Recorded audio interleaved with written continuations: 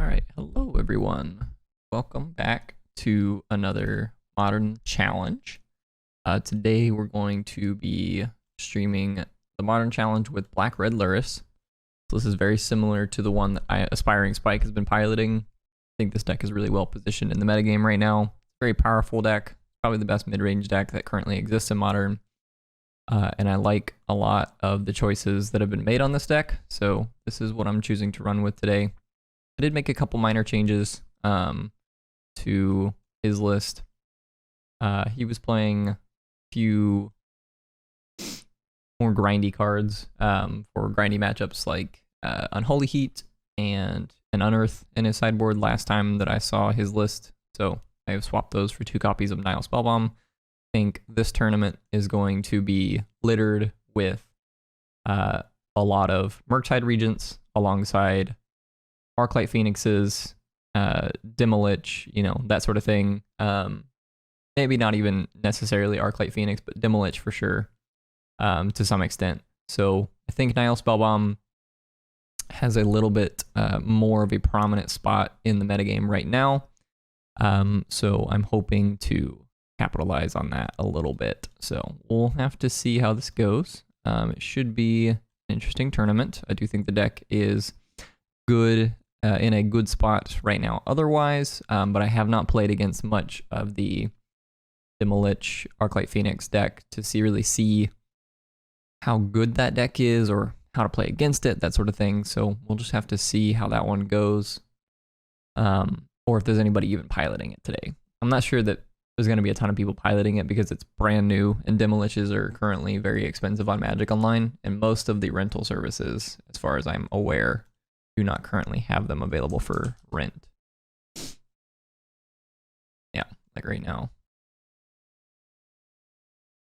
Mana Traders does not have Dimiliches for trade. We'll hop into round 1 and let's see if we can get a good start here. This is not a very good hand, starting on Graven Carns. If this was a Blackleaf Cliffs, we could probably keep this. But unfortunately, we cannot. This hand's better. Not great, but it is better. Bottom, a Blood Crypt.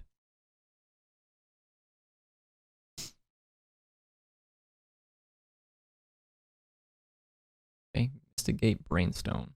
That's my opponent's start. We're gonna go Channeler Bobble.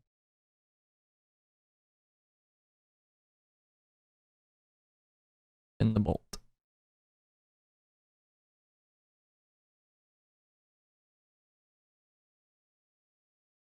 Drawing a Raugrin Triumph.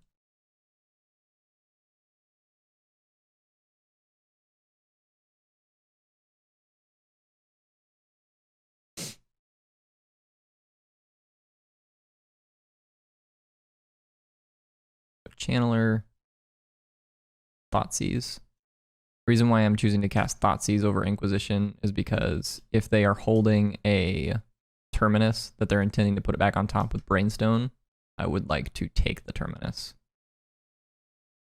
They are in fact holding a Terminus. So the question becomes, which card out of this hand do I want to take? Because I don't have another opportunity to take the Jace. The path is like not the biggest deal. So I do think the answer is probably Terminus.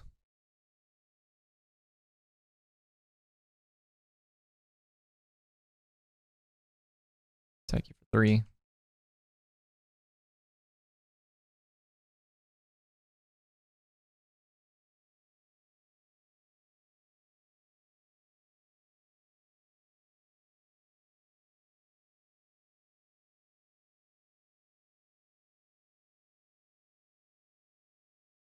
So I think we'll start on Douthie and then Inquisition my opponent.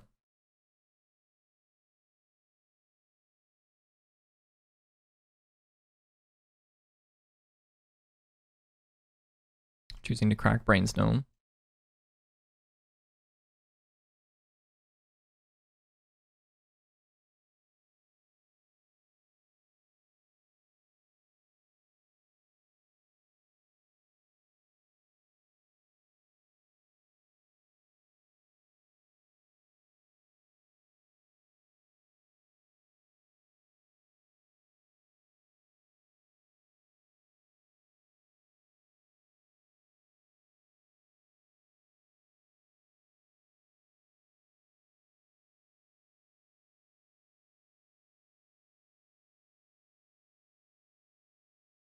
we'll take the counterspell.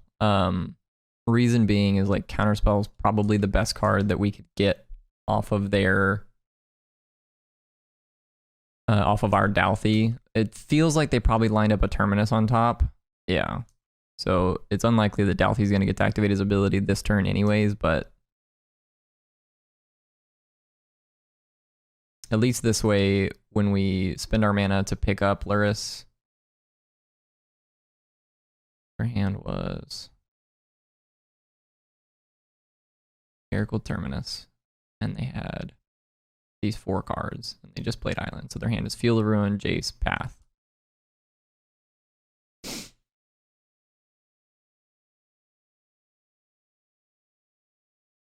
At least this way, when we play the Lurrus, we're going to get to cast a Bauble out of our graveyard.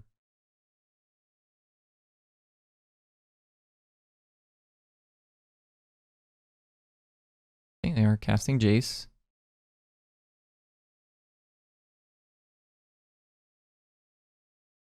I will let Jace's ability resolve. They are putting a card on top of our deck. We're going to Unholy Heat this.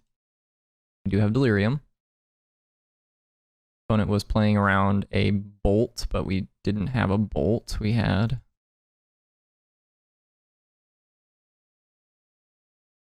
Go ahead and cast Bauble.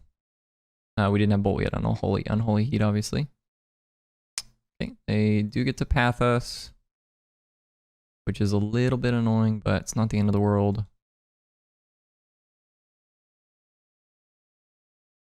Go ahead and do this now. They're drawing an Opt.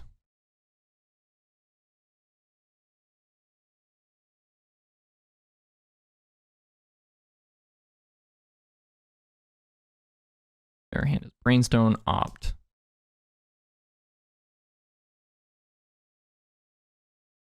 We're flooding a bit.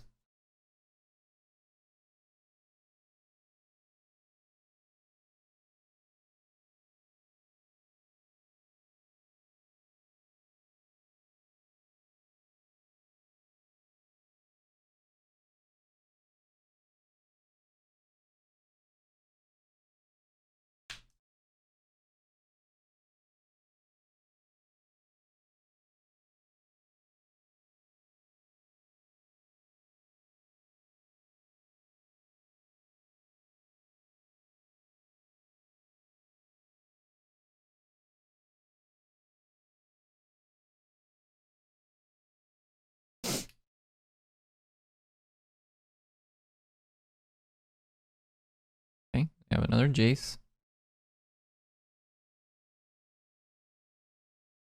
They're just bouncing the Channeler.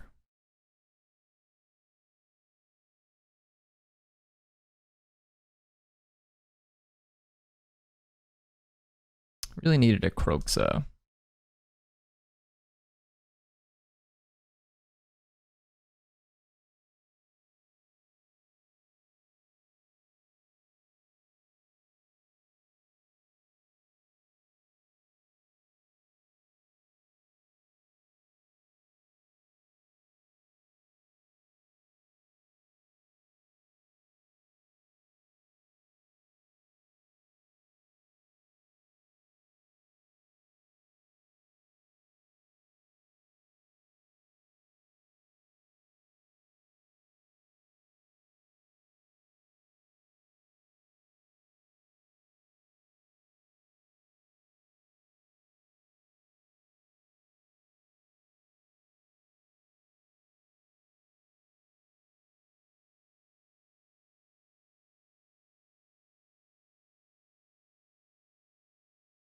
I'll keep playing for right now, but it definitely feels like this game's pretty over.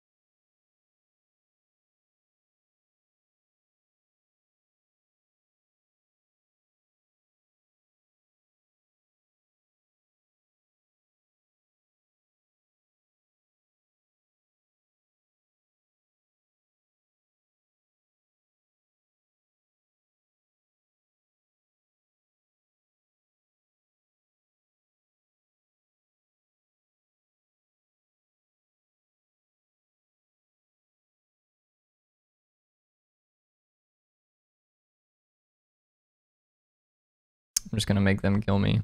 Their deck is not one that's particularly good at killing, so I could definitely see games 2 or 3 going to time. My opponent is currently ahead, but I felt like this is the card that I needed 8 turns ago.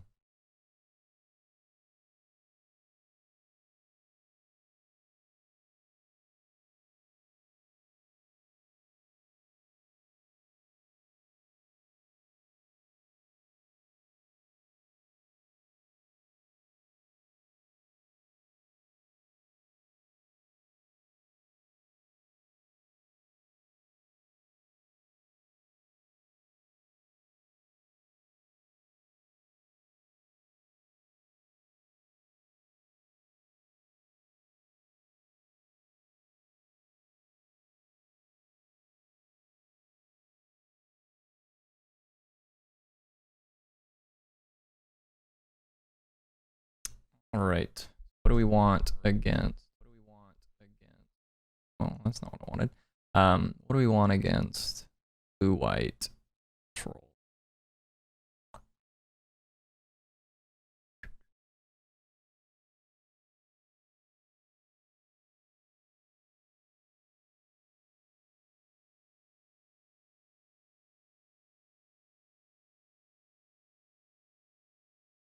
So Alpine Moon and Shattering Spree don't really do much. I mean, obviously you can like shatter a Brainstone on turn 1, which is not the worst, but I don't think it's exactly where you want to be. Something like this, like board out some bolts. Bolts are really not very good in the matchup.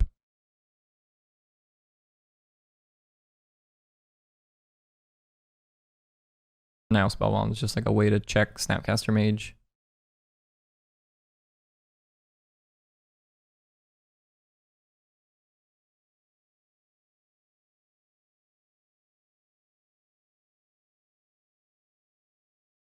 Keep this Thoughtseize into a Dalthy.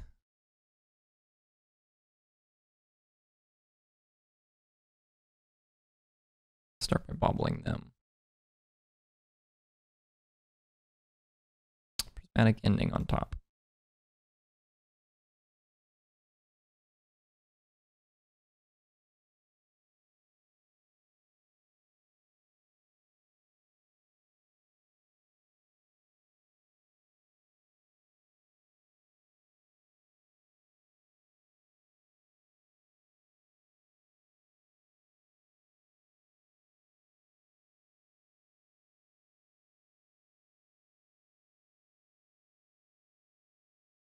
The Brainstone to start.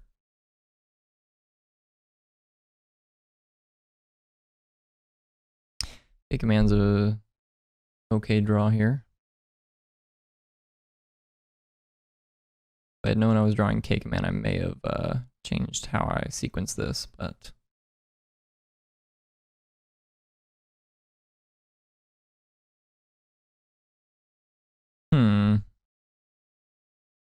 if we play Dalthy, they're probably just going to line up a Prismatic Ending against it. We can Inquisition them, take one of the Prismatic Endings or the counterspell.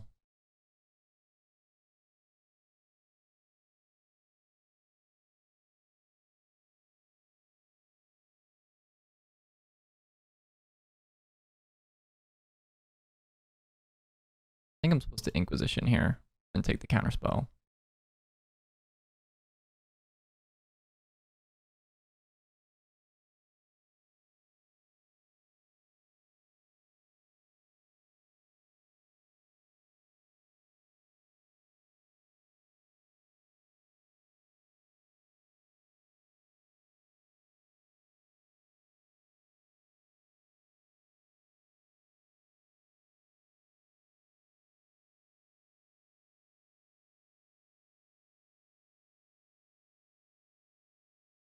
I think here I'm just going to go ahead and pick up Lurrus. Just kind of spend my mana as best I can.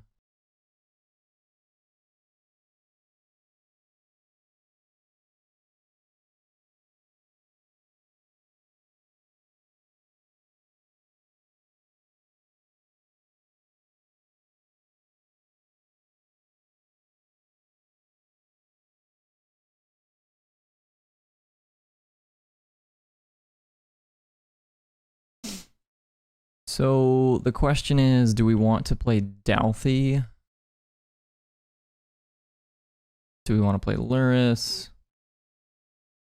Or do we want to just like K command them to take a card out of their hand? I don't think K command's the answer. I'm just going to play Dalthy.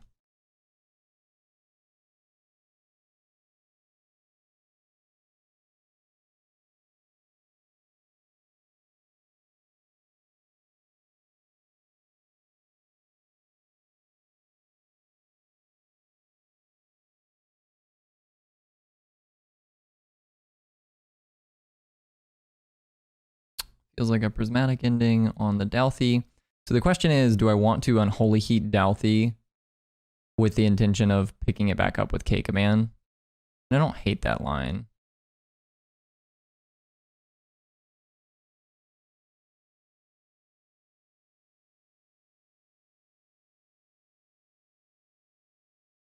Seems a little bit spewy though.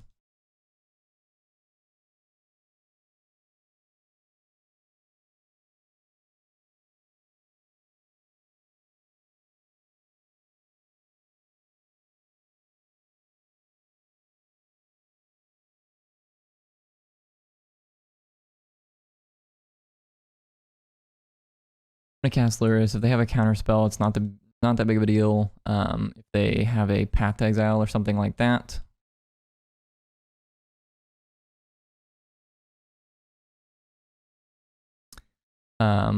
Still not a big deal for the most part. Feels like they probably have a path here. Opt.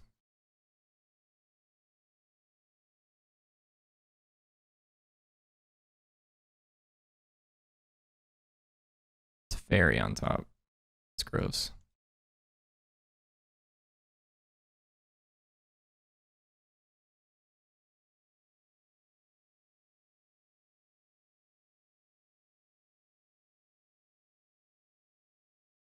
The Jace.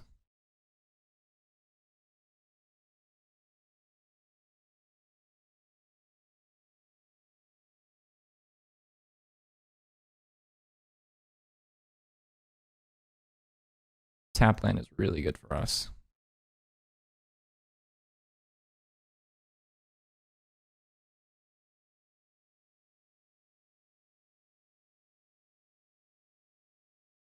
I left Terminus on top.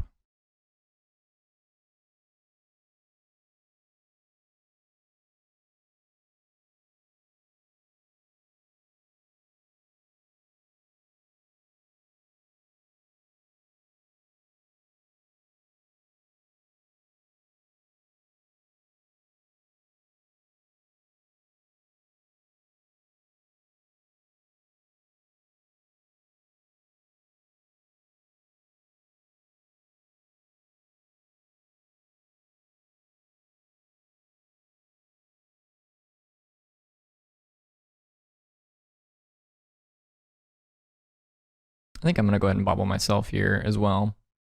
Drawing a Bloodstained Mire. So they're likely going to Miracle the Terminus. Drawing Kroxa. Does that change my plan at all? It could. Given that we like didn't previously have a threat, I was sort of on the intention of killing my Lurrus. I think I might still do that though, like shock Lurrus to put it in the grave, and then we'll K command again.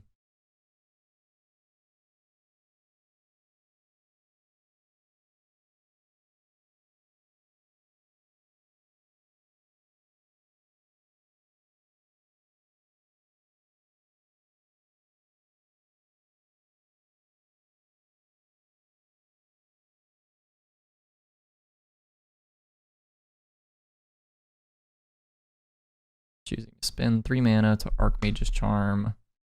The Culligan's Command.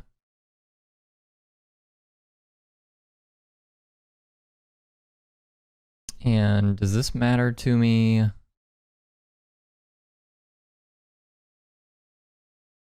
don't think so.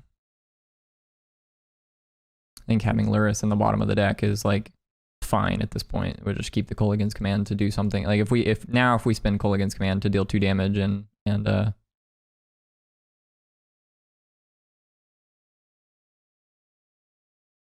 make them discard, they just kind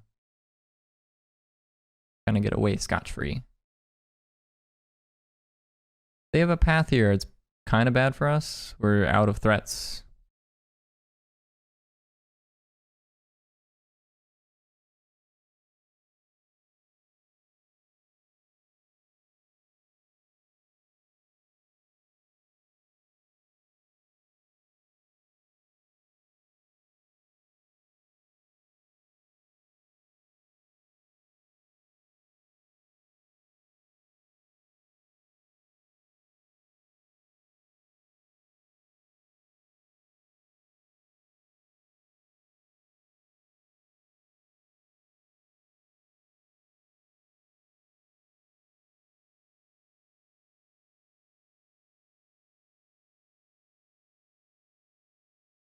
Discarded Teferi. Interesting.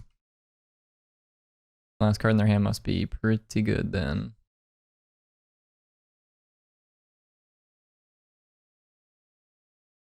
Snapcaster Mage for probably Prismatic Ending. Okay, that makes sense.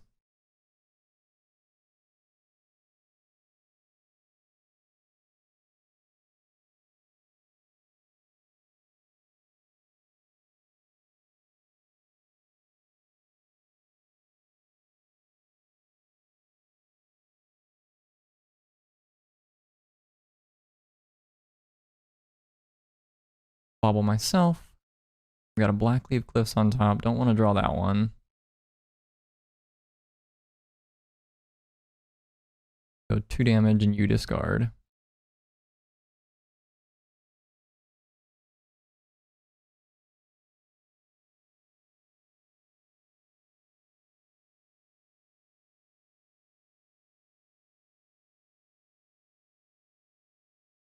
Got a lot of good draws here. 2 lands in a row is not it.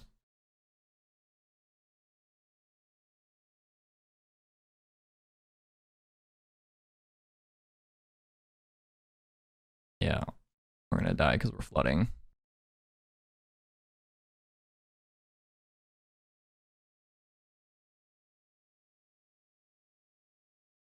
Jeez.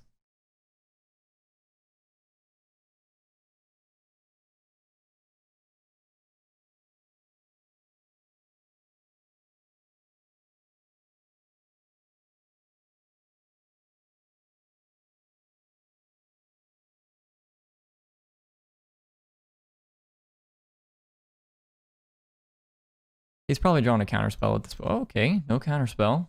Means he probably has a path at least. Okay.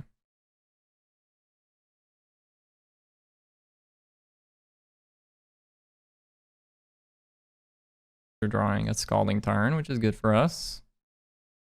We need them to draw air.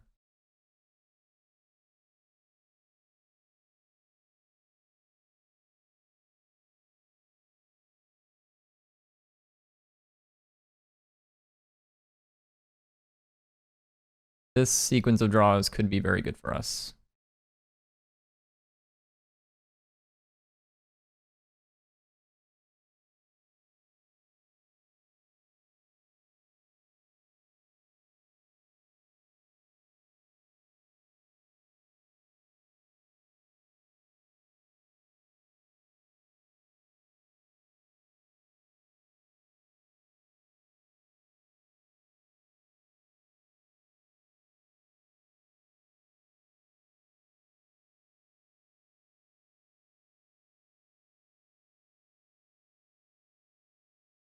I did say they could be very good for us.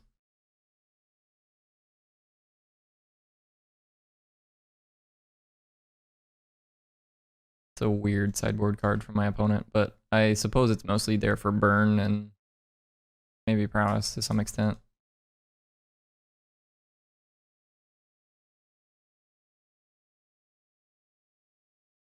Oh, Bossman Cold gives him hexproof until his next turn.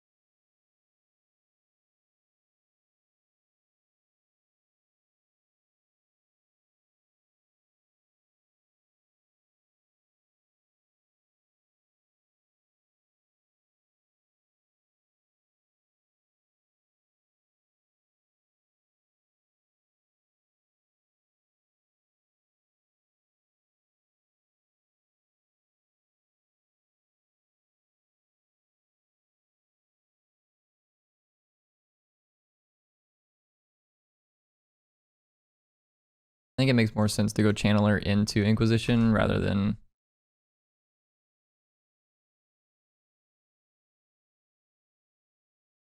gonna take my Channeler. No, choosing to draw 2. Oh, one other land.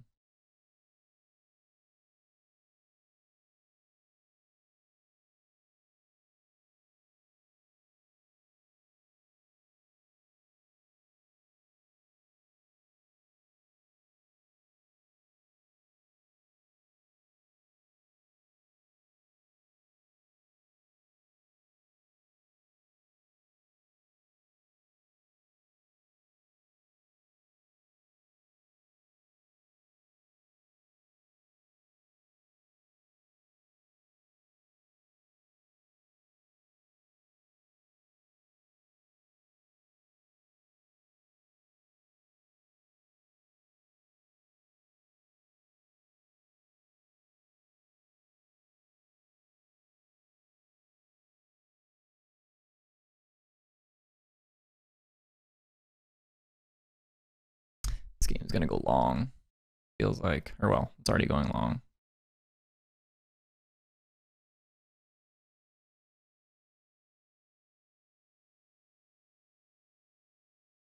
On the bright side, Turok is dodging all their spot removal.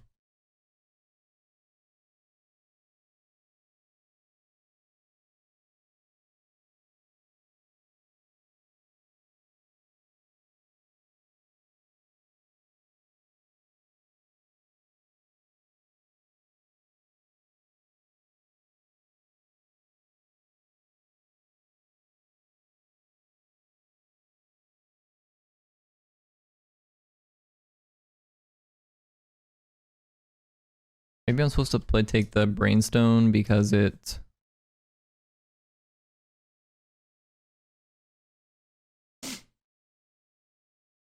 technically lets them set up Terminus.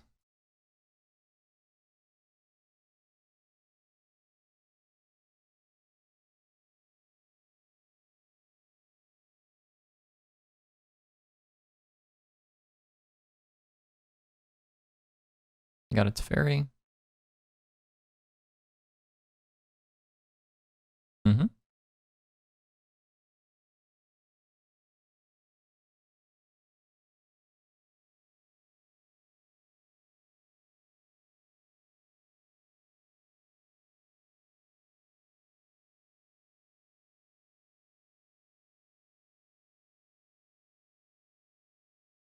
Just gonna dash a monkey. It's got another path.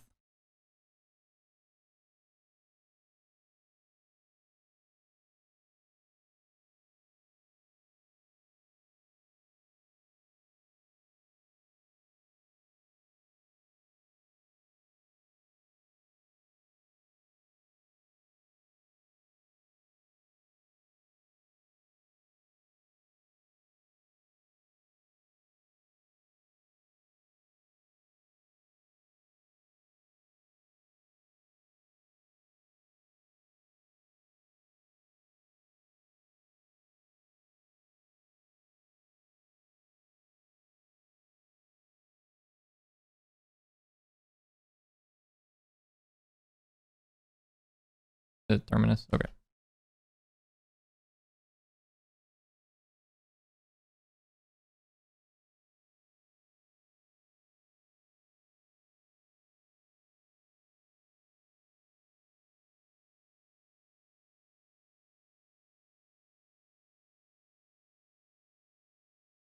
They're choosing to go Snapcaster Counterspell, which on a Nile Spellbomb I'm like pretty okay with.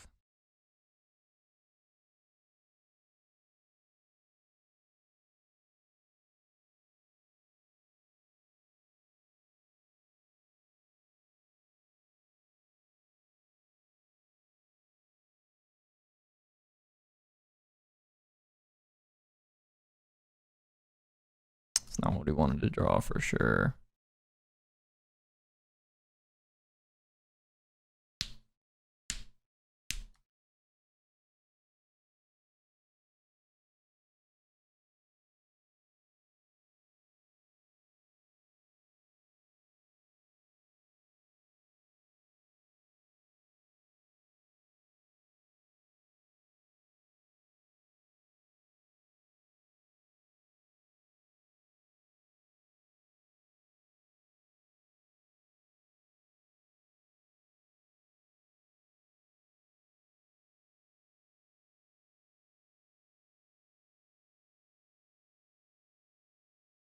One on bottom, one on top.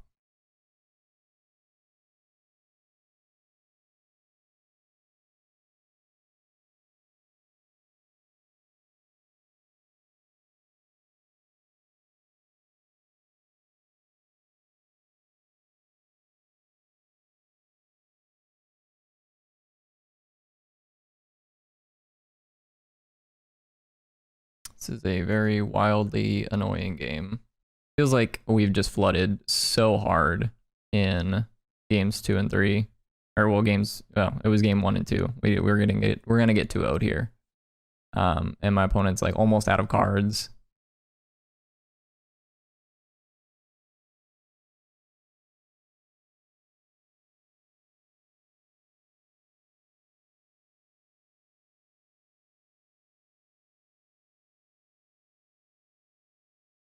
I was gonna say it's probably time for them to fate seal me. Put a card on bottom. Well, this is the card that I imagine was like the only card that could actually do anything at this point in the game.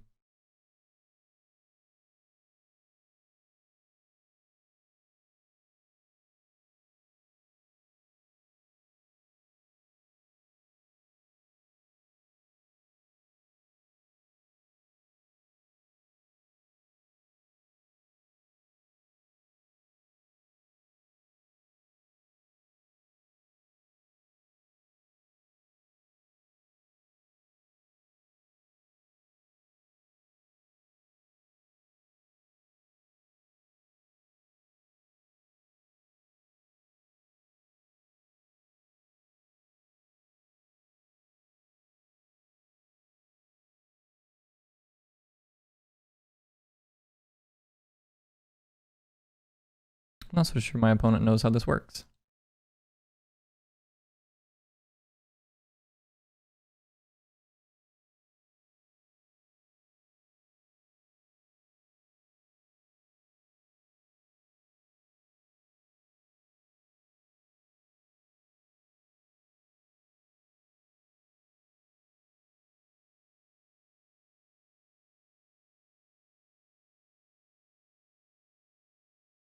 So it's gonna be really close. Maybe I was supposed to play the fetch land. Yeah, now that I think about it, I think maybe I was supposed to play the fetch land. Yeah. Banjo Caveman is pointing that out as well. They're casting Terminus, which is a little wild. Just drew another Kroxa. They have no cards in hand. They have 7 cards in their library. And they are conceding to Kroxa, even though I don't have enough cards in my library in my graveyard to even escape this again. But that was absurd. I did not think we were winning that game, but we did come out on top of that. That was wild.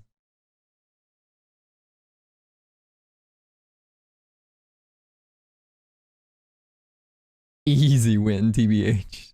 That was crazy. That was a very, very close. Very, very close game there.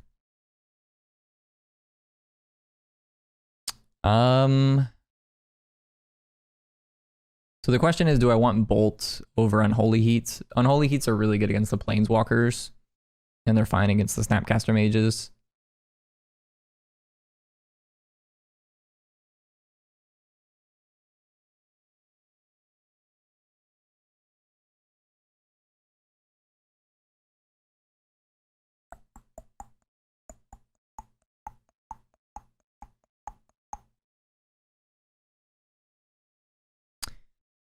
I think I'm gonna just run it like this. It feels like my opponent's more on the game plan of trying to. An opponent's writing me a novel. Yeah, I know. He asked me if I was sandbagging the Kroxa, which I was not. Sounds okay. Nothing super crazy, but it's all right. That's a good draw. Maybe I'm supposed to hold the fetch land for the purposes of Bobble, like play Shinka, don't want a 4th land, really. I'm going to do this in my opponent's upkeep.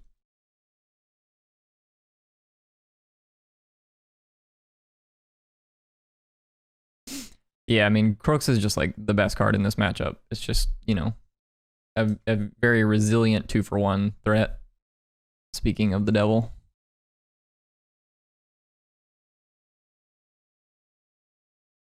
So we're going to go Channeler into Shizo plus Thoughtseize. And this will likely get us Delirium. Nope, no Delirium.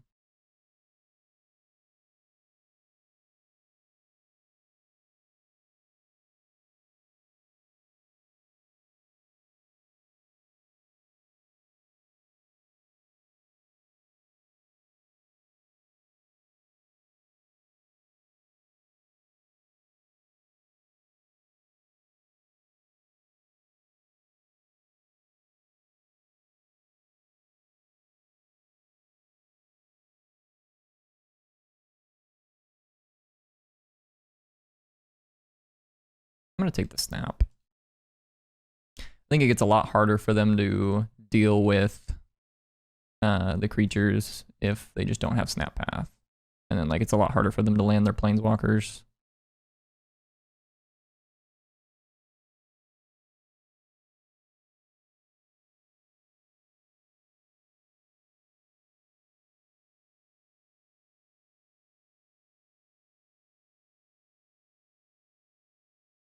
They discarded a Castle Vantress, which means their hand is currently Island Teferi Jace. Which means I think I want to just Kroxa again. Just make them discard another card. And they have to choose between Teferi, Jace, or Island. Yeah, I think it makes most sense for them to discard the Teferi. And then them just playing Jace next turn is a little bit awkward because if they play Jace and they choose to brainstorm with it, the cards that they get out of brainstorming with the Jace are... I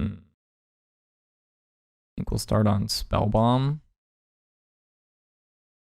think I want to top that. That card's really good here.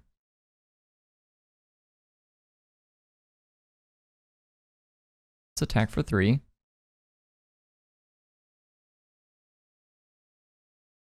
And then black, black, red, red. We don't need 2 Kroxas. We've got a lot of lands in the graveyard. There's a lot of opportunity to hit lands again in the future. This is just a counter spell, that's fine, yeah. So their hand right now is 1 unknown plus Jace.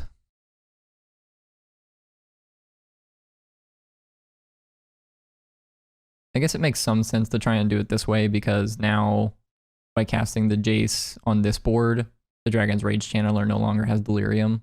Okay, this is like really great for us. We just get to Ragavan dash and kill this. Actually, I think it makes more sense to go Channeler plus Ragavan and then K-Command 2 damage, discard. 2 discard, 2 damage here. And we will bin the Voidwalker. And obviously they have outs. They can definitely draw a Terminus here. That would be very good for them. They've drawn a land.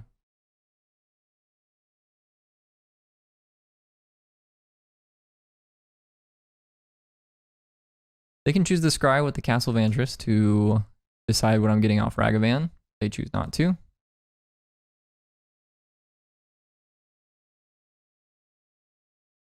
I am going to just go ahead and play Lurrus and cast a Bauble. We'll bin the Graven cards. And I'm going to do this in their upkeep. We'll do it post-scry, now that they're choosing to scry. Appreciate the follow, Infested Zerattle.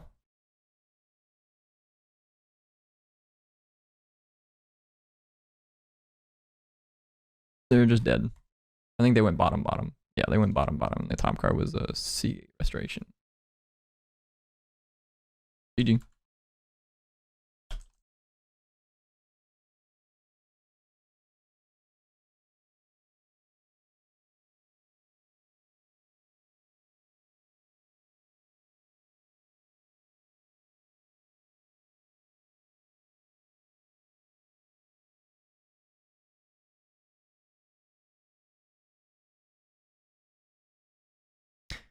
Whoo-wee.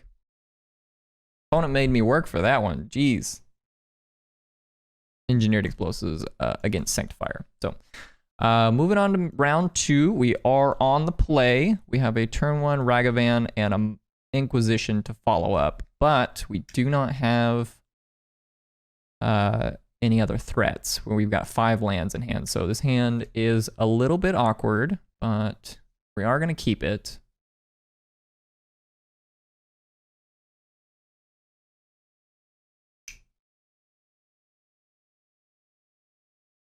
I think I'm going to lead on Mountain Monkey.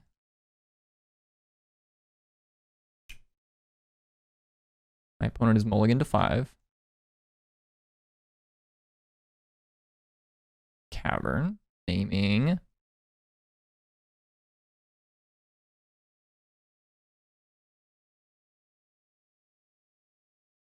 Core. My opponent is named Core. What does that mean?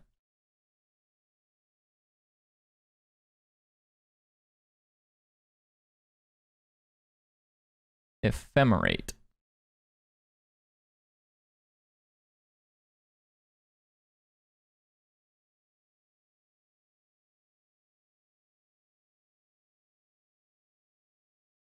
Well, I'm going to try and take a Stoneforge Mystic from them.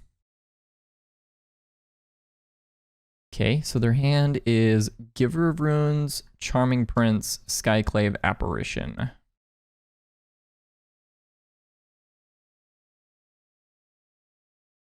Huh. Well, the Shinka beats the Giver in combat, so I think I'm going to just take the Charming Prince. We could take Charming Prince, or we could take Skyclave Apparition. That's the kind of like the options that we have.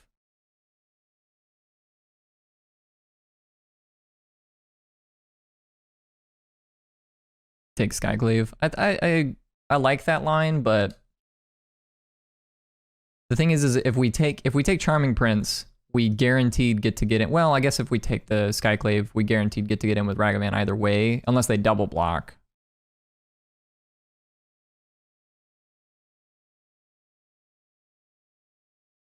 Yeah, all right, I'm in.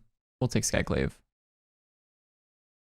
Shinka's like really good here. Shinka's the main consideration for this play. We still get to keep attacking because Shinka's in our hand. Probably gonna scry 2 with this if I had to guess.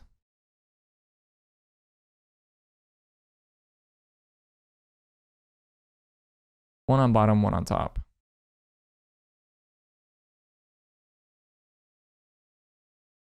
Thoughtseize you to start.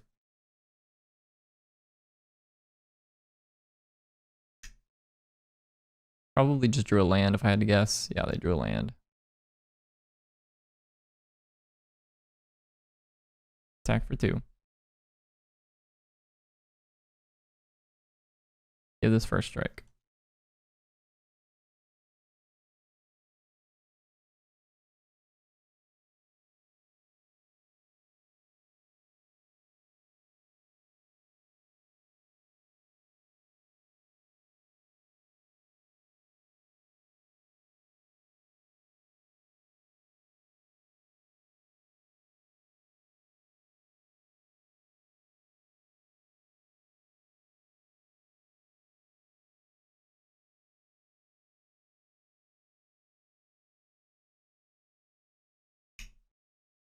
First striking monkeys. That mean he's faster or has sharper nails? Good question. Good question. Asking the real questions. We'll play a Giver. Giver is actually like pretty solid here. I'm gonna go ahead and pick up Lurrus. And we'll play a tapped Blood Crypt. Feels weird that my opponent... I guess this is probably a Stoneforge. Okay, yeah. That makes a lot of sense. What are we grabbing? Are we grabbing Cauldra? If we grab Cauldra, it's a little bad for us.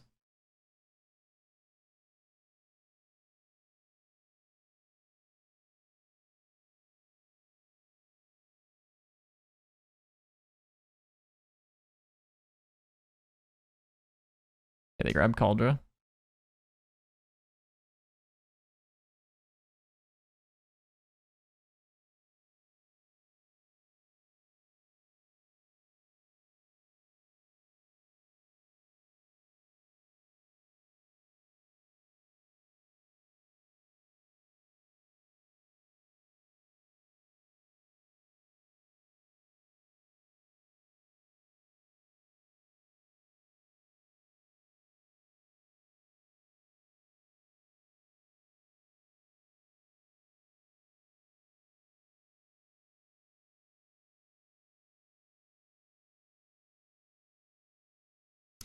We are going to get in with the monkey again.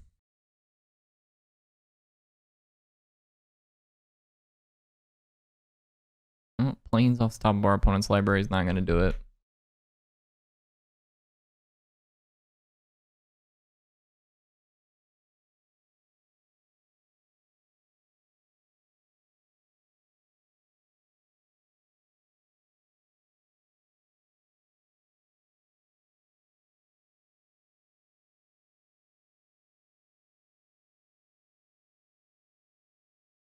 Just going to go ahead and play out Lurrus. Play this tapped. And now if they attack, we can give Lurrus pro black and block the germ. And he gets to trample over for 3, but we gain 3 back. So this board state is a stalemate, given that they don't have any removal spells.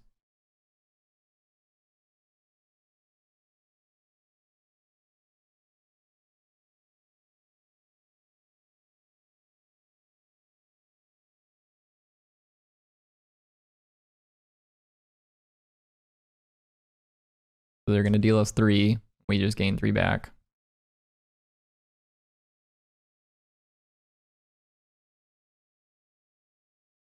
Okay, so they drew another Stoneforge.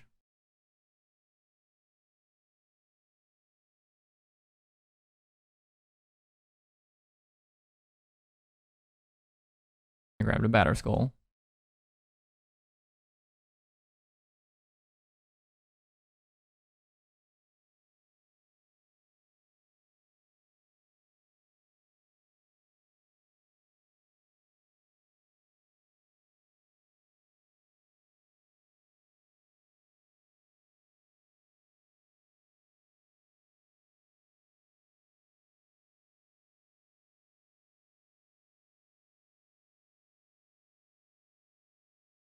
Just letting the monkey hit them again.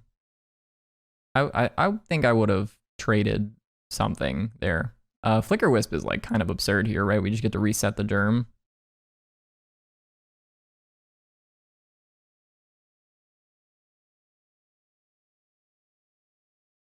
So I think we have to start by Unholy Heating the Giver. And if they give her the germ, they're going to give this pro white probably.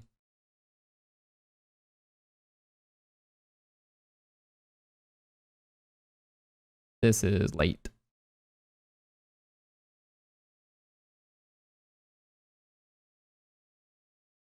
Protection from white. Okay. Did in fact choose to do that.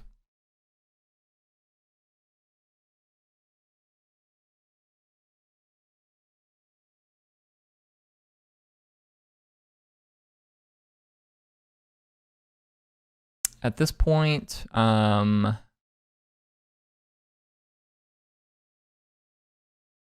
probably supposed to just flicker the vial.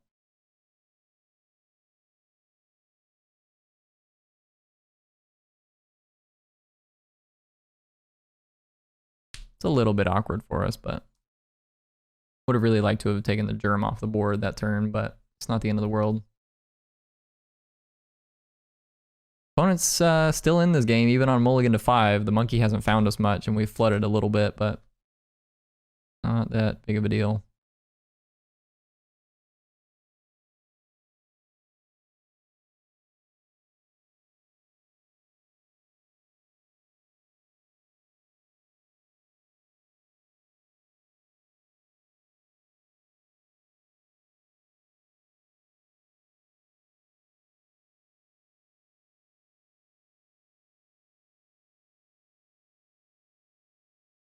So I think we have to give the monkey pro black and attack through the germ.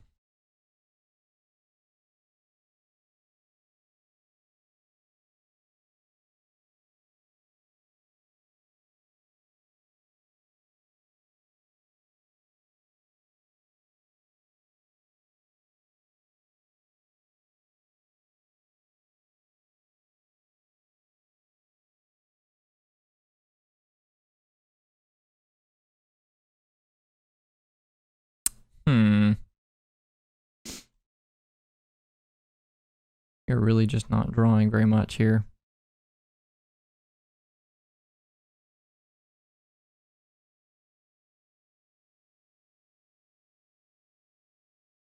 Because of the Shinka, like that's what their thought process is, obviously. So they got their Charming Prince eaten in combat by the Shinka on turn 1, and they're choosing to just let it keep hitting them.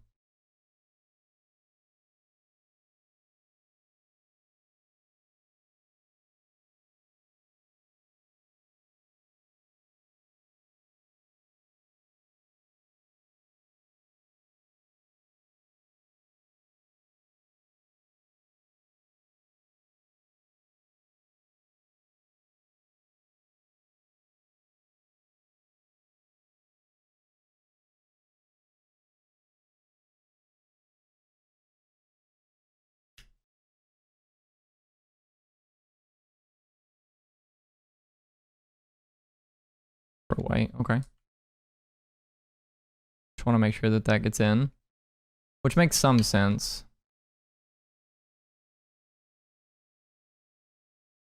Southie's not a great draw, but he's okay. I'm gonna give this pro black again.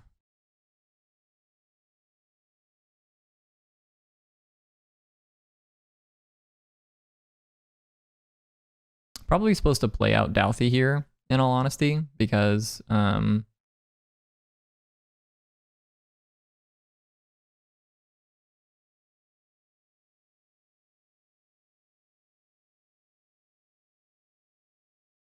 almost just think this is like, okay, just like let this happen, and then post combat just play it out of the graveyard. Yeah. I just don't want to attack the Shinka.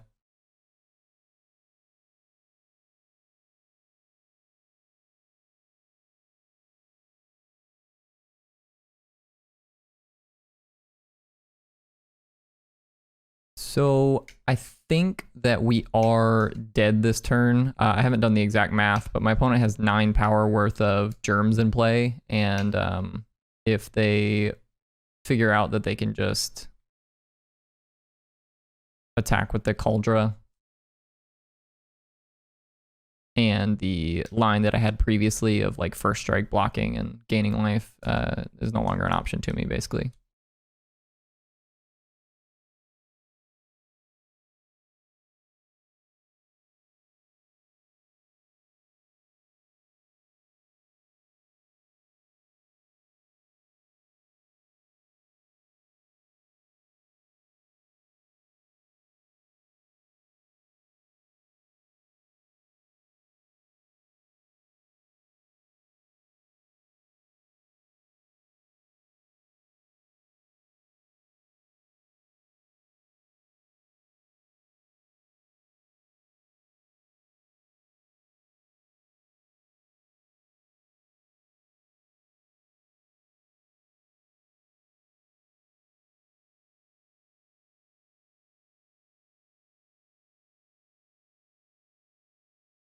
I was supposed to attack with Douthie as well. It's my fault.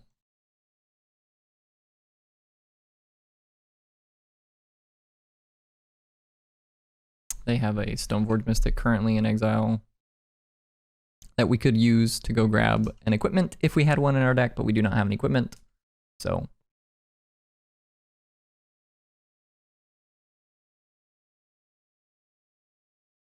I think this is probably GG at this point.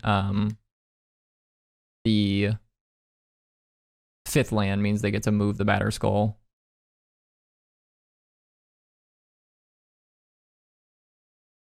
Left our Cauldron in the other deck. Dang it.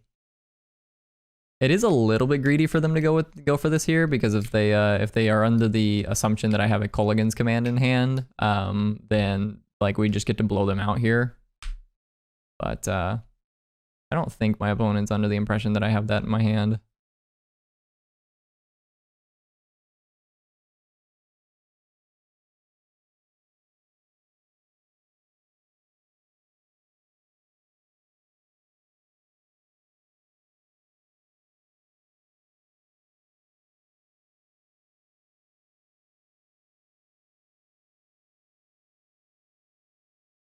So we can block with Lurrus.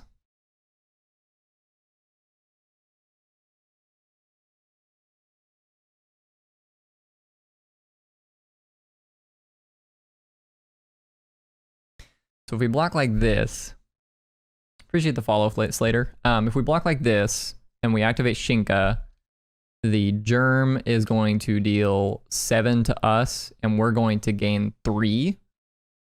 So we'll go to 3. But they both have first strike, so they deal damage at the exact same time. We'll gain 3 life. And then there's still a couple things we can draw.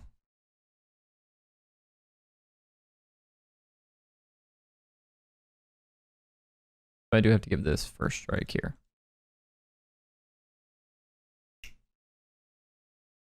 So if we do draw exactly, so they need to not have Flicker Wisp, and we have to draw exactly Kolaghan's Command, and we still have a shot in this game.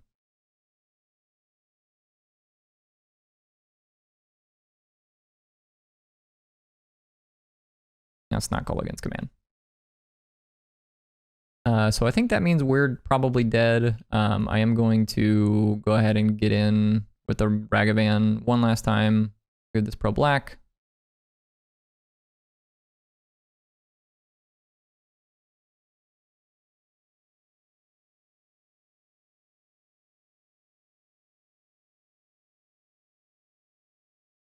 They're choosing not to block. This is wild to me. Okay, well, we didn't hit anything anyways. The Flicker Wisp was really close to actually being good enough there. It's a little bit unfortunate, but it is what it is. We'll take the Shattering Sprees and the Explosives. Other cards are not super great.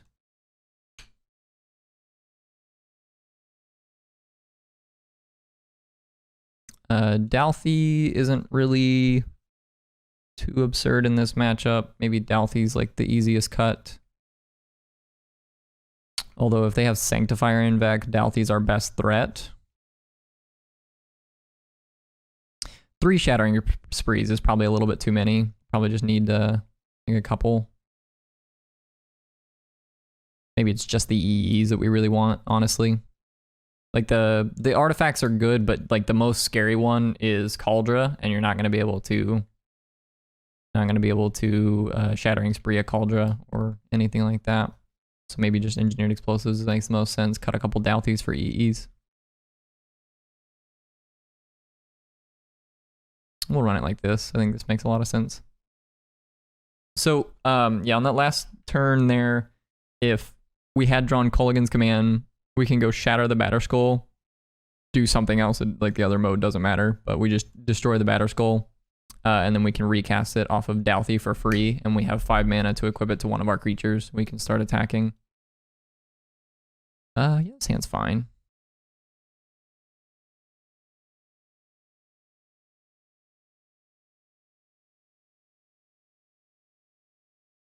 Opponent kept 7 this time.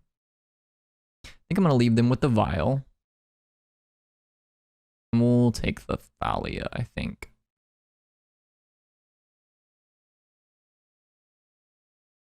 Maybe it makes more sense to take the Sword of Fire and Ice. Actually, you know what? It probably makes most sense to just take the Vial.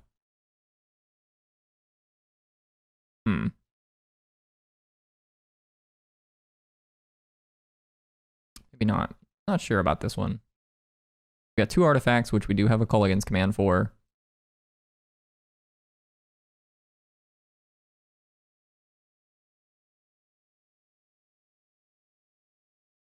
I'm going to take the Thalia. I think it makes the most sense. Top card of their deck is a Flicker Wisp.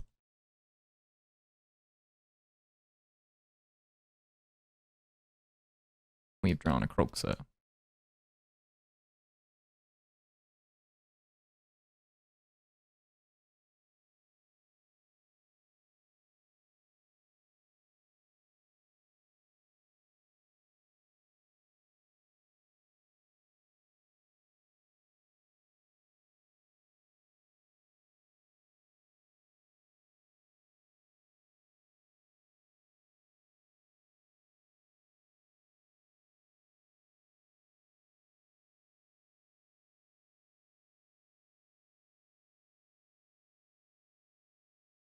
Their hand right now is Plains, Giver, Sword, Flicker Wisp.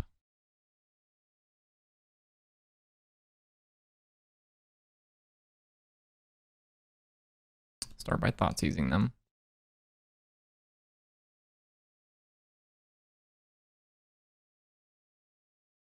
I'm going to put a Giver into play. That's fine. They have a Stoneforge in their hand.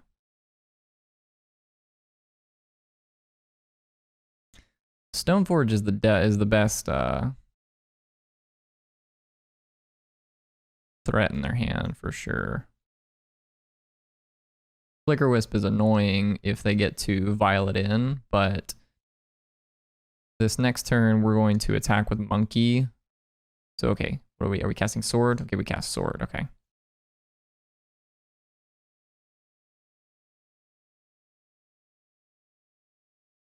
We drew a Bolt.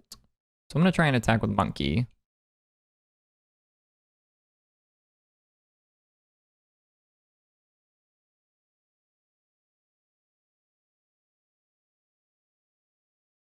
And I think if they block, we're just going to cast Kroxa. If they don't block, it depends on what we hit here. So we hit a Flicker Wisp, which we cannot cast. So we're definitely casting Culligan's Command. The question is, what modes are we choosing? And I think it makes a lot of sense to go Shatter, Sword of Fire and Ice, make you discard. You can also go Shatter, Vial, make you discard. But Sword of Fire and Ice gets to equip to this Giver. So I think we're going to go Shatter, Sword, you discard.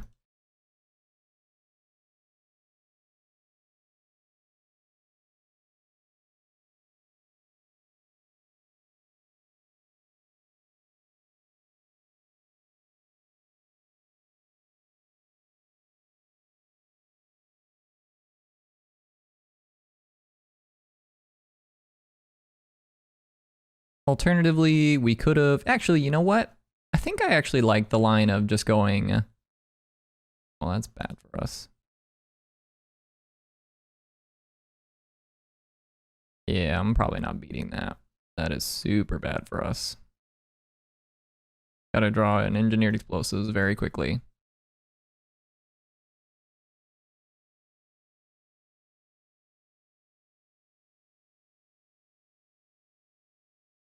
We did it, chat.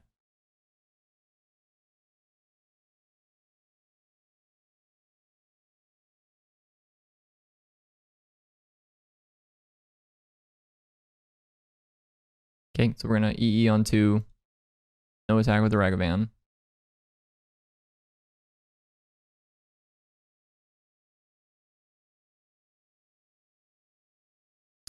If he draws a Flicker Wisp, we're in rough shape for sure.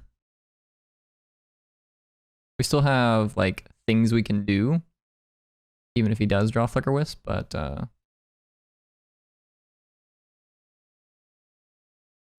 Okay, Artifice, yeah, Skyclave. Man. Oh, that's so unfortunate. We're gonna die to this Sanctifier.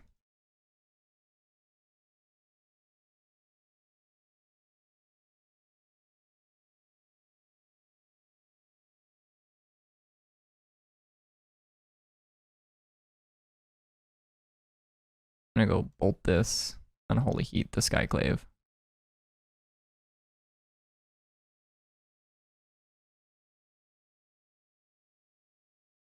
And unfortunately, we don't get a creature from the Skyclave. Even if we got like a 2/2, it'd be pretty great here.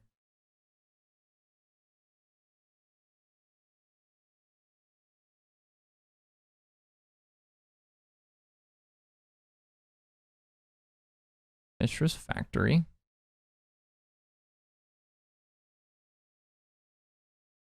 Another Skyclave. Sanctum Prelate. Okay.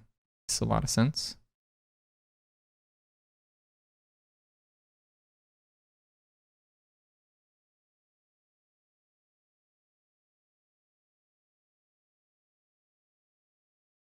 Let's bobble them to start. They're drawing a Plains.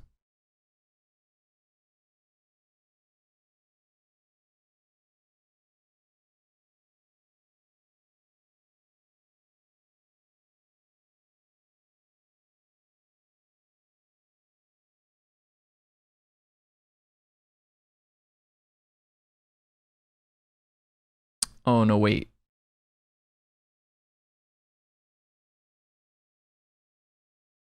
When did Mishra's Factory become modern legal?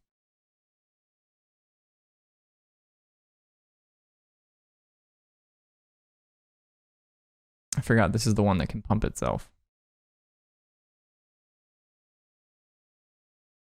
Oh, no, wait. No, this has Summoning Sickness. He messed up.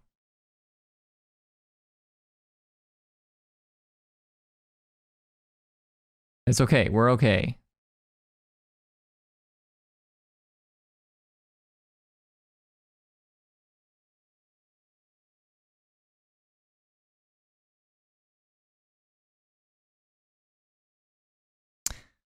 I think I'm actually on the game plan of trying to race my opponent, but I definitely think you think that line is okay as well. You can take that line if you'd like, but I think I'm gonna try and race them. Turok here is like pretty solid.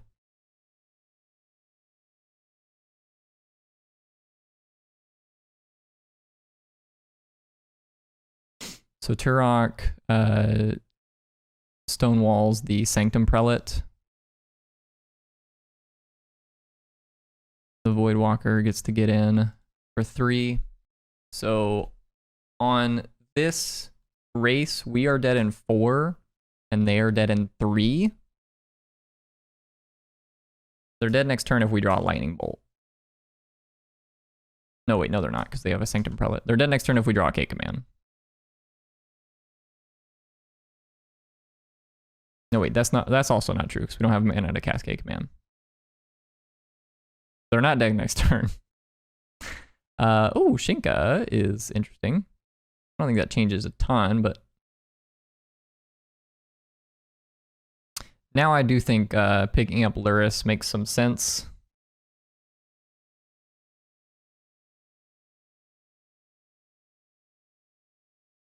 Let's Kroxa first.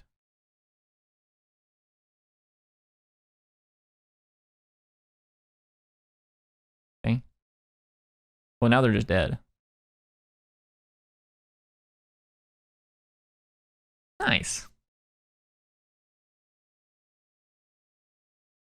They're dead because they decided to be slightly cute and keep their land in their hand.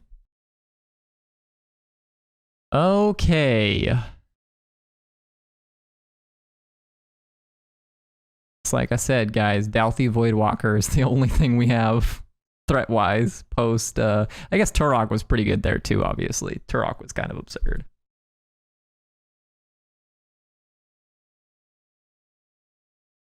Maybe we're supposed to trim like 1 Thoughtseize for a Shattering Spree. I could see that. I kind of like the idea of just having a Shattering Spree as a way to interact with, like, if they have like Sword plus Vial in play, you want to be able to like blow up their stuff. Hey, Hootie Hoo 66, appreciate the follow. Thanks for tuning in. Kroxa, if their last card was Batterskull Cauldron, would have been nice too. Yeah, absolutely. I agree.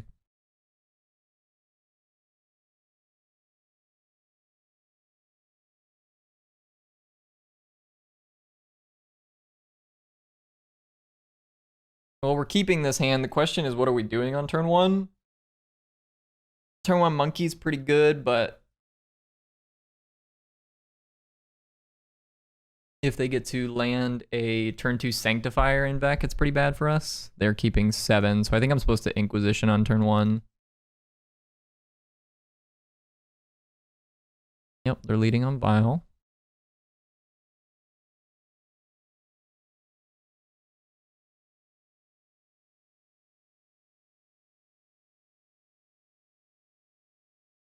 They do have the Sanctifier. We're going to take that, and their hand is 3 Vials, a Giver of Runes, and a Plane. So they kept this hand off of Sanctifier being good enough. You're just probably just going to go Vial.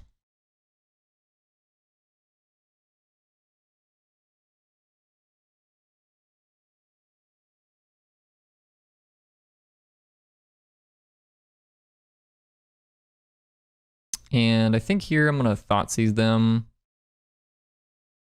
Like, there's probably not going to be another spot where Thoughtseize even gets to convert or has an opportunity to maybe convert. Okay, yeah, we got to take a Stoneforge here, which is pretty great.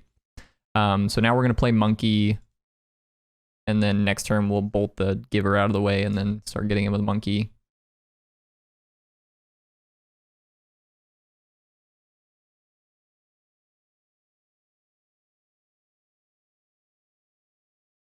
We did sideboard in Shattering Spree. We boarded in 1. We took out a Thoughtseize for a Shattering Spree.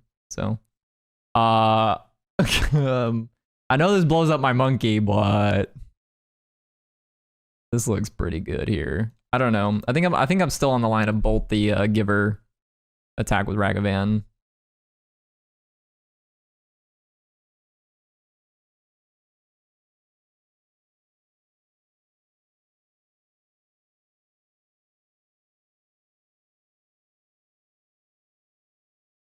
And then I think I'm gonna go ahead and pick up Lurrus here.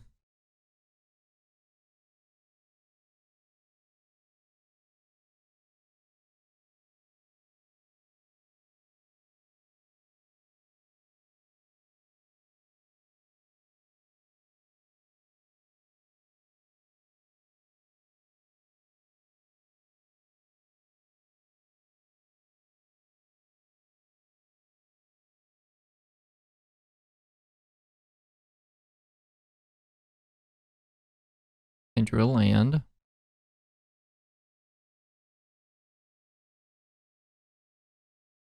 We're going to start by attacking with Monkey.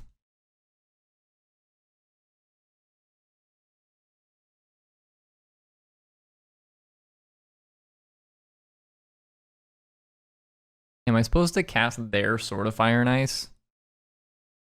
Seems like pretty good, right?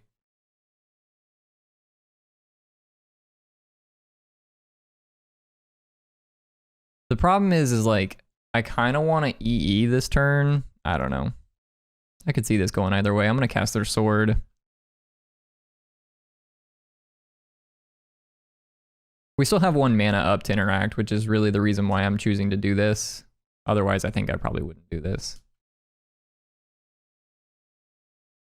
I do really want to get this Engineered Explosives down and blow up some of their stuff. They put the Vial on 4. What does that mean? Do they play any 4 CM? Do they, like, Restoration Angel, maybe?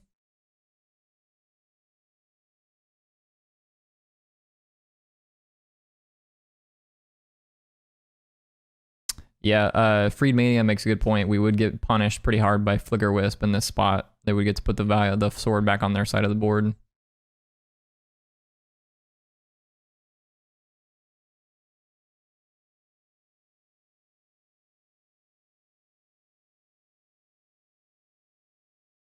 Okay, Charming Prince. I think I'm actually just going to let this trade happen, and then we're going to EE on 1, blow the board.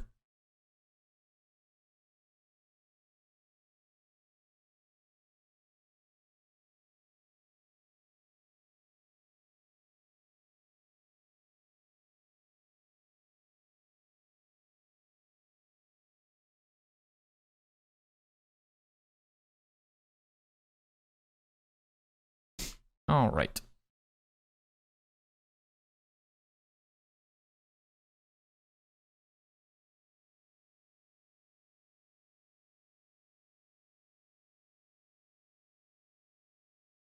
Yeah, this is fine. I don't. Skyclave is not that big of a deal. Next turn, we get to kick Turok, take the last card out of their hand, and then it's a 3/2 Turok versus the Skyclave. Would like to draw some additional mana. Solitude was in their hand. Okay, yeah, Emblem Nox says Solitude's probably what they were taking the Vial up to 4/4. That makes a lot of sense. They've got Solitude in their deck. They've also had one in their hand, so.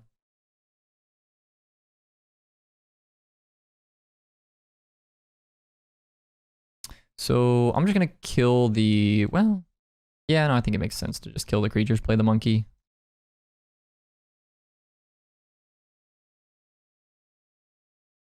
Oh, gross. Since the sword was theirs, they get the illusion.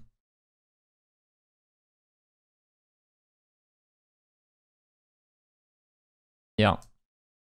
Yeah, that makes a lot of sense. That's not something I had thought of, but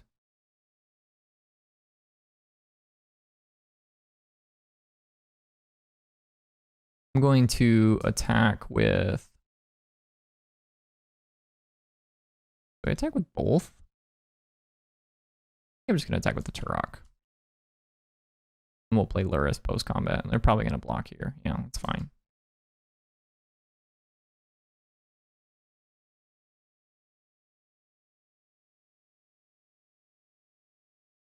I'm just going to play EE on 0.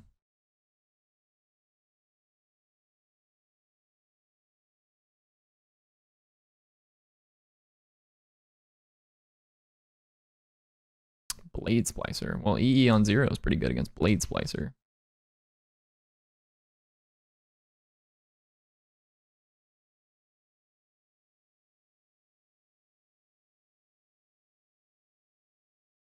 Probably going to trade here. We just get to play the monkey out of the grave again.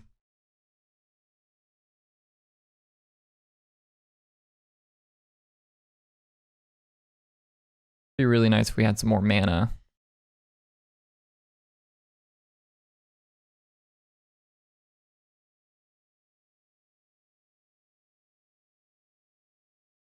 Flicker Wisp. Splicer is an oldie. That's not one that I've seen in a while. They must have changed the creature type on this, because I don't remember this having 3 creature types. Phyrexian Human Artificer.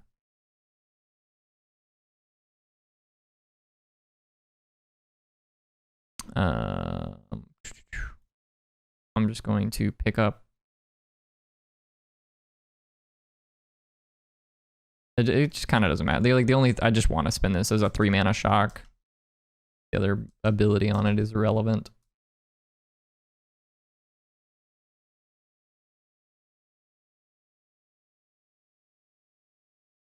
And they are dead next turn.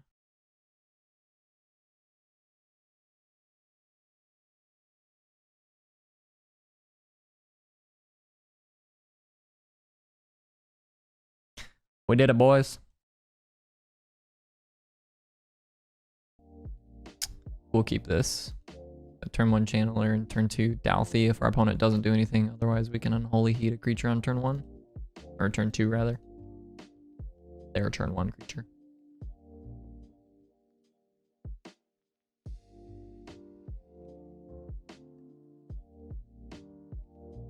Ooh, monkey.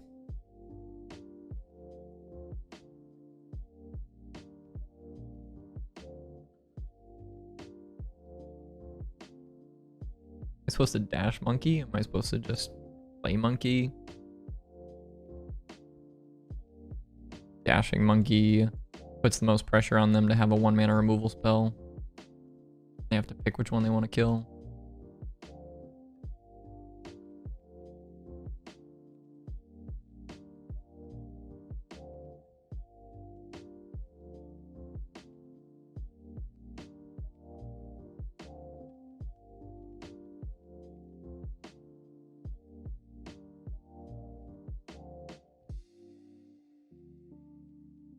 No.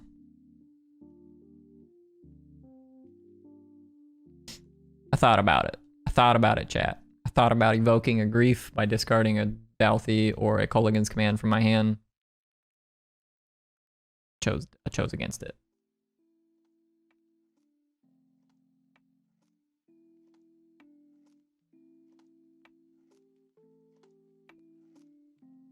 Feels like a Stoneforge.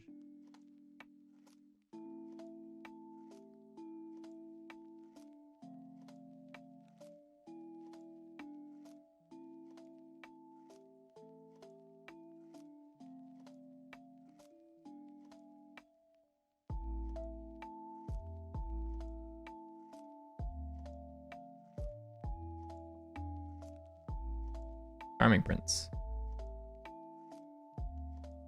Gain 3. It's a weird line.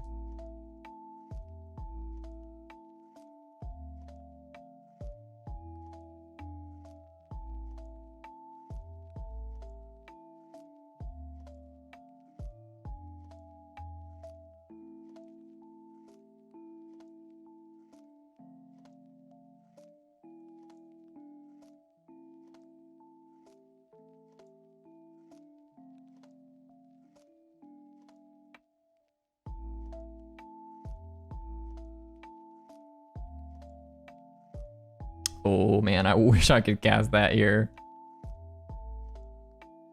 We'd be so far ahead if we just got to vindicate a land right here. Getting punished for dashing the monkey.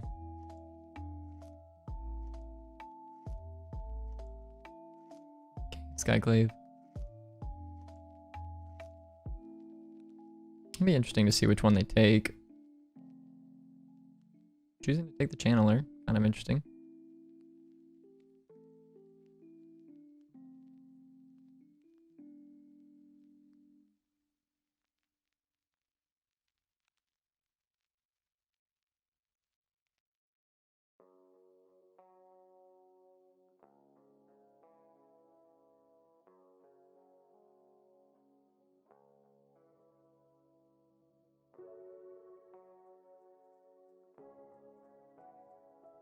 We'll go ahead and pick up Lurrus.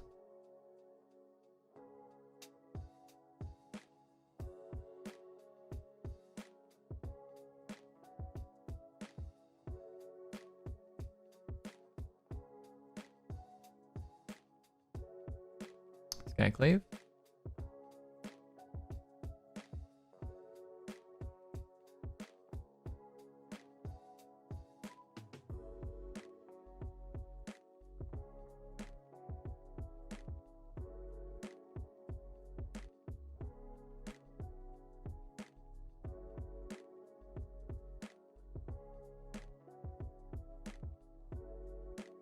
Just gonna deploy my threats here. We have a bolt up, so if they attack with one, if they attack with both, we can bolt the Skyclave with Dalthy underneath, block. Non-artifact, non-black creature. Well, that's not very good for them.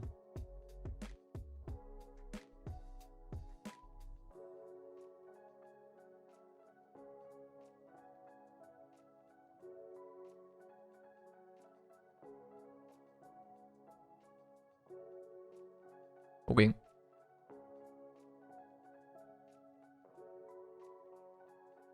And we'll clean up the board here. Leave us with a 1/1.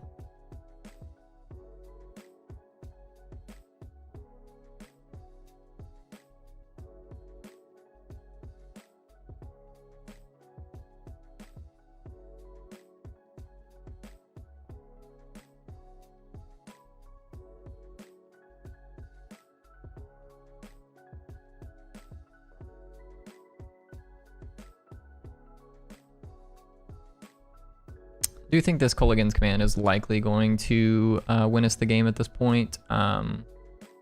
Basically, no matter what they play, is going to die to the K command, and then we can pick up Lurrus, which will let me recast the monkey out of the graveyard. Choosing to gain 3.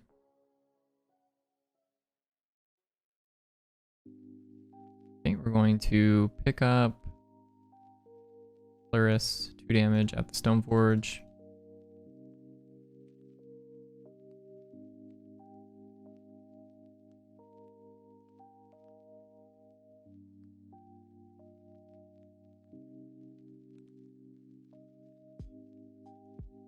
Play Lurrus.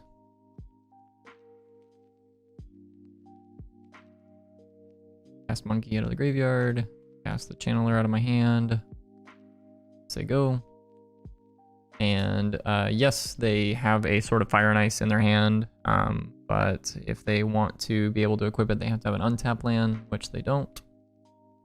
Even if they did, I think I'd probably just... I don't know. Kind of a tough spot, whether or not we want to block there or not, but...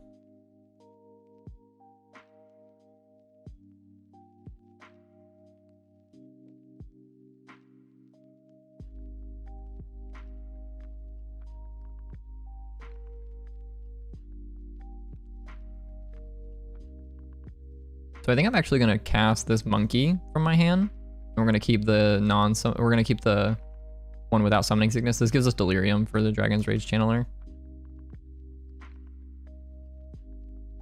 Attack with everybody. 3, 8, no, 9.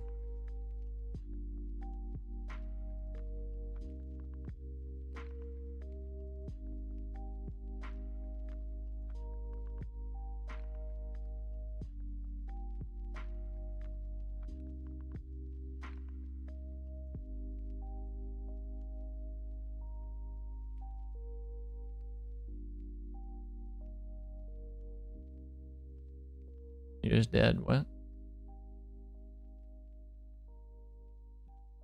Oh, okay. Is this... Oh, okay. Interesting.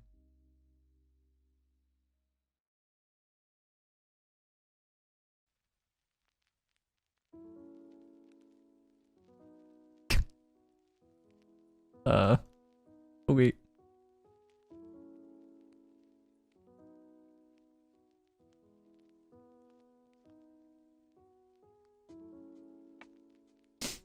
All right. EEs. Probably Shattering Sprees. Some degree. Last time we played against Taxes. So we're kind of playing against a similar Taxes style deck right now. Probably just take out like a Thoughtseize and a couple Voidwalkers. That's what we did for these 3 cards last time. They're playing black-white though, specifically. Black-white change anything?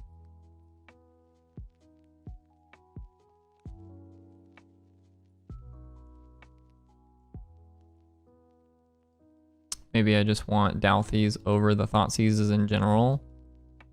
The thing is like, the best thing that their deck does is the turn 1 Grief Ephemerate thing. So maybe we want just fewer discard spells. We just want to play to the board more.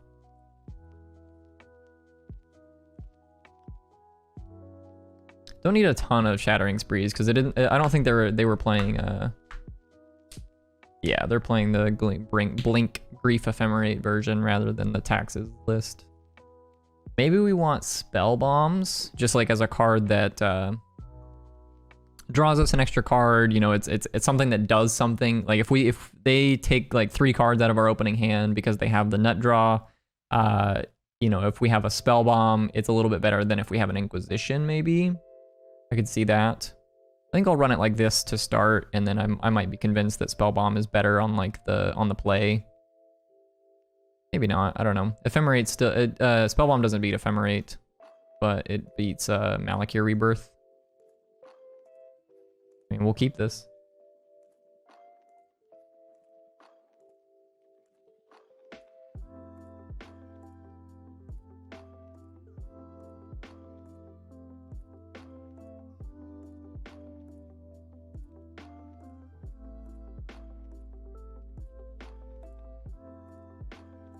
They didn't have a turn 1 play.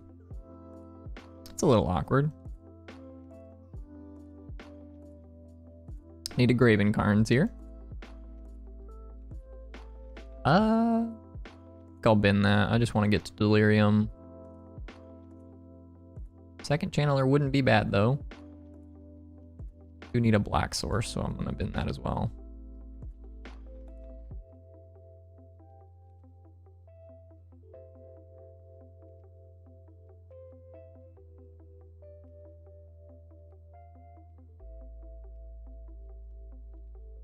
They have a Godless Shrine on top of their deck.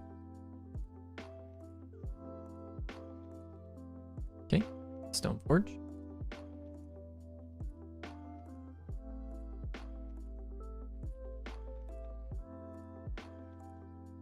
Cauldron.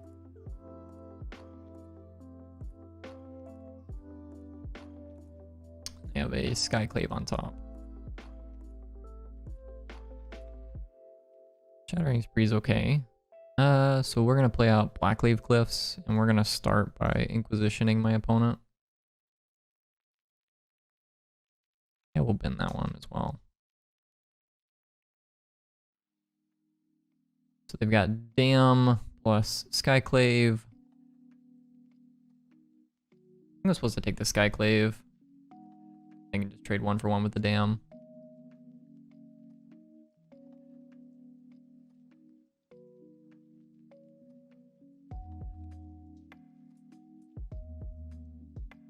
As good as Turok is, I do not currently have enough black mana to support playing a Turok. I mean, we could just play it as a 2/1, but I don't think you really want to do that. We can get to a board state where if we continue to sort of bin non-black sources, we can find enough black sources to pick up Lurrus, cast Lurrus, and then recast Turok from the graveyard now that it's in the bin. They crack Marsh Flats. We took Skyclave, didn't we? I guess they drew another one.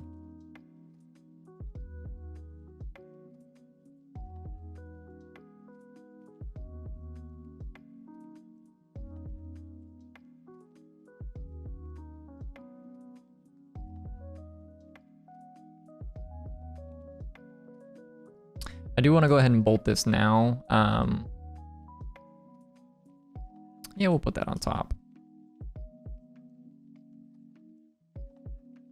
Yeah, you want to bolt that now because if they draw an Ephemerate or like a Malakir Rebirth, something along those lines, it would be bad for us. It's probably the back half of Dam. Yeah. Like Blackleaf Cliffs, pick up Lurrus.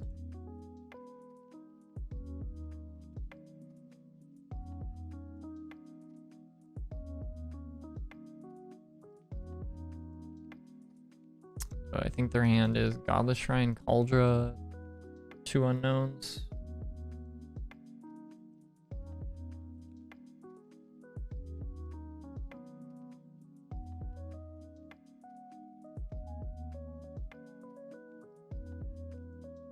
Okay, so the question is, do we play Dragon's Rage Channeler or just a Bauble? I think it's more correct to just play a Channeler out.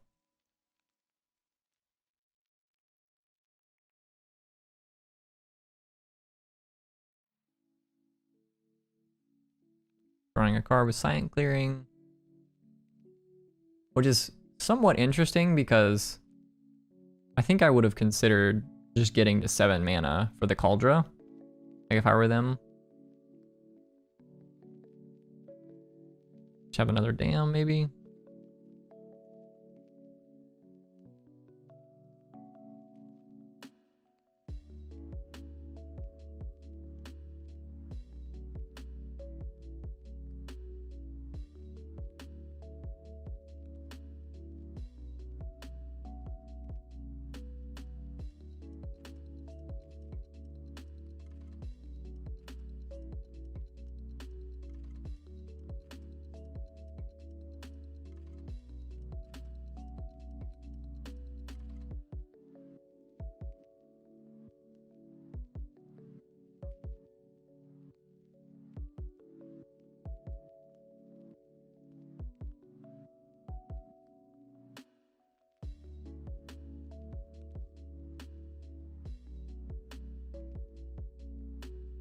I do think I want the Verdant Catacombs, just because it's gonna let me cast Turok in my graveyard.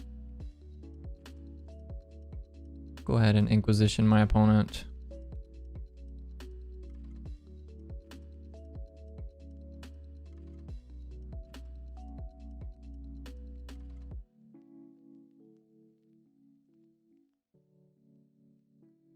Got a Grief and a Cauldron.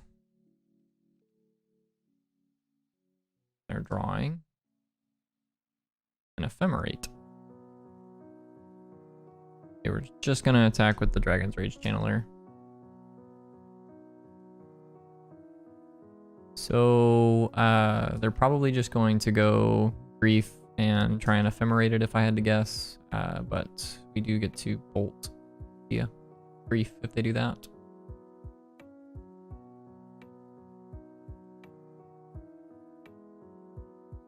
I guess we don't actually. They just take the bolt.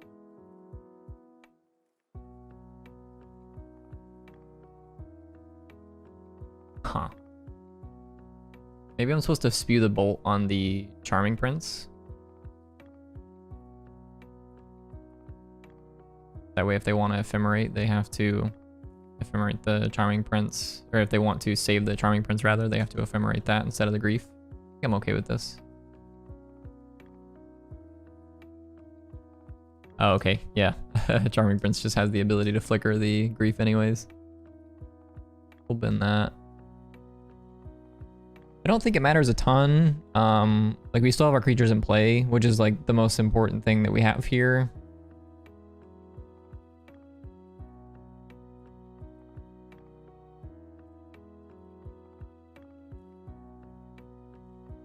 We drew a Shizo.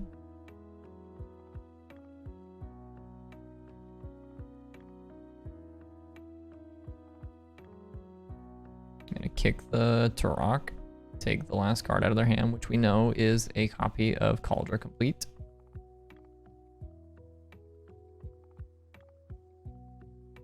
Attack them for 3.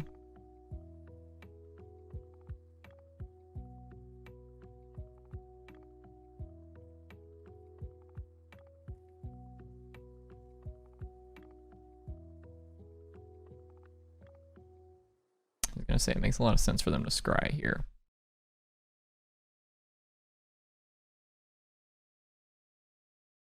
Two cards on top. Oh, and it went top, top.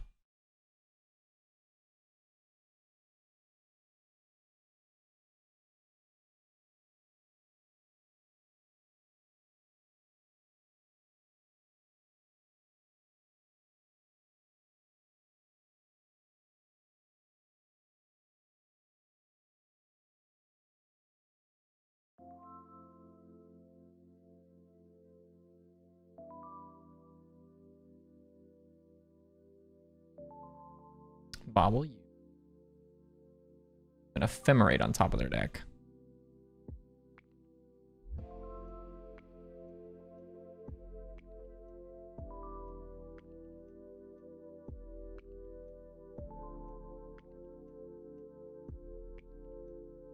So I think we just attack with the Channeler.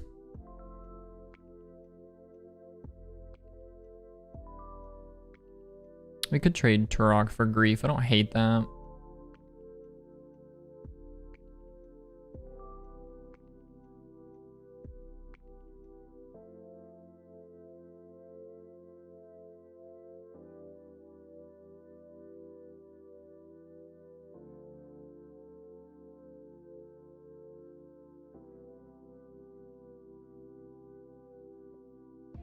Yeah, let's go ahead and do that.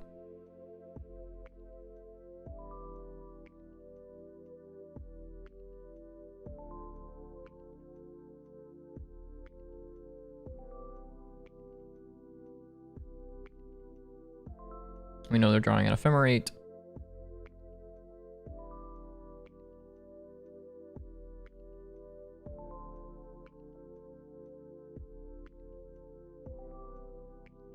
The best thing they can do is Ephemerate the Charming Prince. We can Culligan's Command in response to that. Let's go grab a Blood Crypt.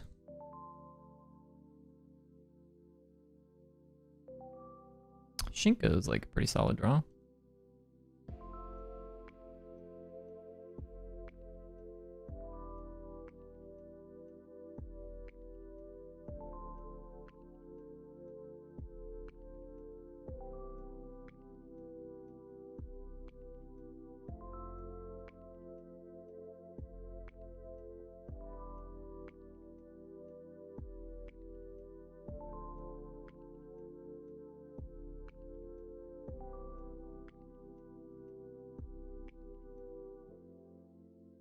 Give this fear.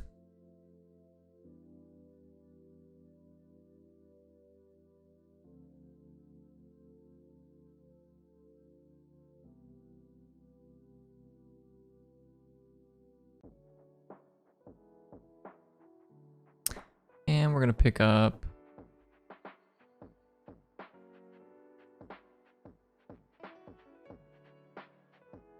I suppose Turok makes the most sense. We're gonna kill this.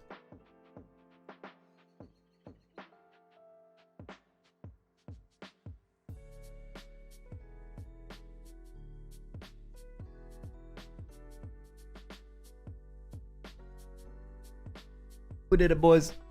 4-3-0. Okay. I got me some Chick-fil-A. Show them my Pokemon. Oh no, they have a Pokemon too. I guess I'll keep this. Probably the... Oh, it's not the mirror match. I was just about to say it's probably the mirror match, but it is in fact not the mirror match. 2 lightning bolts probably pretty good though. Esper Sentinel, what in the world? Okay, well I probably don't want to let them do... I don't want to let them draw off of that. I'm just gonna play this fetch line as they go.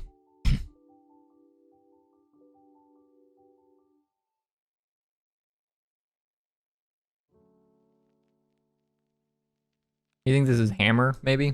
This is probably Hammer, right?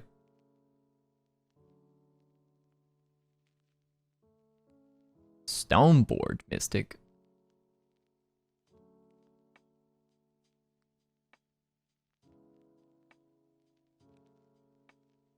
Jeez. Am I supposed to...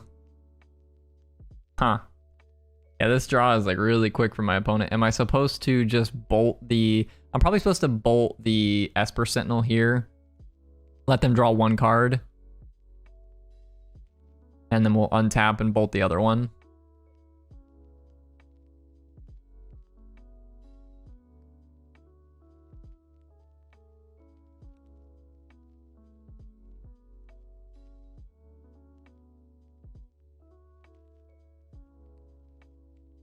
Maybe not, actually. Maybe I just don't care about these.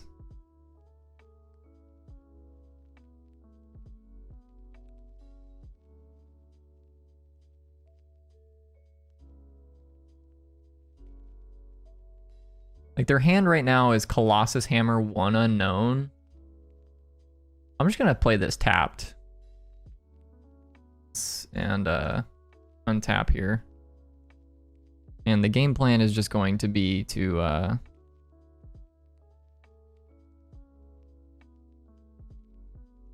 just let them hit me with their 1/1s for a few turns. Okay, they play a Colossus Hammer. Pure Steel Paladin.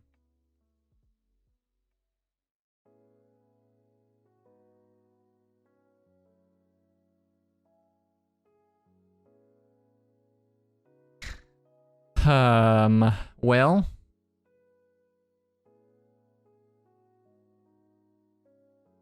I think we say okay.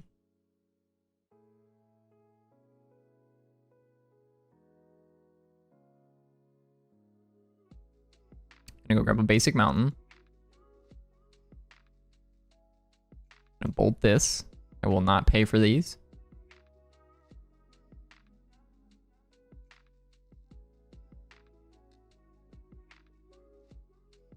We are also going to bolt this. And notably, Esper Sentinel only triggers on the first non-creature spell that each player plays on a given turn. So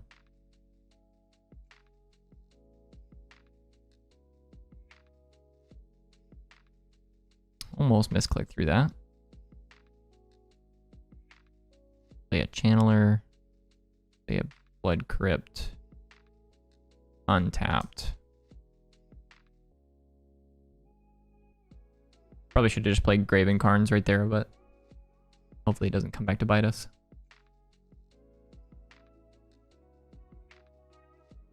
Jeez, I've got another Paladin.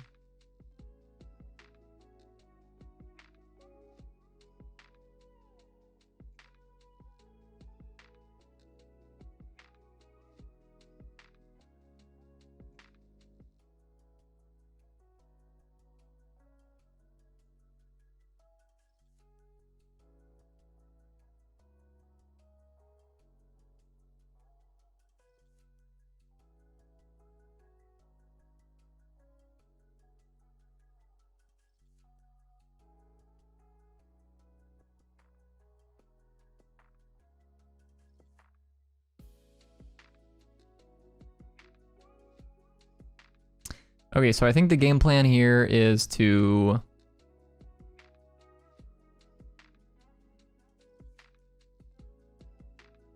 okay, this is a little weird. So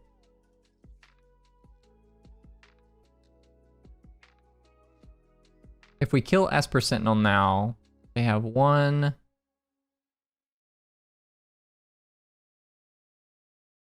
2, 3. Can't kill Esper Sentinel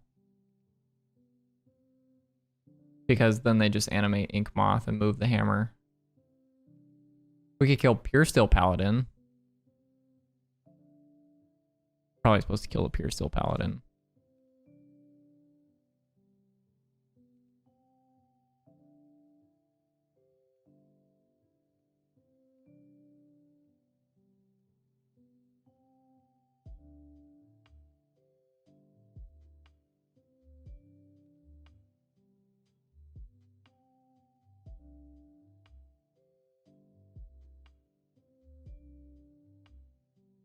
We're gonna block here, obviously. And then we get to land the Turok, kicked.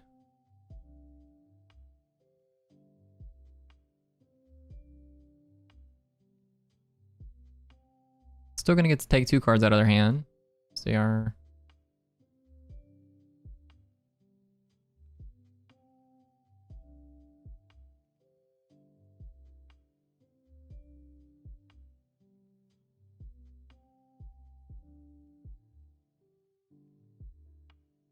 We're still in this game. They're probably picking... Okay, they picked up Lurrus.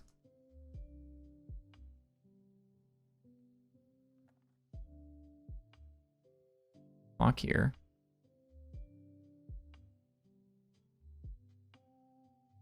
And we get to kick Turok again. Actually, let's attack first.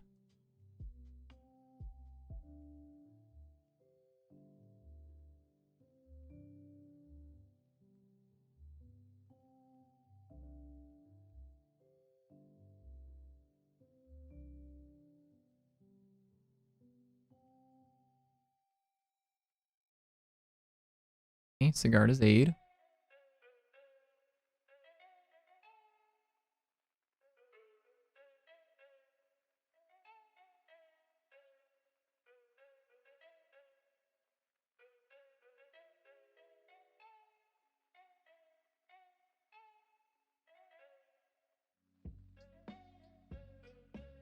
Just gonna cast Monkey, not going to dash it.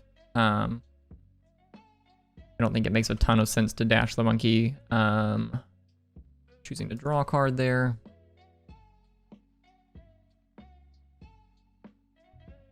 Esper Sentinel. It's fine.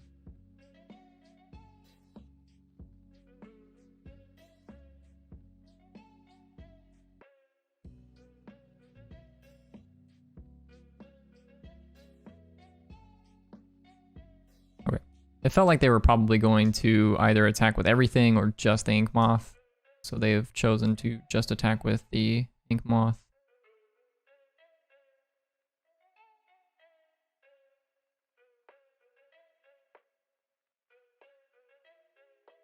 Now we can play Lurrus plus Dragon's Rage Channeler.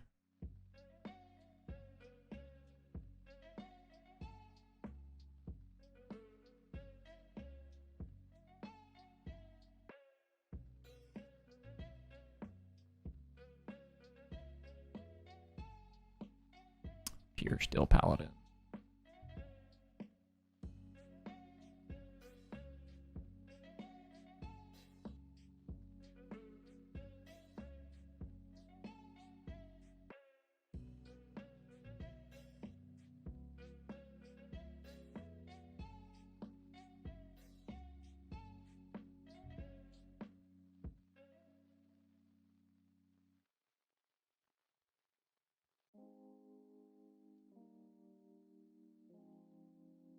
So if we Unholy Heat the Pure Steel Paladin,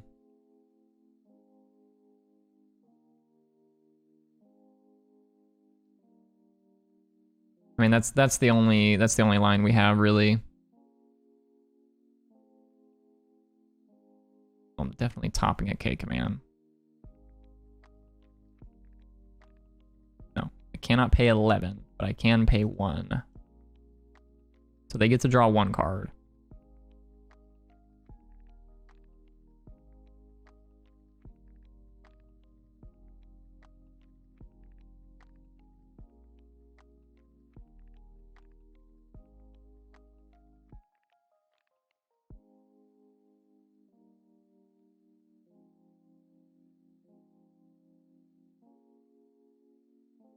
So the question is, do we attack with Turok?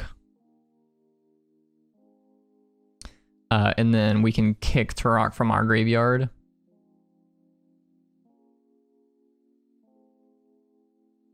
Actually, you know what I'm supposed to do? Actually, hang on.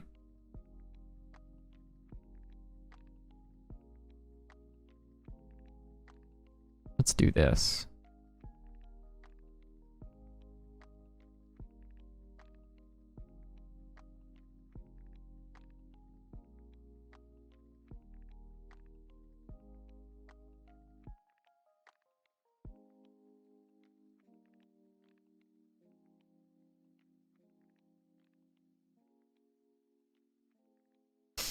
Okay, now we have a couple choices that we can do. We can go Culligan's Command to shatter the hammer.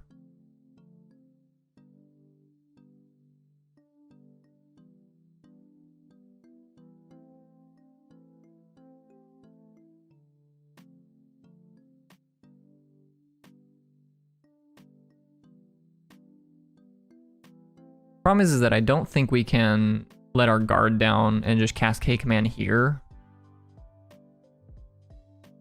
I would really like to kick Turok right here and just take the card out of their hand. But that means we don't have enough mana to cast K command.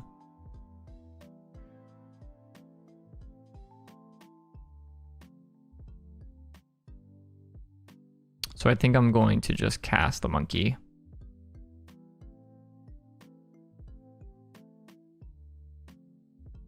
Okay, they have an Urza Saga.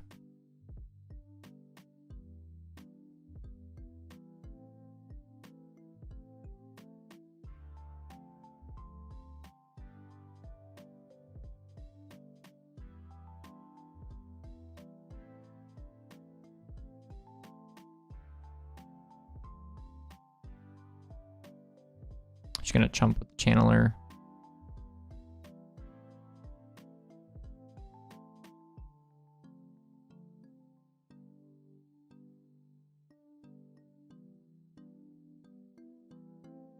So we're gonna destroy an artifact and deal 2 damage to something. I think I'm gonna go ahead and kill the Esper Sentinel.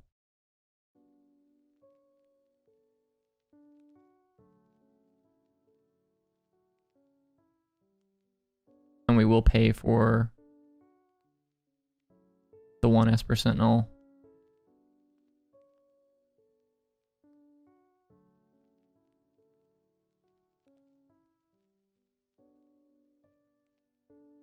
Shizo change anything? Shizo's interesting for sure.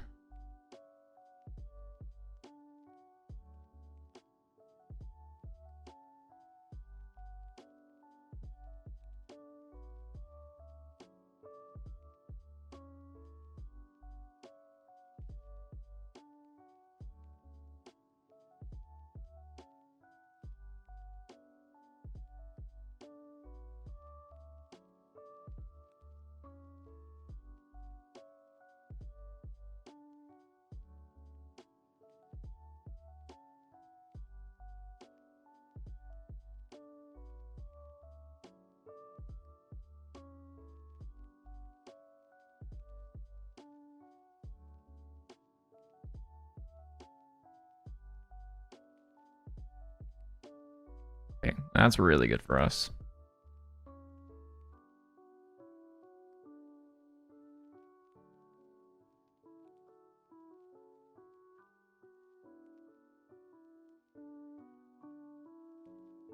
So they can block with the Ornithopter if they want, or Inkmoth Nexus. Either one I'm fine with.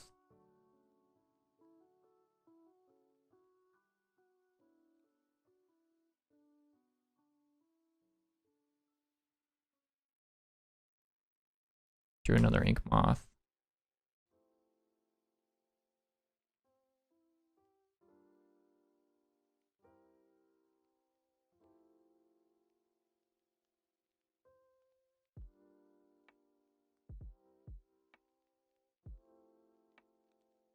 Just gonna attack. Just gonna cast Ragavan out of the graveyard. We're behind on clock here, so I need to play a little faster.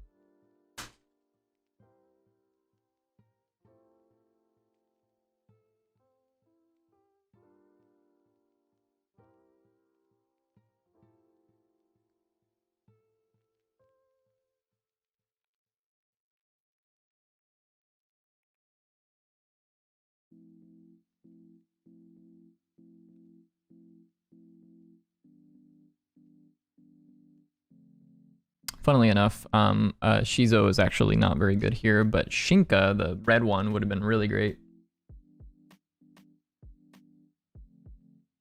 Feels like my opponent made a slight error there. I think they were wanting to animate Inkmoth, and if they had the land, we would just be dead. They have the land, so we would just be dead there.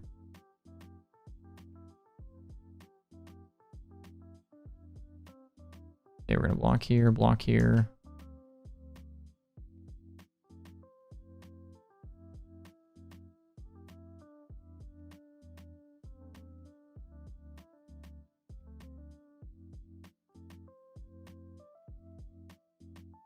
What are they drawing?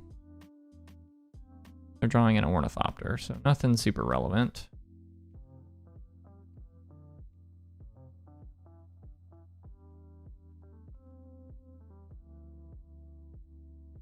We'll just cast Turok.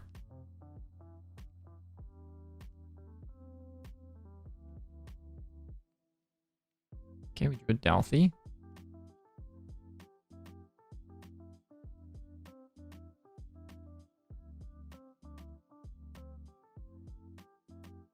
No reason for them to not attack with the Stoneforge. Now we just get to chump block the construct.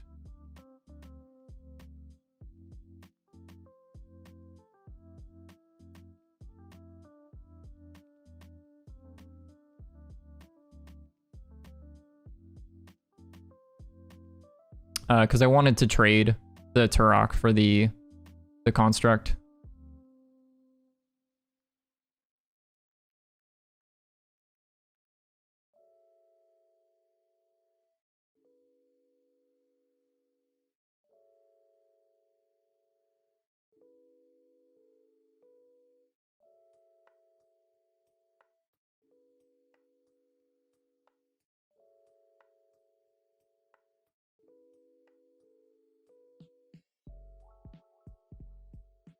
I drew a Stoneforge Mystic. Well, that's probably lethal. We'll go ahead and concede to that. We need to have time for the next few games, so.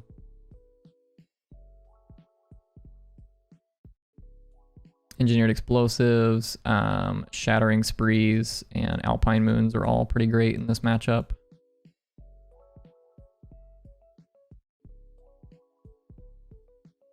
The discard spells are not super great. We definitely don't want Thought Seizes in this matchup. Inquisition, like you can make an argument for. Dalthy's not very good in this matchup either.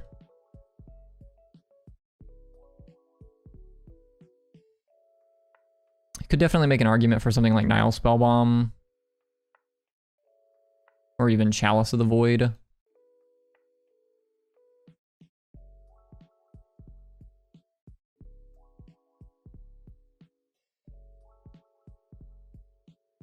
But I think this is fine. We'll run it like this.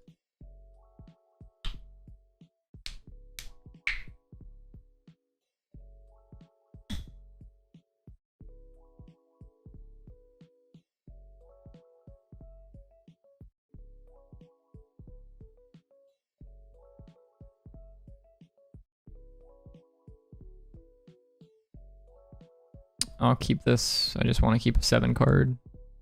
Opponent is mulligan to 6. Yeah, my opponent's draw was pretty absurd. That was definitely true. I'm gonna bobble them.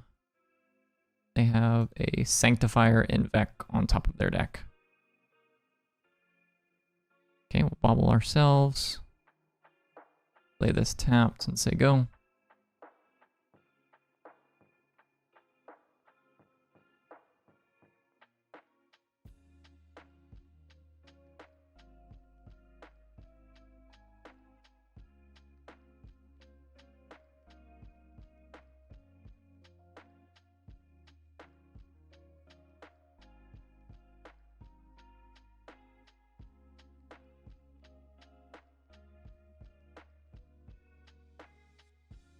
Sanctifier is going to be real good for them here. Yep. What are you drawing? Drawing an Ornithopter.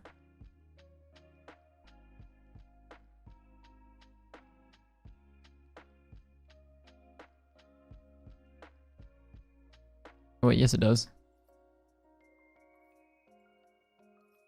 I don't know what you think Sanctifier does, but it definitely exiles Kroxa.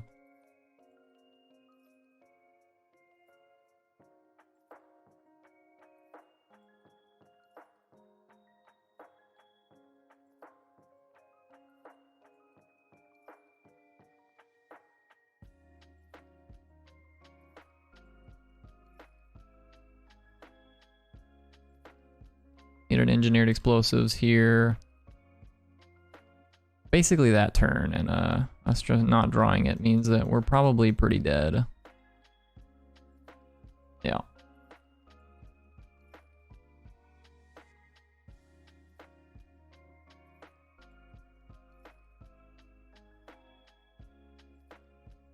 I have no idea why my opponent chose not to just put the...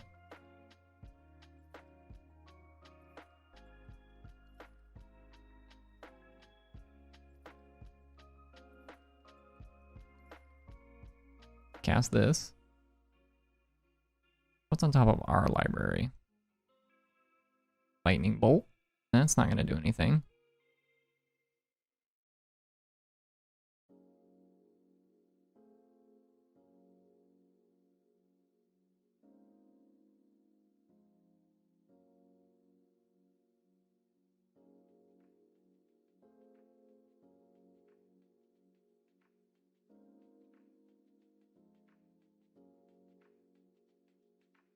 That's a little late.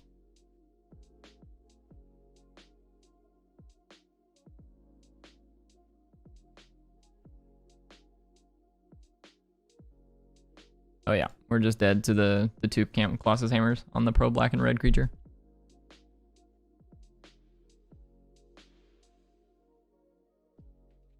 Couple cards down, we needed an EE. Engineered explosives is basically the only way we're getting out of that spot. I'll keep this.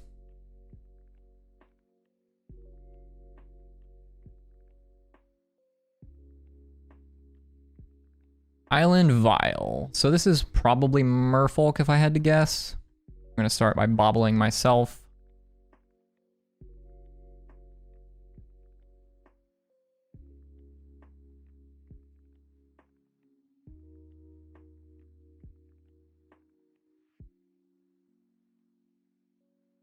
Turok.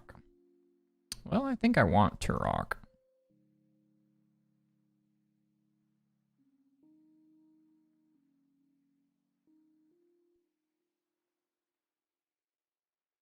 Oof.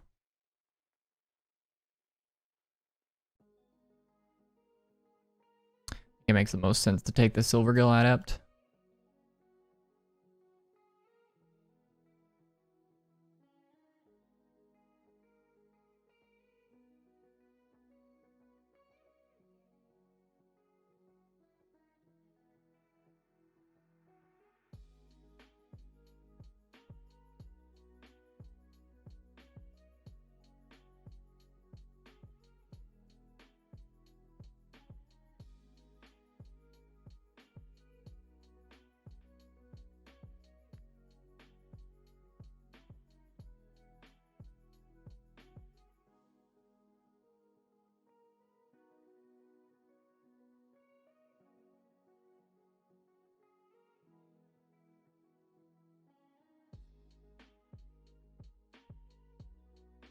I'm gonna dash monkey here. This puts a treasure into play, and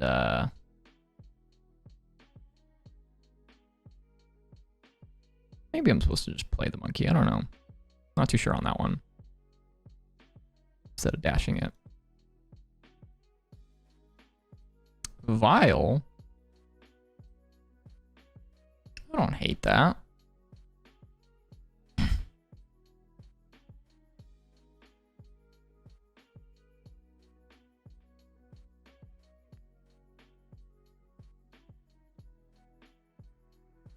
Yeah, let's just play Vial.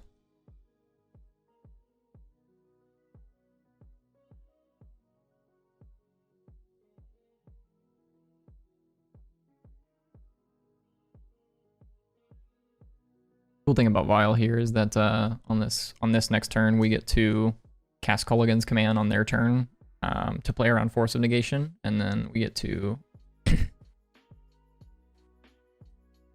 Vial in our own monkey.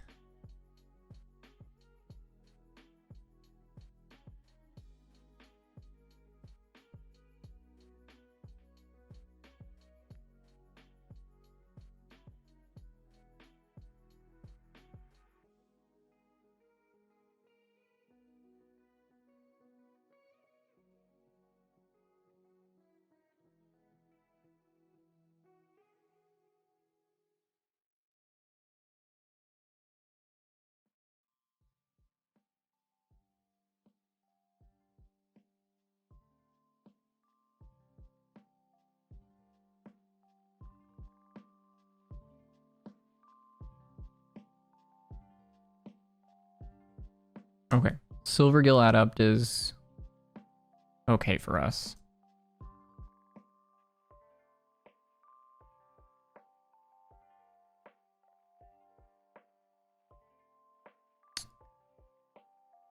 Destroy this artifact, 2 damage here. The problem is that we have to K command on their turn to play around Force of Negation. So if they had any other lord there, we were in bad shape. It was going to be pretty rough for us. Chalice on 1. Well, that doesn't matter. We have an Aether Vial.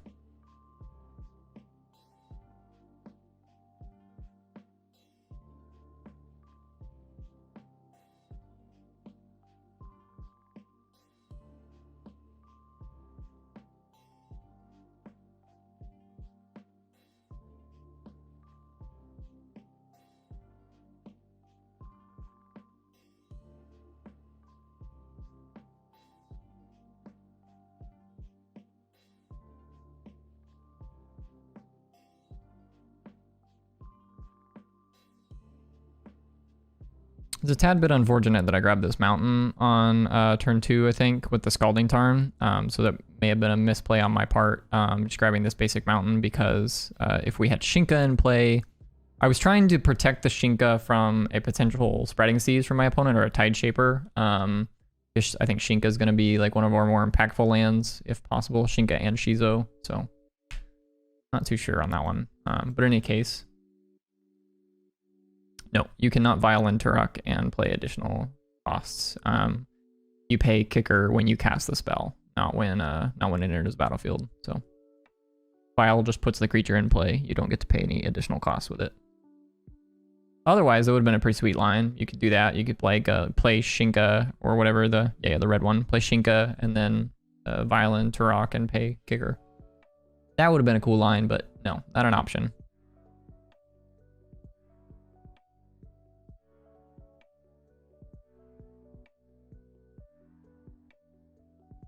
I think it's just explosives. It's like the only card that I really want.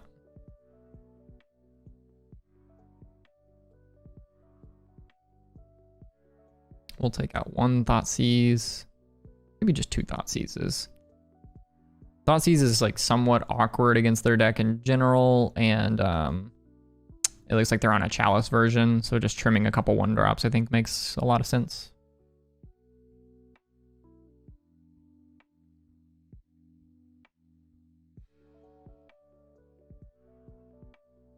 Definitely keeping this one.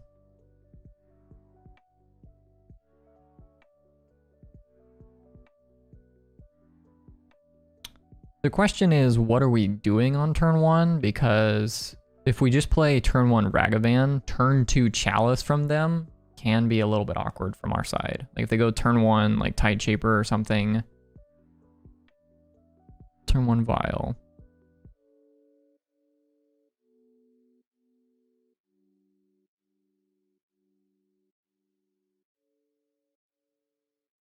Bobble.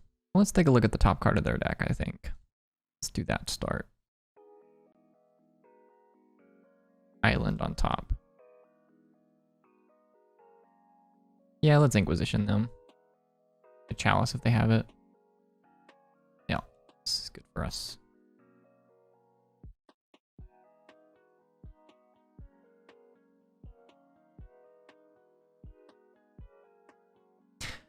You know, actually, am I supposed to just like let them Chalice? Because then they can't Relic. You just take the Tide Shaper.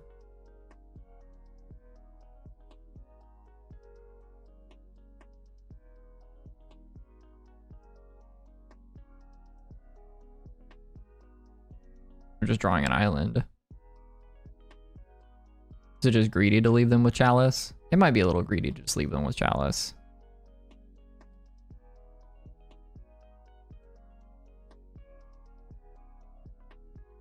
Yeah, we'll just take the Chalice. It's fine. I could be convinced that our sequencing there could have been different and we could change how we decide to play that.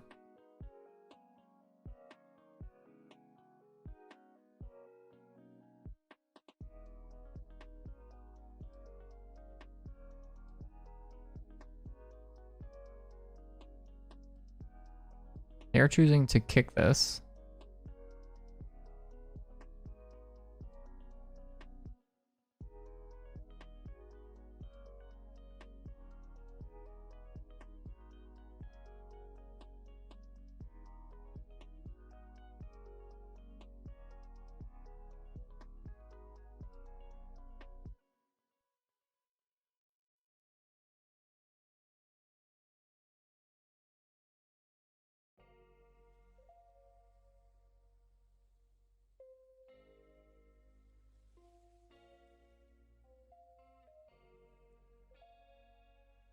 I think EE on 1 is our best play here. It means that they can't cast Relic this turn freely. And it just cleans up the most permanents and it leaves the Unholy Heat in our hand for the Mutavault.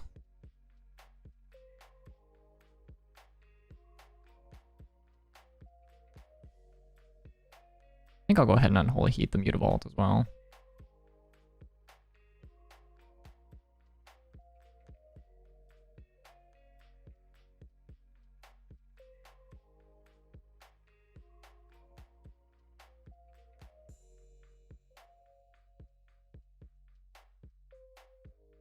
I guess I could have been punished there. I didn't actually think about them. They could have had a Lord right there, and we would have gotten punished for going for that Unholy Heat right there.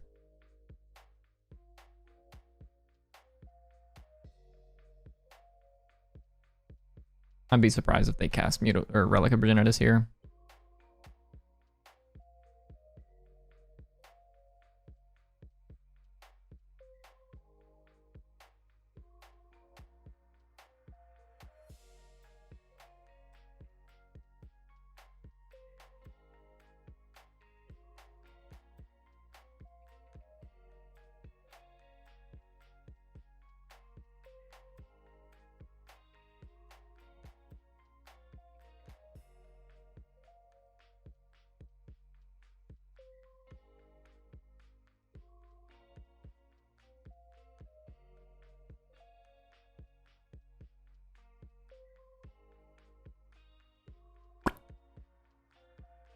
Tidebinder Mage. This is not the first time I've seen a Merfolk player playing Tidebinder Mage. This is funny. I don't know what's so funny about this card, but it is just funny. It's like a removal spell, but it's not.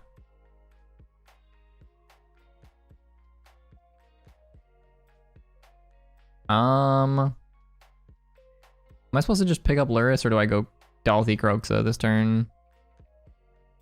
I think I'll go Dalthy Croxa this turn.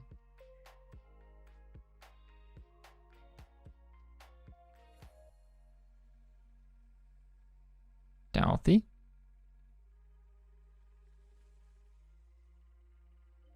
Croxa.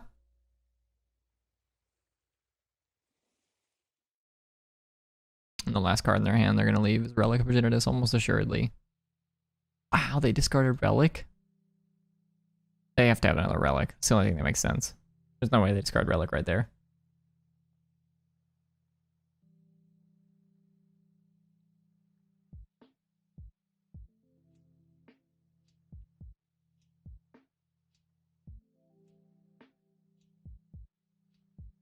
There's no way this makes any sense. Inquisition you.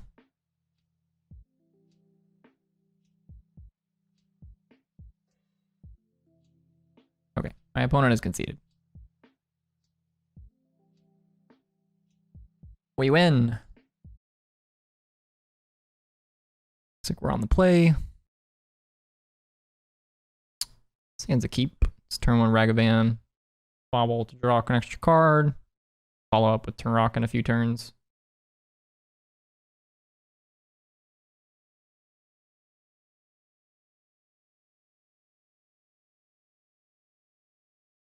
Opponent mulligan to 6.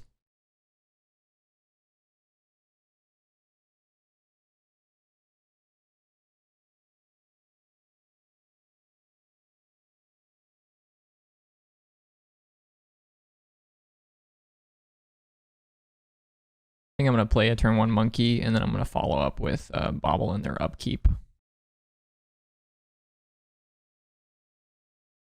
I invested in Yorion recruiter piles for paper. Boy, do I feel silly. I mean, you know, if you like Yorion recruiter stuff, by all means, right? What even is paper magic? That's the place you go to just play stuff you want to play, right?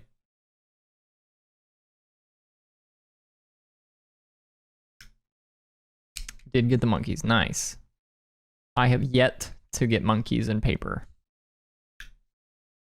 I am debating whether or not I want to invest the money or if I want to just play paper money, play paper tournaments with like borrowed cards. I've got some friends that have some of this stuff, and a couple friends of mine that own some card shops, that kind of thing. So trying to decide whether or not I want to just invest the money or if I need to borrow for the purposes of playing in paper tournaments, because I'm not going to play in a ton of them.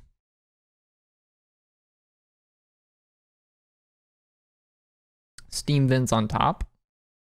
Shock the Steam Vents. Dart the monkey. Oh, that is unfortunate. Okay, Thought sees you.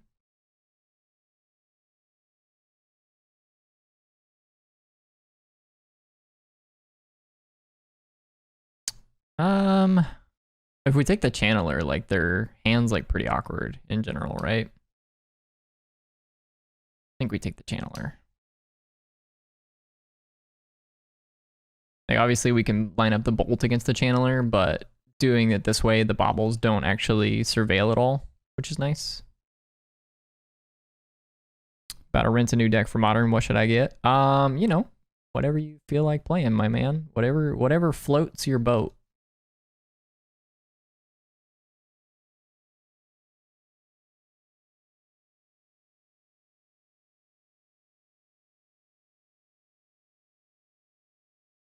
I think if you're renting for the purposes of a large-scale tournament, you know, there's a couple things that you could consider. But if you are renting for the purposes of, you know, taking it to your local F&M and having a good time, you know, play what you want to play. Play what, you know, feels right to you. Whatever you like playing. If you want to play the green-red Dino Fury deck we played on stream yesterday, by all means. If you want to go play Storm, a deck that hasn't seen play in competitive Magic in I don't know how long, by all means. So I think I'm gonna Turok this turn. We know they have a lightning bolt in their hand, so they can kill the Turok. But I own Storm. Nice. Yeah, I haven't seen people play that in a while, so I have discarded 2 copies of Lightning Bolt from my opponent's hand. And they have a Dart or left over. Okay.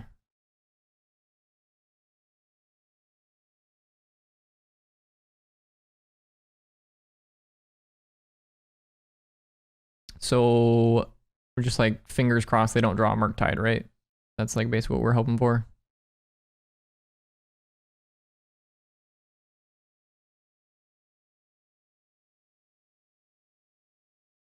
Soul Scar.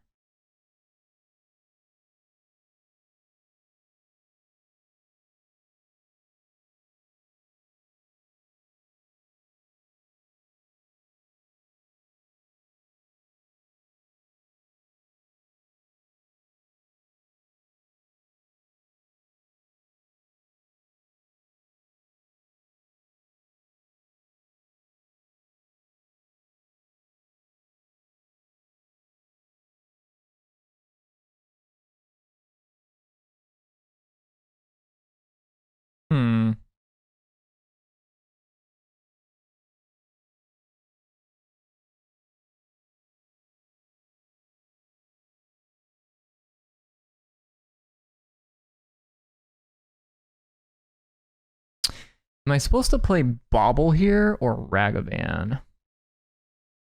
I guess we could just play the Ragavan from our hand and then play Bauble. I think that makes a lot of sense. I'd like to know what they're drawing, if I can. They're drawing a Bauble of their own.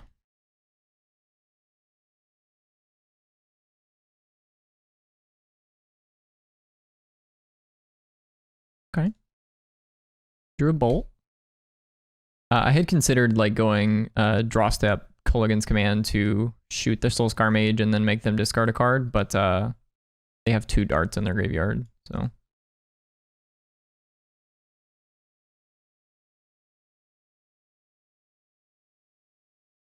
So they can point the 2 darts at the Lurrus if they want. Play Legacy Red Black Storm that is a mix of Ruby Storm and traditional extremely fun deck. Buying paper copies of Lion's Eye is painful though. Yeah, I can imagine. I got 1 copy of my opponent is conceded from the game. Interesting. I got 1 copy of Lion's Eye Diamond. I think I paid 200 for it, and it's a very crisp. It's very near mint. So I have considered getting it graded. It's like that near mint. I have no idea what that card is worth nowadays, but I think it's well beyond what I paid for it. Yeah, they're currently like 500 for LP copies. So pretty solid purchase on my end, I would say. Okay, so we're playing against the blue-red Probably Murktide, if I had to guess, because they did not show us a Lurrus in game 1. So, yeah, probably Murktide, if I had to guess. Or Demolish. Could be Demolish, too. Either way, we want Spell Bombs. And then the question is, do we want Engineered Explosives? Probably don't want any of these. These cards are no-goes. And then the question is, what variation of these 5 do we want?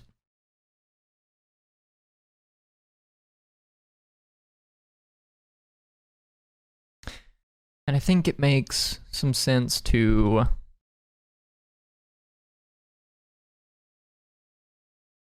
think we're keeping the Dalthies. I think we're keeping the Turoks and the Kroxas. Turoks is worse than these threats, though. I think these threats are the better ones. Turok is the worst of those.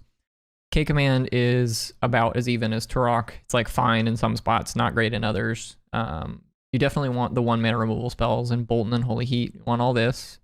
You definitely want some number of discard spells. Whether or not you want all 7 is sort of up for debate. And then the 1-mana threats, I think for the most part, you want to keep in. Ragavan is a little bit awkward because they have so many Lava Darts.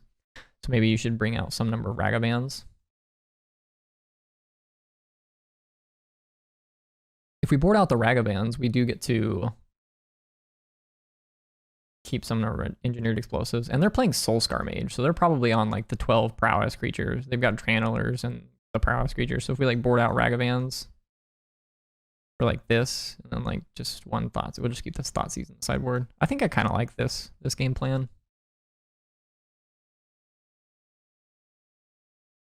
Yeah, so, but for me personally, I only own 1 copy of Lion's Eye Diamond. I bought it for a commander deck a long time ago. I think I still have it. I don't think I ever sold the LAD, but I have no idea where it's at, if I'm being completely honest with you. I think it's in a binder in one of my rooms, but I don't know.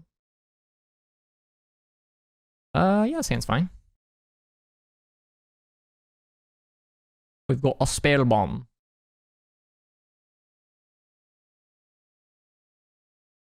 Turn 1 Soulscar Mage.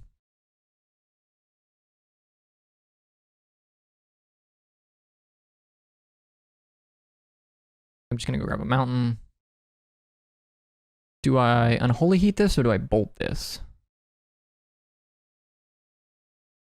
Does it matter? Unholy Heat's better against bigger threats later. We'll just Bolt it. Appreciate the follow, Antis94. Thanks for tuning in. Channeler. Bobble. Do we have second land? They've been to Fiery Islet, so they don't want second land right now.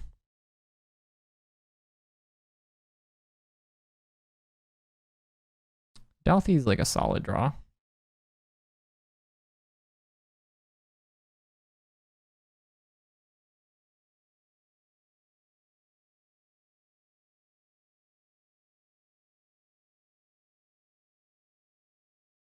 I start on Inquisition, my opponent.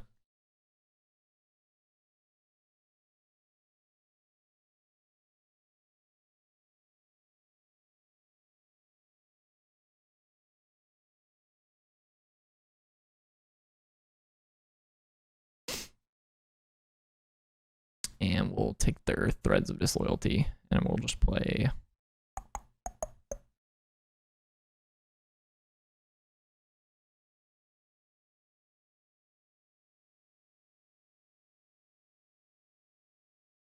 I guess we'll play Channeler here.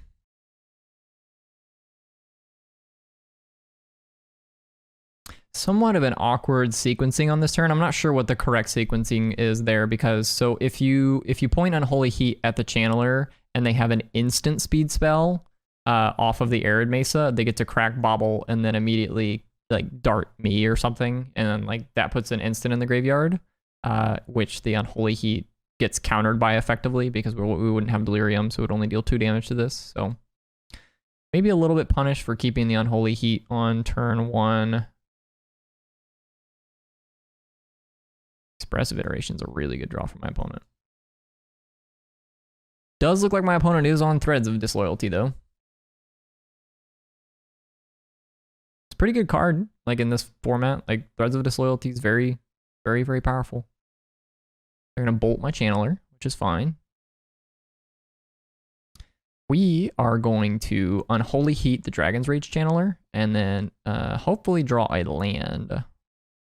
So we can, okay, yeah, that's pretty good for us. So I'll just grab another mountain.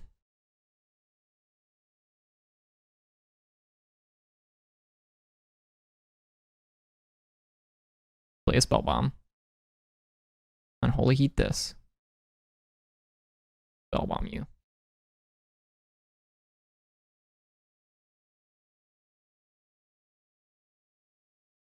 The great part about that is that we don't even need Delirium for that to work. If you have Delirium, then the Unholy Heat trades for the Channeler 1-for-1. But if you don't have Delirium, then you just deal 2 damage to this, and then you exile the graveyard, and this would die because there's 2 damage on it, and it's a 1-1. Manamorphose.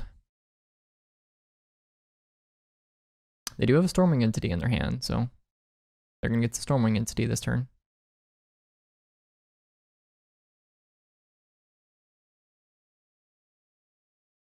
Mm-hmm.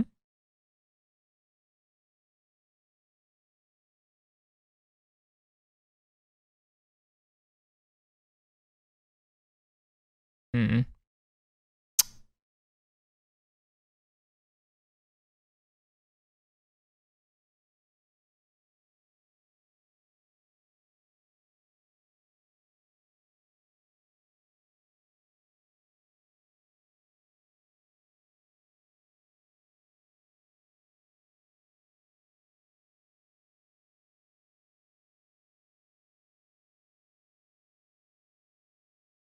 Think that's the best line.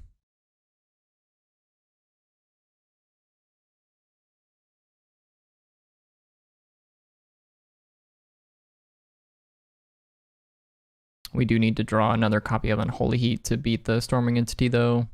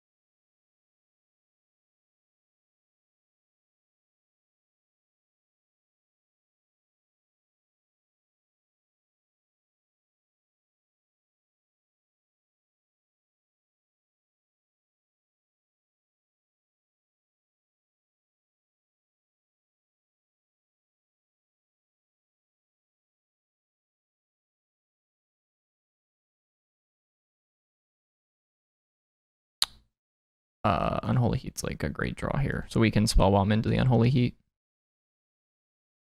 Oh, and they've got a Reveler.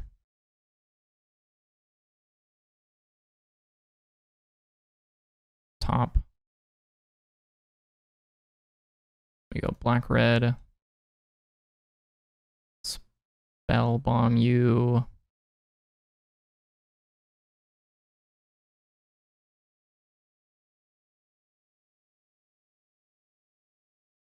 And before this trigger resolves, we're gonna Unholy Heat the Storming Entity. I do not want a 4th land or 5th land.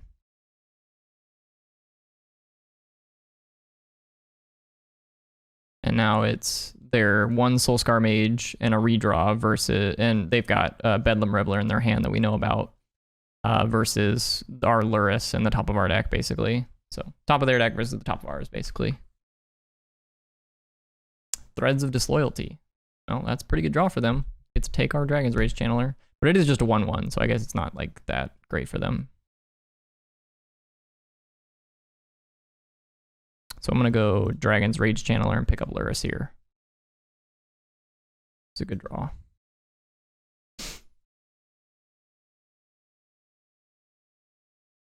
Is Lurrus getting banned? Yeah, Lurrus is getting banned.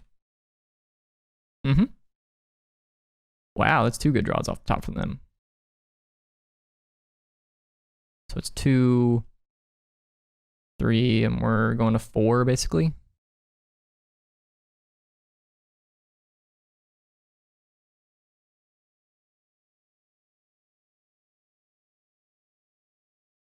So we'll go Lurrus plus Dragon's Rage Channeler.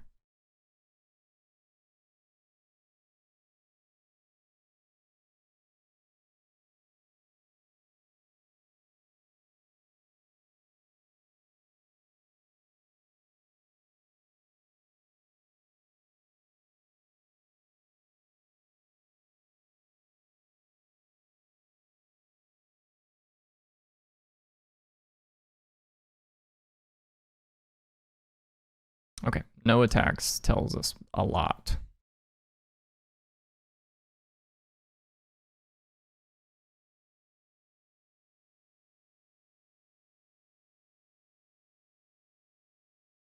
Gonna play a Croxa. Honestly, probably just play the Croxa again.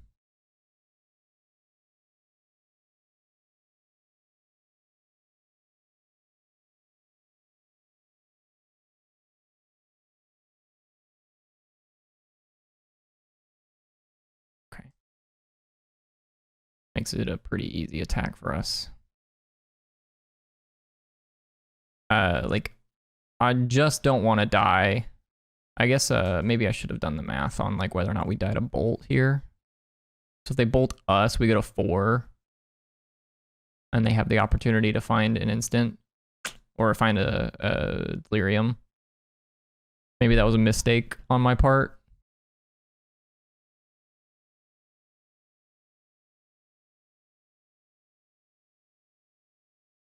Okay, my opponent conceded, but that was definitely a mistake on my part.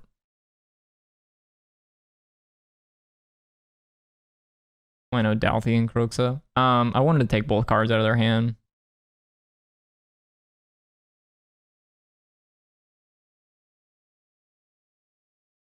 I think he's playing probably an Asmora deck. That's what he's normally plays. Normally pilots those decks, so we'll probably start on turn 1.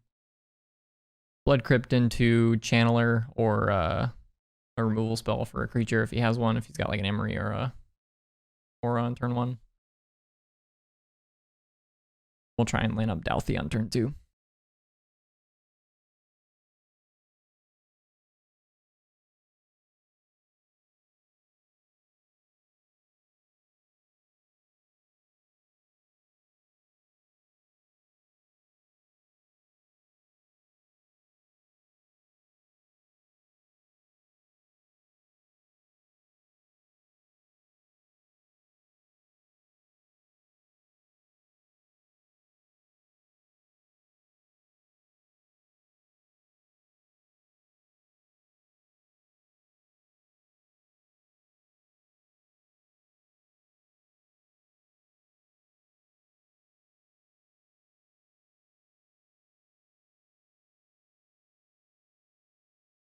At 100 and it's 8 rounds. Okay, I'm just double checking that.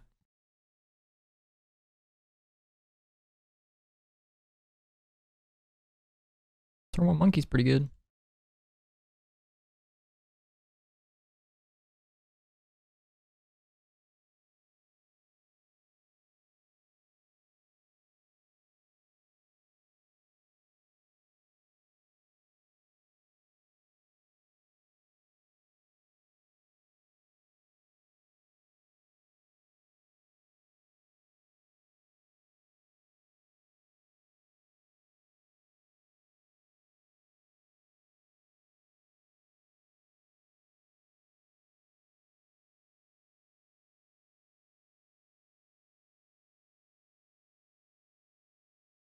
Feels like an Asmo.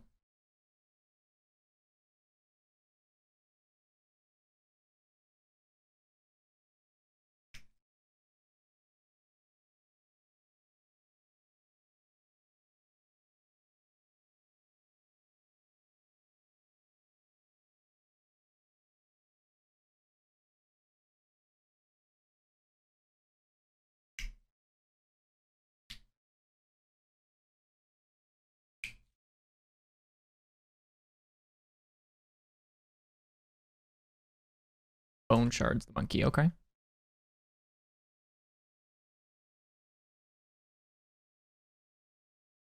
Into Asmora.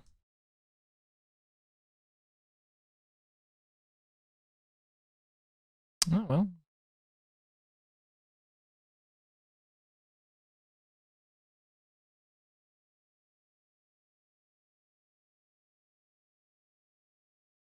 Bolt plus monkey.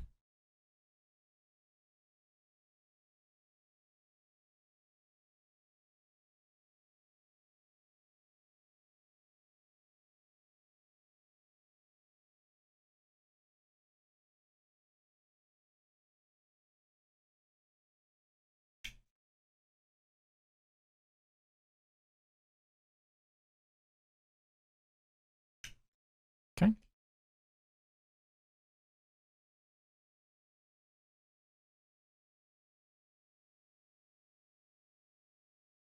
Go grab a black source with this. And I think we want to go... How do we want to sequence this turn?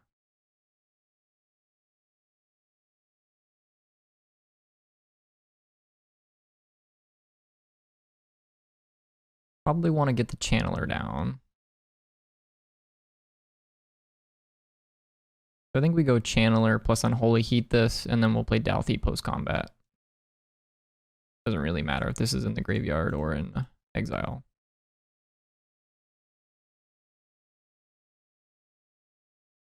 Inquisition. I don't think we want an Inquisition at this point.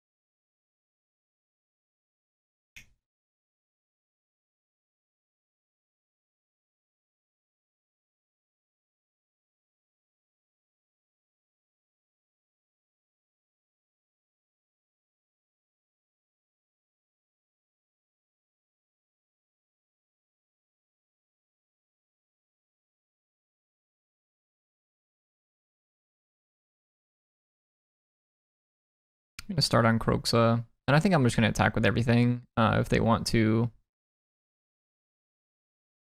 Well, maybe I don't attack with the monkey, actually.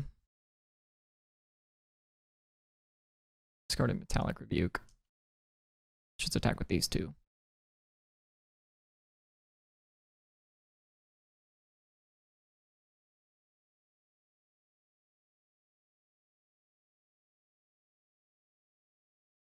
Maybe I'm supposed to just attack with the monkey anyways. Like, they make a 2/2. They do get to pick up Daredevil here, which is just like a free card. The Voidwalker stops the loop, but they just get the extra card in their hand.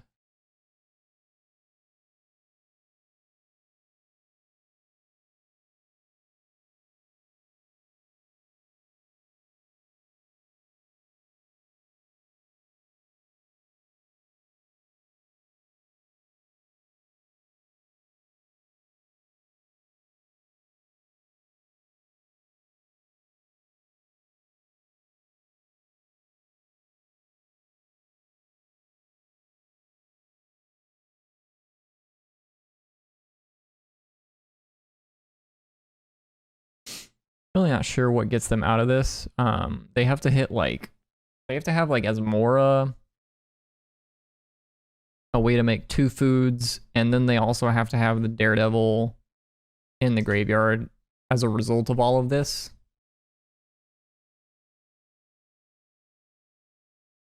Like, after everything's all said and done, they have to have the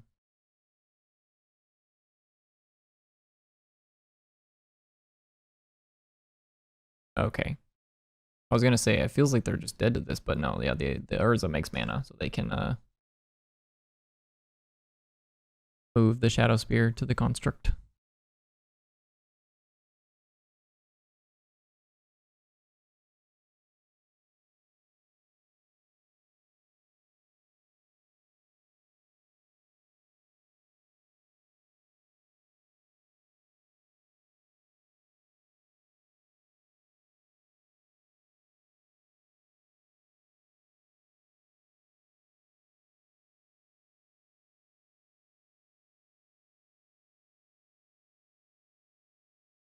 Attack with these first.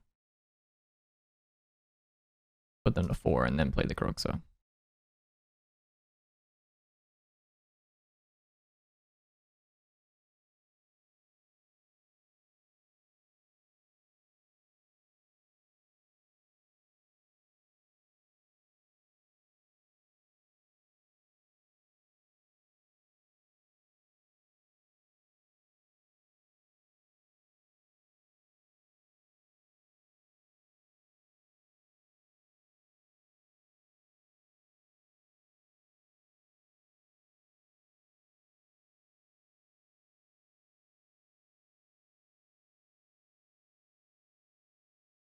It's gonna be pretty close. Theirs is really good for them here.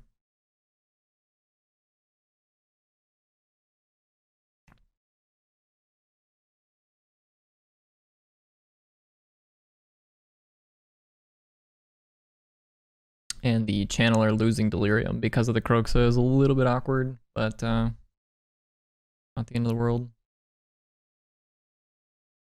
Feels like they're spinning Urza. It's a good sign for us.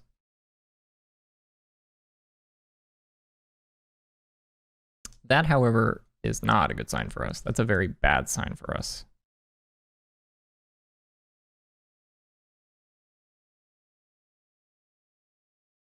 Just spun into his Mora randomly.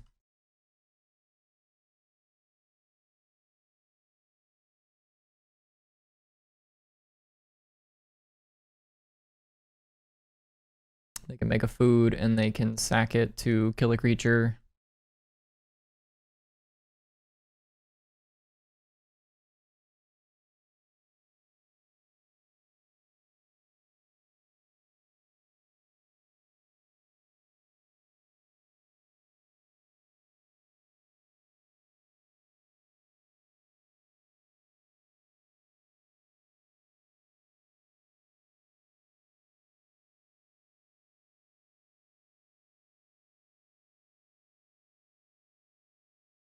Let's probably just throw this under the bus, right? And then they go up to 10, but they can kill the Kroxa. So I don't know what we can draw, but we're gonna block like this.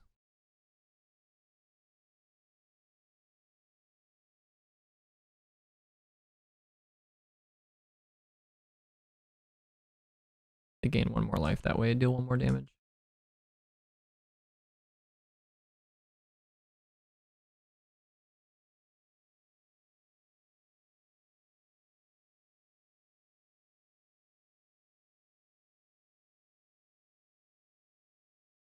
Nope, not really.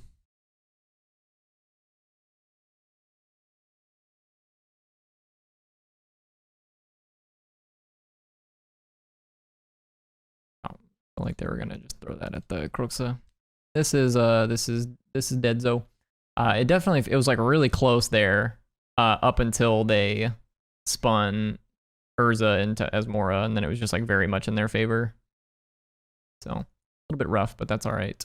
We'll take the Alpine Moon Shattering Spree and the Engineered Explosives, and then we probably want the Spell Bombs as well.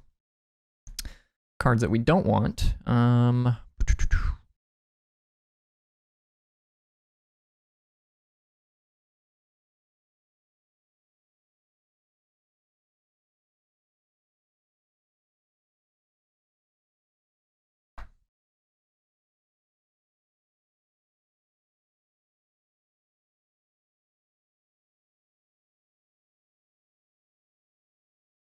think Inquisition is slightly worse than Thoughtseize. We want mostly like a density of spells that play to the board. Maybe Spellbomb's like not really where you want to be either.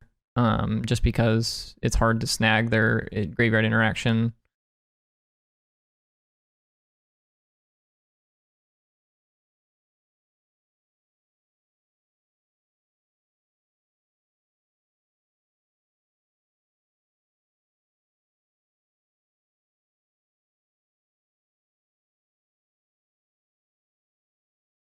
And what else do we want to cut? You don't like Thoughtseize? Yeah, but like if it takes an Urza though, like it's pretty good there. Trades 1-for-1 with an Urza, and there's not very many cards in our deck that do that, you know?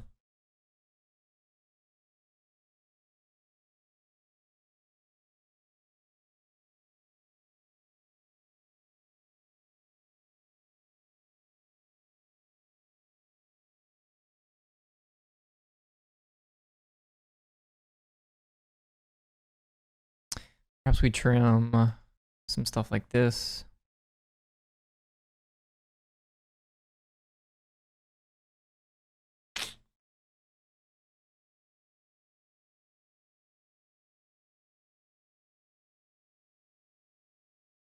Turok is slow, but I think you want the 2-for-1s in this matchup.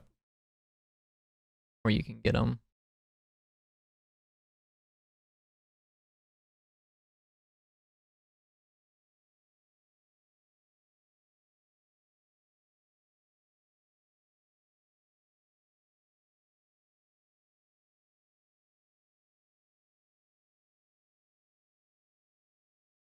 It is Turok.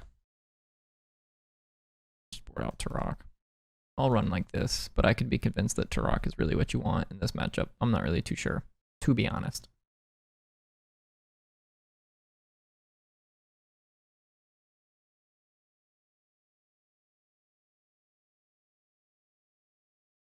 Okay, hand seems pretty good. Start on a turn 1 channeler.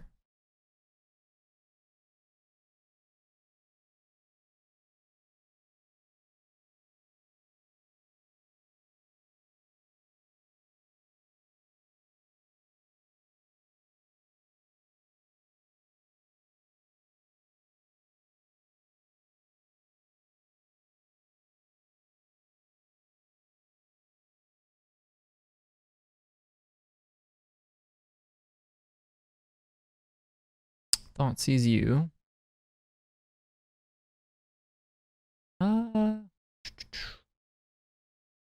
Yeah, we'll just bend the bobble. 2 copies of Urzas in my opponent's hand.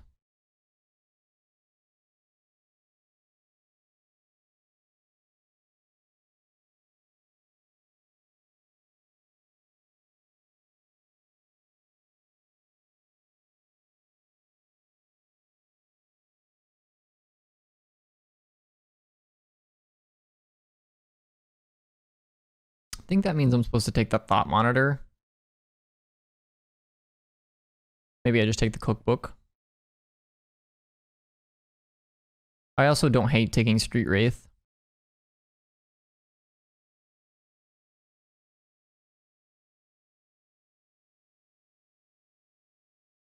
If we take Cookbook, their hand is somewhat awkward, but they have a lot of ways to find Cookbook. Yeah, the Daredevil kit, it's kind of awkward if you take the Cookbook. Thought Monitor is better if they have Cookbook plus Daredevil.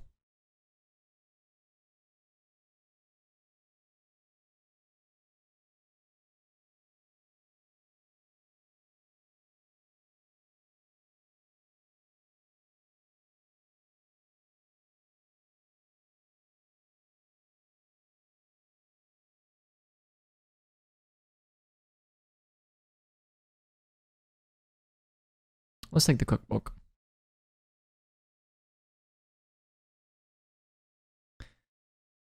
Well, that's a little awkward.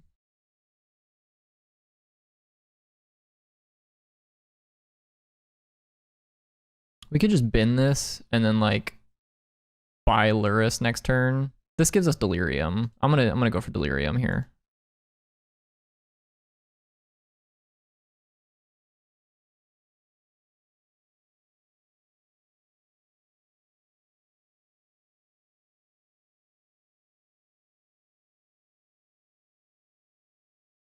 Cycle Street Wraith.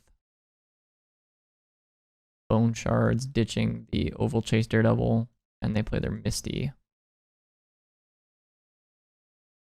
Found another Voidwalker.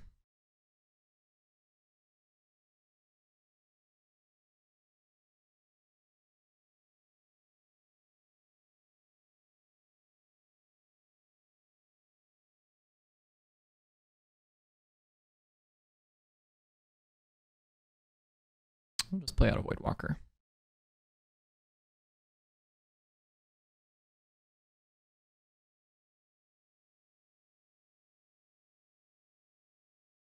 So their hand is Urza, Thought Monitor, 2 unknowns.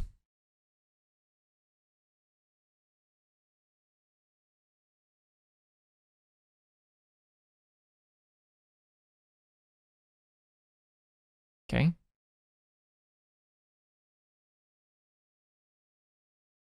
Fatal Push.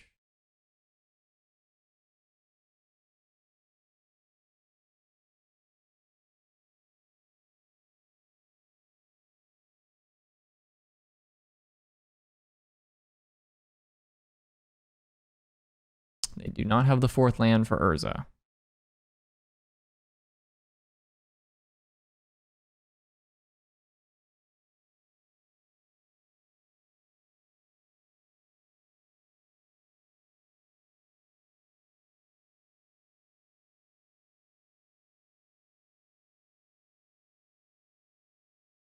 Definitely binning a free Kroxa.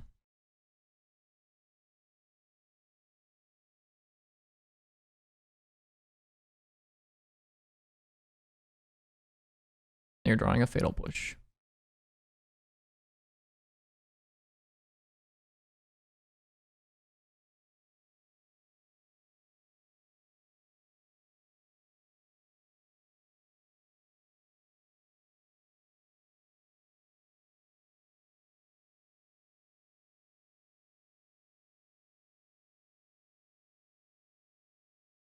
So I think we go Bobble. We'll bin the Ragavan, that's fine. Target them. Make sure we have Delirium here. They are drawing a land. But now I'm going to go ahead and get the Kroxa down.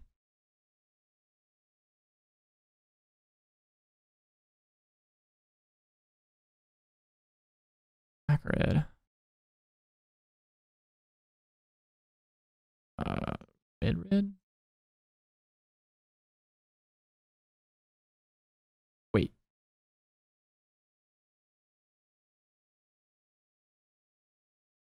Attack first.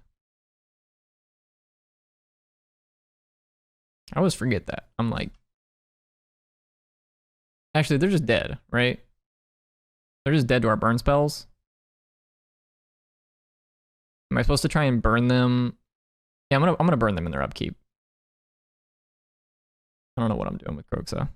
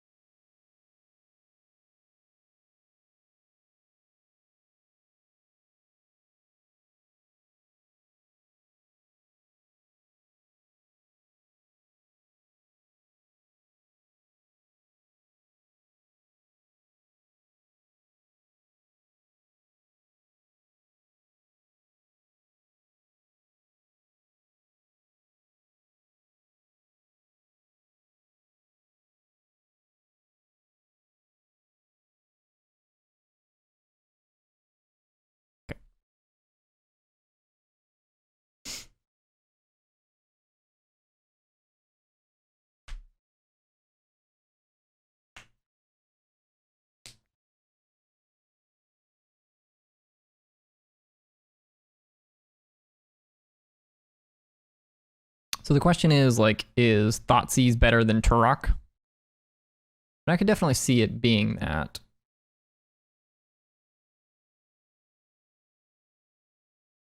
I could also see it being the other way around. Turok is better than Thoughtseize.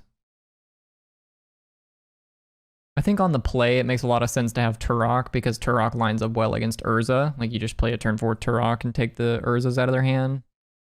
But maybe Thoughtseize is like more realistic on the draw, on the play. Yeah, I mean, sorry, on the draw. Yeah. I think you're just a turn behind with Turok. Obviously, Turok gets a lot better if you have Ragavan, but you're like assuming Ragavan's connecting and we're probably ahead in that game anyways.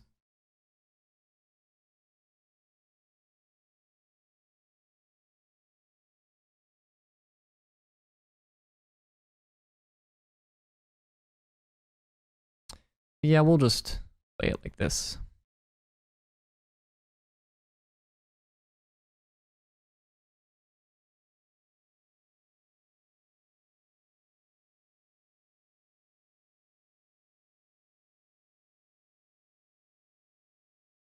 I almost clicked OK before clicking on the companion.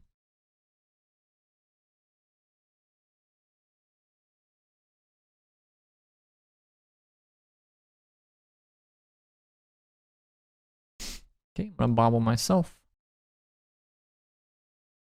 Another land. I don't think I want another land, so I'm gonna go grab a basic mountain. I'm gonna Shattering Spree this.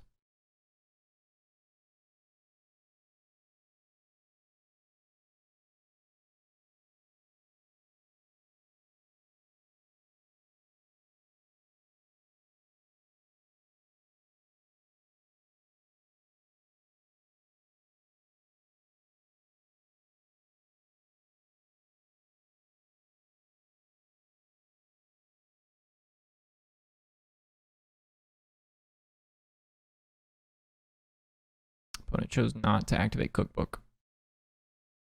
Douthie. Pretty good.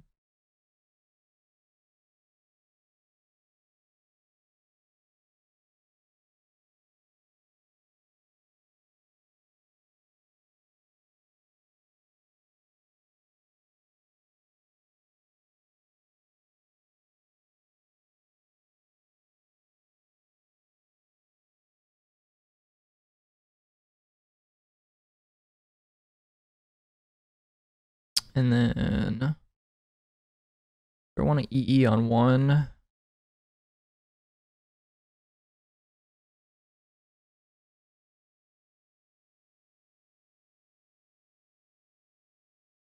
we EE on one, it stops all. It does blow up our own Alpine Moon though, which is a little awkward.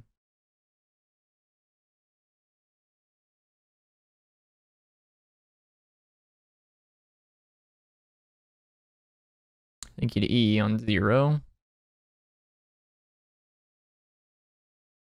Hold the EE. I mean, if you use the EE, it's not the end of the world because you have Lurrus to rebuy it later.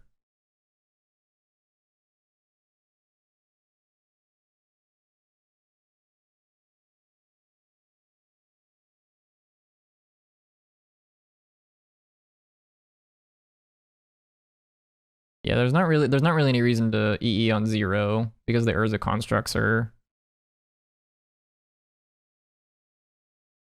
just more cookbooks, right? Like, you just want to take cookbooks and the Shadow Spear. So yeah, I think I'm gonna play this on 1. I think I've talked myself into playing this on 1.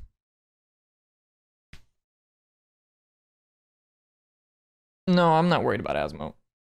We're gonna be fine against Asmo. If he plays an Asmo, we'll just Unholy Heat it.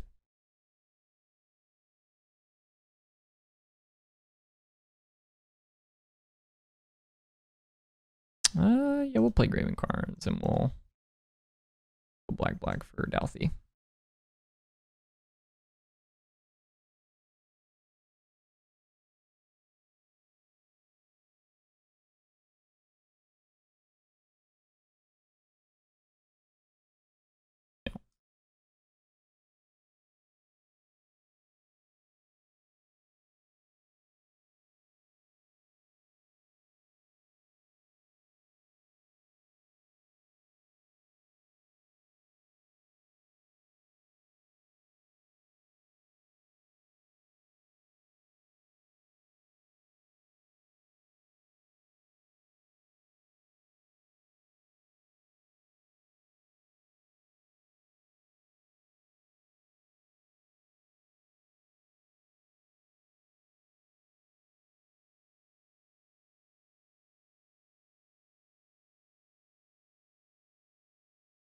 We're playing 8 rounds today.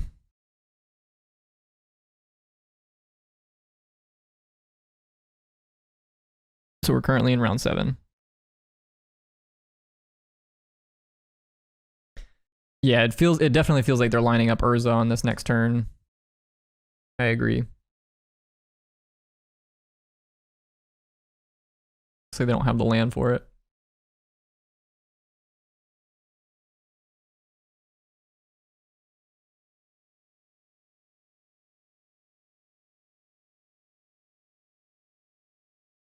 Isn't it correct to cast Darcy first? I don't think it really matters. They were just activating the ability of Lurrus to put it into our hand, right? We're not casting a non-creature spell. I suppose that, okay, that's fair. Yeah, the Metallic Rebuke, yeah, that makes a lot of sense. I was not playing around that card.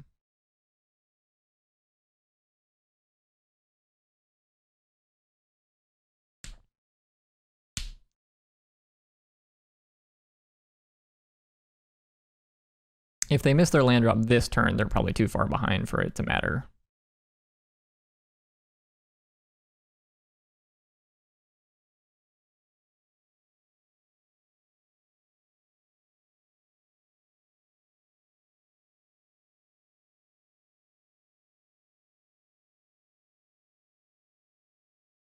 Darcy, I mean, the acronym is Dragon's Rage Channeler, so DRC. Darcy, I don't know. It's just what a lot of people are calling it, I suppose.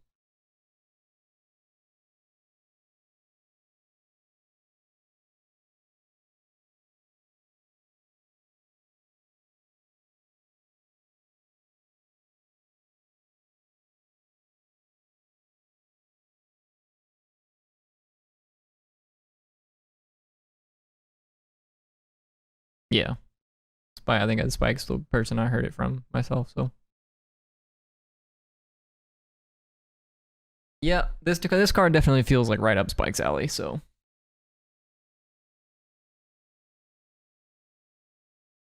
Bone Shards, the Lurrus. Let's play as Mora. Go grab a cookbook.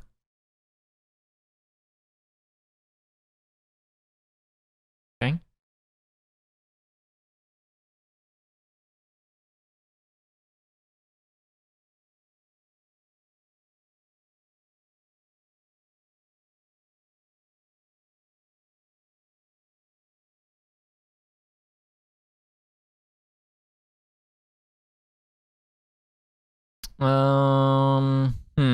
Okay, so I messed this up slightly. I think I was supposed to thought seize pre-combat to see what their hand was.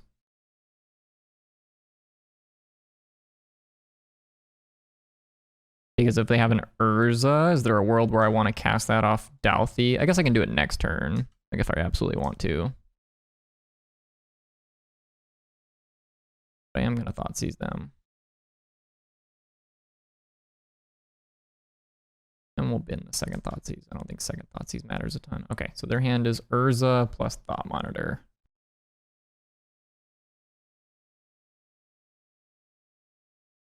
So we do have a pretty good turn here. The question is mostly just like how we want to sequence and, you know, what cards we want to take care of, that sort of thing. So we can take the Urza out of their hand, and then we Kolaghan's Command to take the last card out of their hand and then pick up Lurrus. So I think that's probably the best line. And we'll just Unholy Heat those Mora. So you discard, return target creature.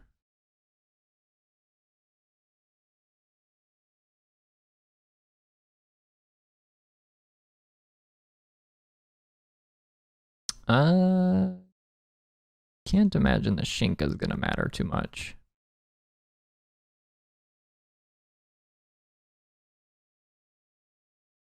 Probably gonna turn that into a food. Makes a lot of sense. And we'll kill this. I'll just top another Unholy Heat.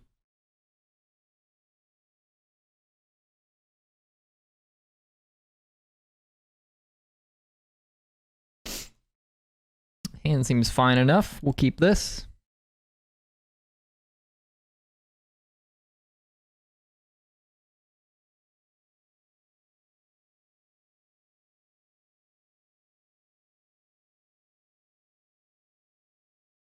Turn 1 Soul Scar.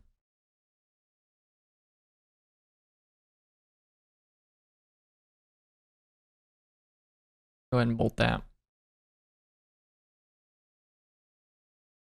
We might get mental misstepped here.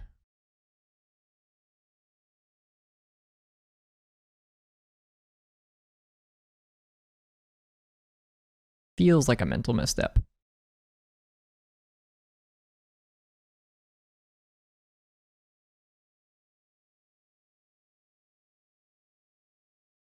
No.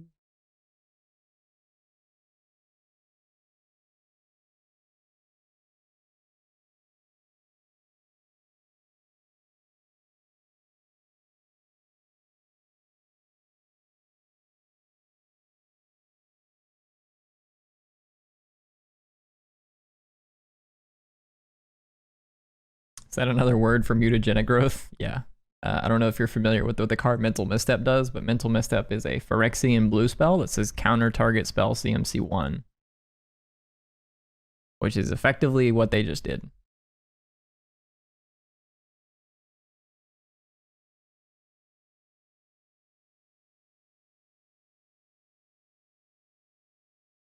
I am well aware. Okay, all right, well, I was not sure.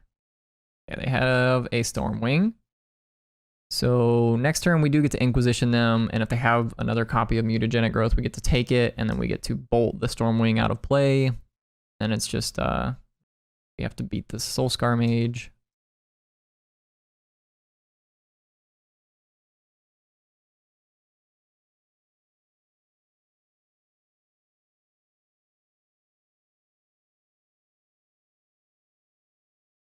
I'm just gonna go ahead and grab a basic Swamp here. I know we drew one, but... Okay, so what do we want to take here? You take the Channeler, and that's like their last threat. I think that's probably the one thing that we have to do. We just like have to take Channeler. And then we bolt the entity. And then it's Bolt Lava Dart with a Soulscar Mage. So they've got 1, 2, 3, 5. That's 3 spells. So 8, 9. They've got 9 damage right now.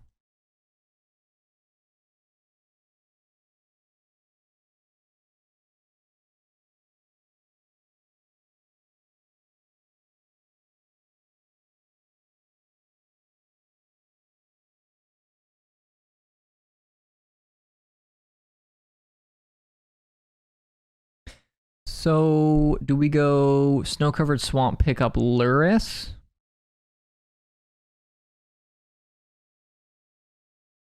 Or do we just deploy some threats? Like Dalthy, Ragavan. Ragavan gets eaten by the dart. I mean, they just get to kill both of those creatures, right? They just bolt the Dalthy and then dart the Ragavan.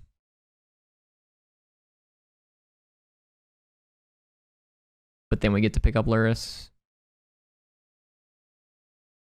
Maybe I'm gonna pick up Lurrus this turn, and then next turn we're gonna kick Turok, which forces them to empty their hand of spells. And then the following turn we can start deploying our threats.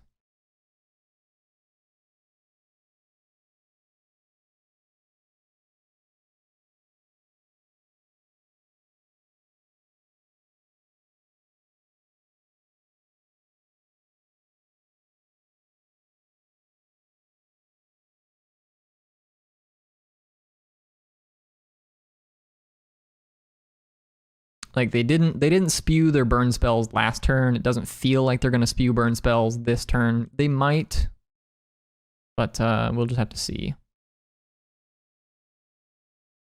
They've definitely got some good cards they can draw here.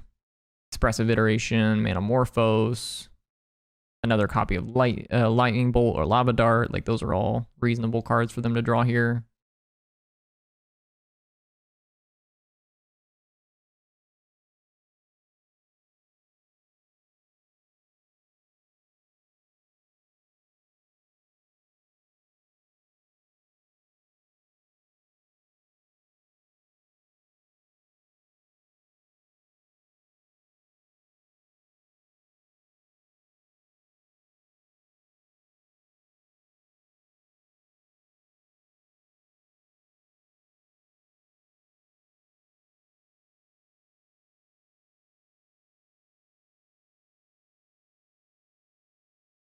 think I'm still on the game plan of kick to rock here.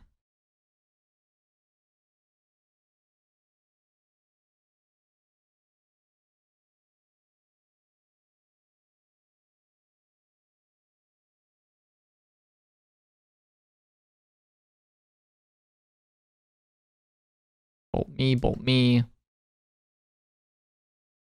it dart me? Or is this targeting Turok? Okay.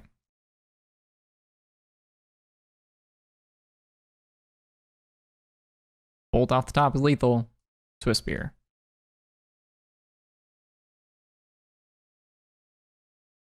Oh, that's lethal too. Wow, that is stinks.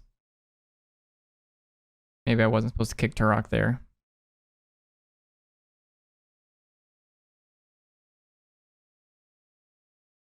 Okay, so we want engineered explosives. The question is, do we want like Chalice or Spell Bomb?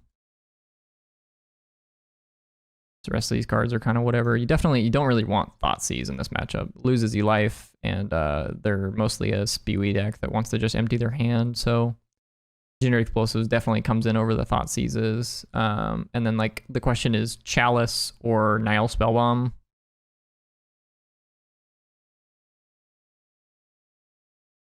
I think Chalice makes some sense on the play.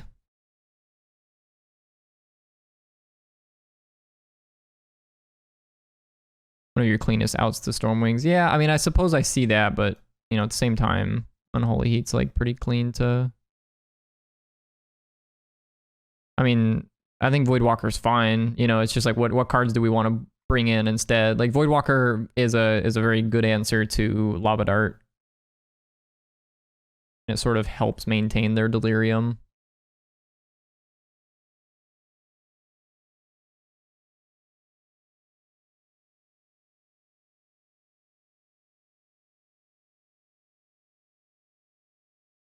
Maybe we'll just do... Maybe Chalice is, like, too spewy.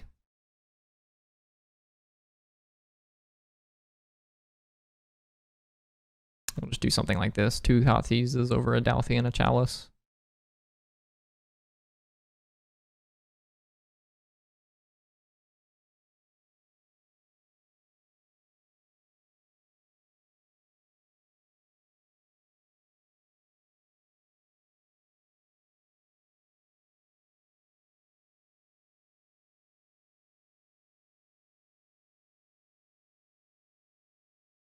Probably can't keep that one.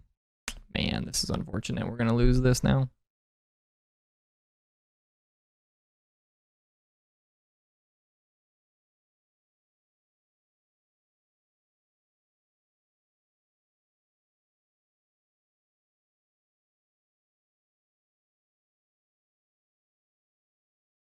This hand's terrible.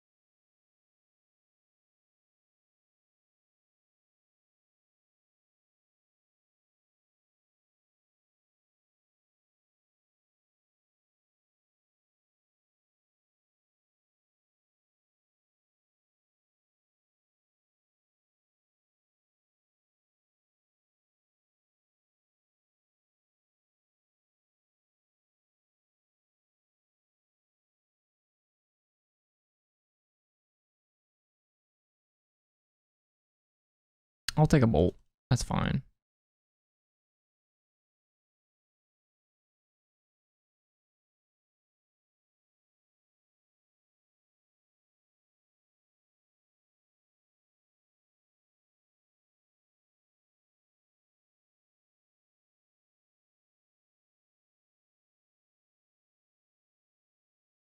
Okay. Yeah, Soul Scar Mage.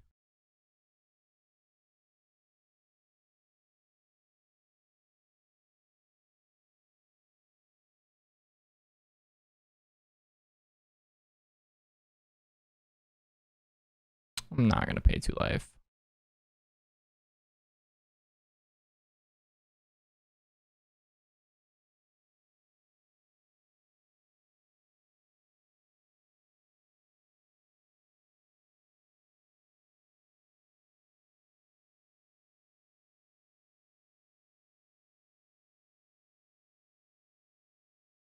Inquisition.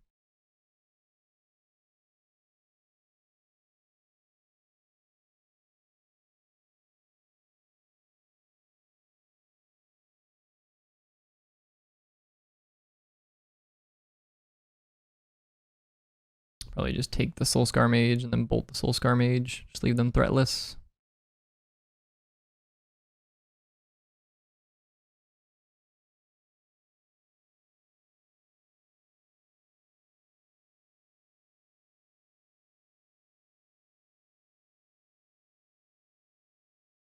That's a good draw from them.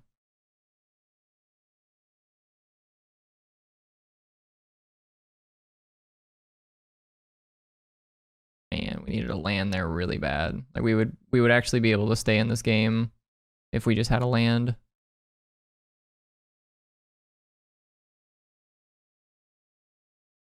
As it is, we're just supposed to pass.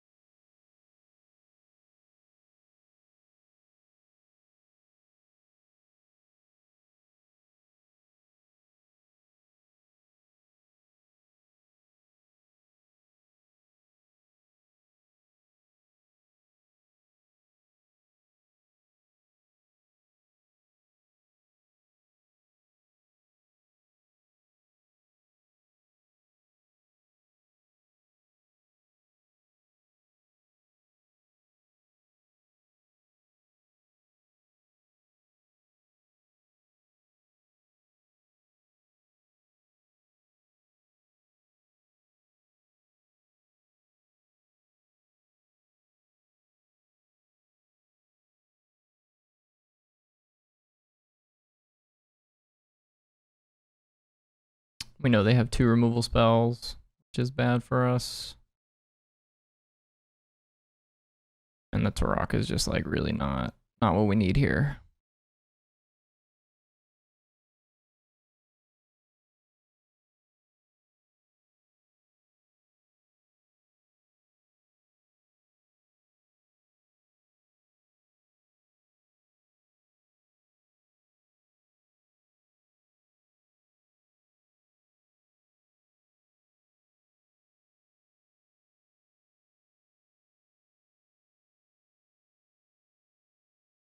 Yeah.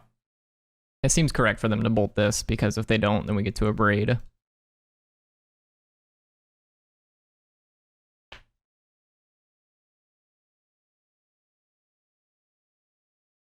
Drew a Channeler, which does basically nothing. Well, we're gonna play Channeler and play out Turok, I suppose. And the goal is to like trade this off here, but they topped whatever card they had last turn, so these have to attack. We can block.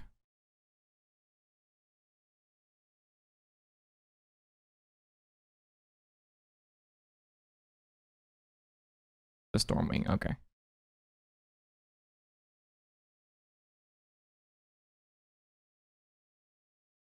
Don't think we have any cards that get us out of this. I mean, we just have to like draw a runner.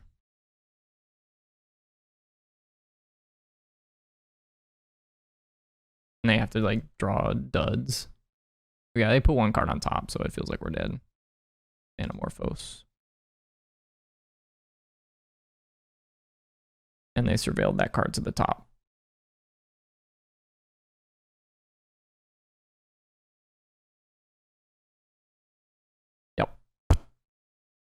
Unfortunate, boys. We lost that game in 2. I know, yeah, we had a really tough mulligan to 5 in game 2 there. It was a close game 1.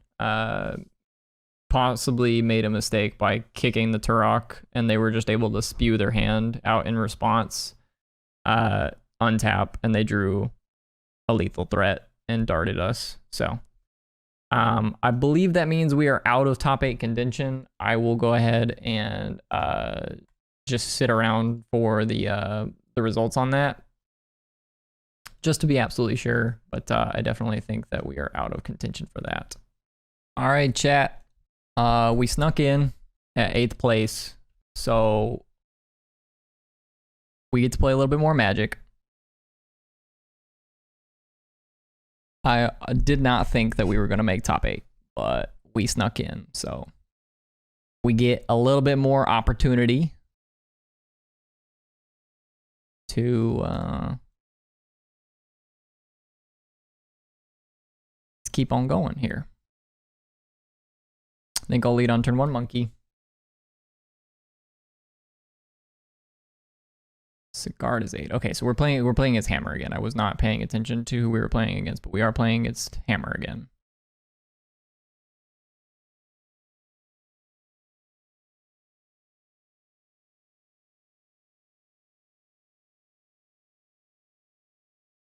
I'm gonna go Douthie into Thoughtseize.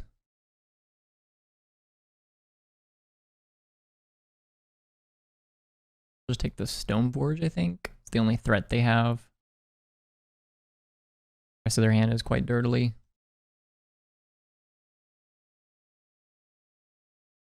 They drew a Saga. It's pretty good for them. They get to, that's like a threat. And not one that we can easily Unholy Heat either.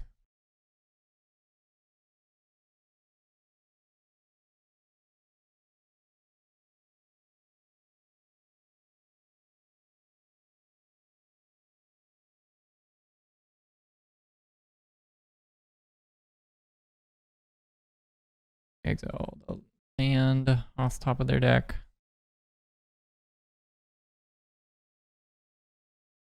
Probably supposed to just pick up Lurrus here.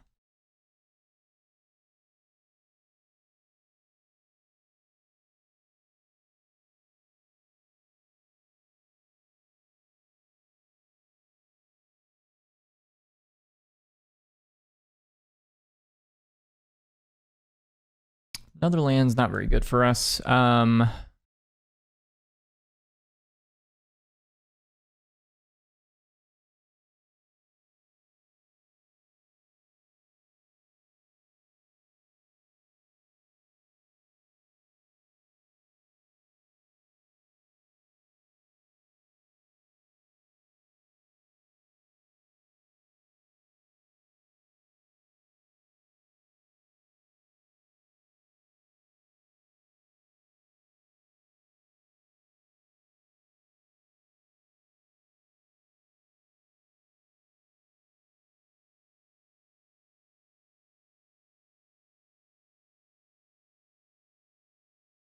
Okay, so we're probably supposed to attack with Douthie.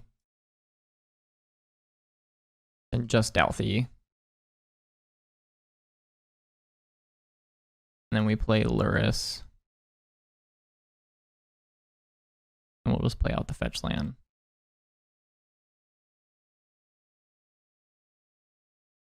They are going to make a Saga. Or make a Construct, rather. And they can hammer. Put the hammer on the Construct.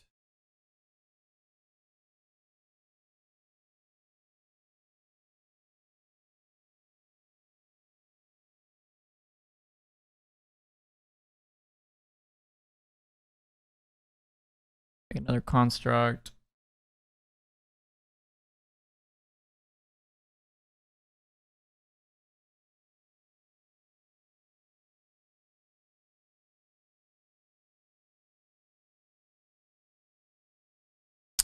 Yeah, the Shadow Spear, I think, is going to get us here.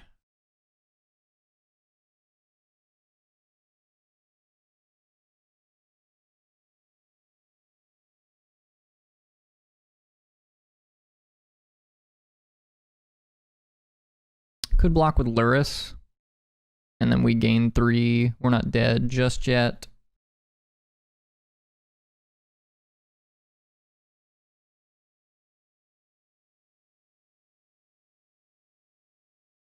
I think this is the one block that makes the most sense. This basically puts us down to 5.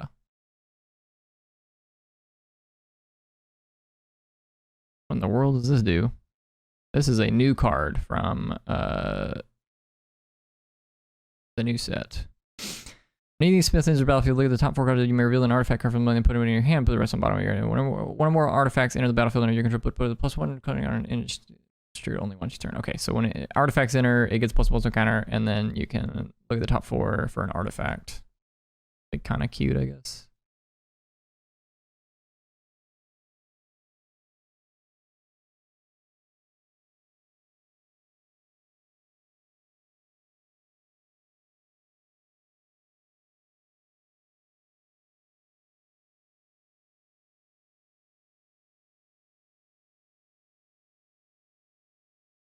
Turok. Okay, well, we're dead to the constructs. So the Urza Saga draw was like kind of absurd there. We want Shattering Sprees and Alpine Moons. Don't really want the Thought Seizes. And Douthies are like not super great. I think this is mostly how we sideboarded the first time around. Engineered Explosives, pretty good as well.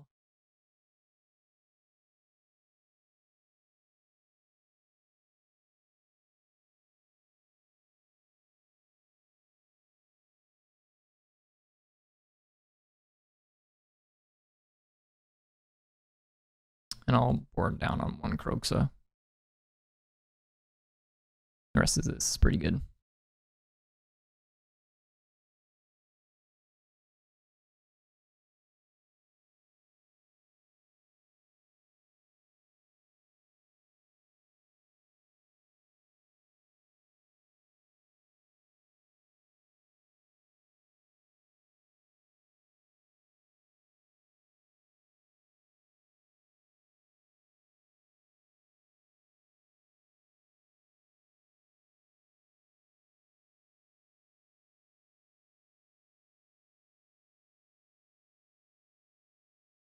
This hand seems fine. It is somewhat rough against a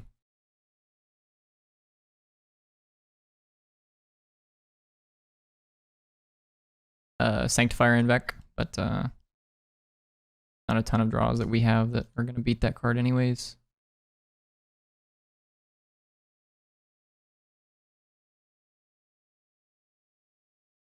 Just play out the Blood Grip tapped.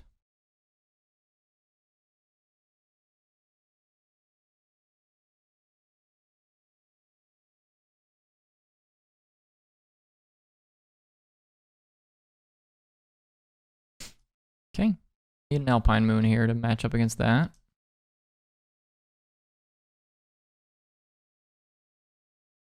Down an Ornithopter. I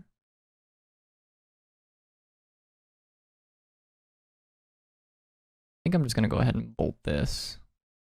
We're gonna have to kill this anyways because they're just gonna keep drawing. Or they're gonna keep playing artifacts and it's gonna make that bigger and bigger and bigger. We'll play Shinka and we'll play out Ragavan. Like I said, we really do need an Alpine Moon here to match up against this Urza Saga. It's not the end of the world. We do have the Shattering Spree to sort of clean up the constructs as well as the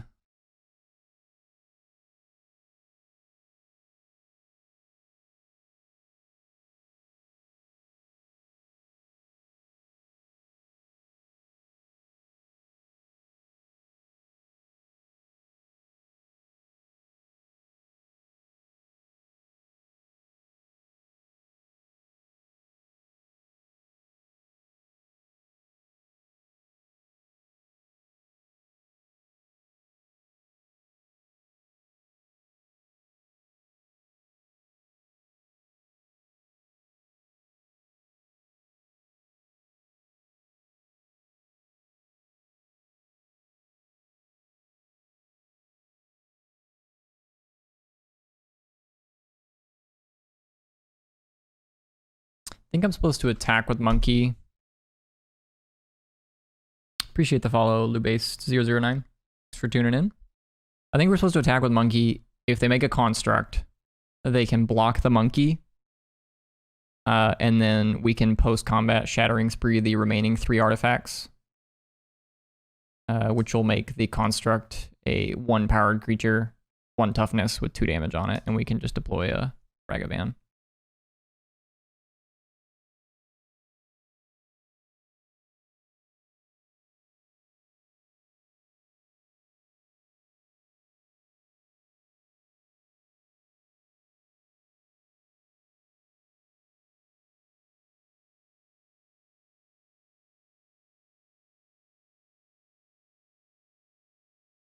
Yep, we made top 8. It was a really close call on top 8, but we ended up making it. So currently down a game in top 8. We're playing against Hammer Time, which is the deck that we played against in round 4. It's interesting. It feels like this should be a favorable matchup for us, but it's been pretty rough here lately.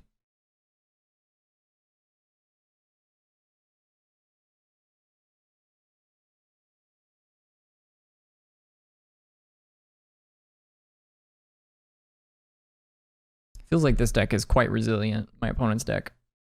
And it's got some new toys from the looks of it that they didn't previously have. So they can make a construct here, which gets bolted, and then we get in with the Monkey. And as long as we start drawing cards with the Monkey off their deck, we can certainly have some amount of gain here. But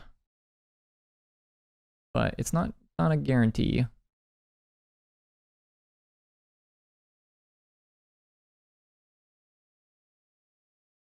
Also maybe just an argument for attacking with the Monkey and then Shinka giving it first strike. That maybe is just more correct than trying to bolt the construct and getting in. Opponent's choosing the line to float mana rather than making a construct. So they probably have some other plays that they want to make this turn.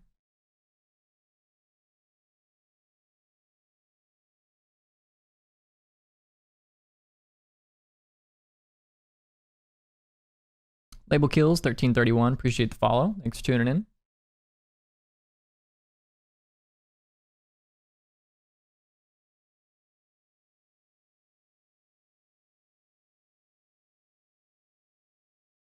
Okay, they have a Paladin. They grabbed a Memnite. Drawing a card off the Paladin. Interesting. Okay, so they drew Sigurda's Aid off the Paladin. Alpine Moon is definitely a little late.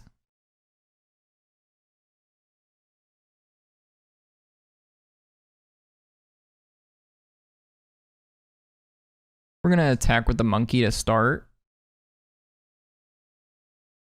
And give it first strike.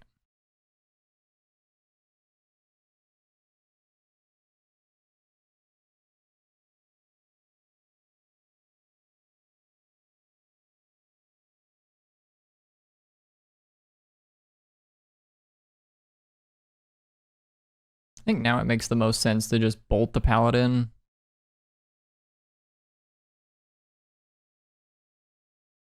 If we don't do it right there, Sigurda's Aid being able to flash in a hammer and then put a Paladin on it, or put it on the Paladin is pretty bad for us. They get to Stoneforge for another hammer, which they get to put into play with Sigurda's Aid and everything. Get to do all that.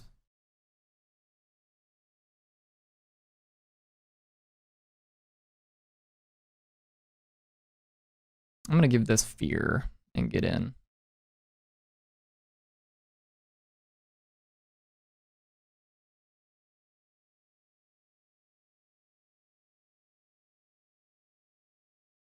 Did not hit a card off their deck, which is really bad for us.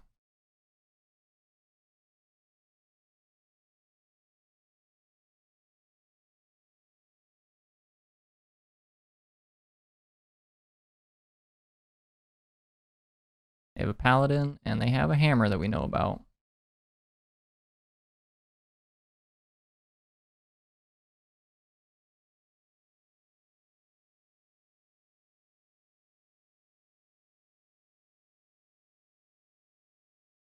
They have a Saga.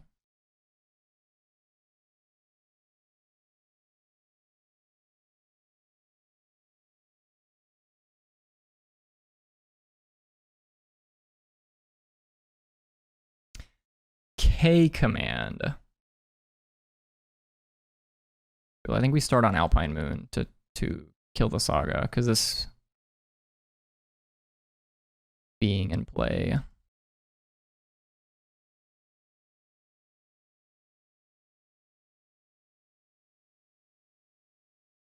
So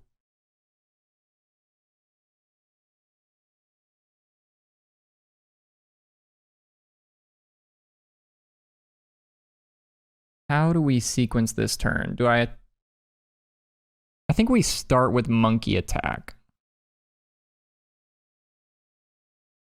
Because there's no way they block, right? And if they block, we just get to eat with first strike, which is pretty free. We still have K command backup if we do that. Yeah, appreciate it, McQuacks. I was under the impression that we were not going to make top 8, but somehow we snuck in, so I'm not complaining. Got a little bit more Magic to play.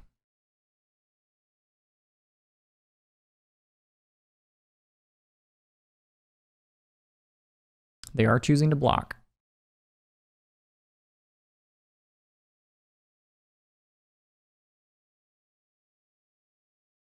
Give this first strike.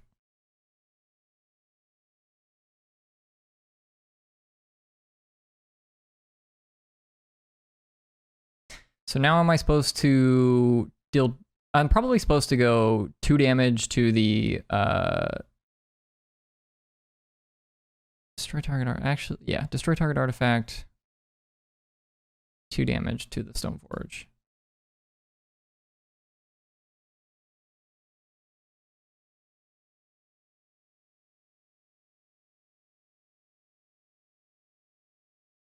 I am not sure what else made top 8. The only decks that I know of are my own and the Hammer Time deck.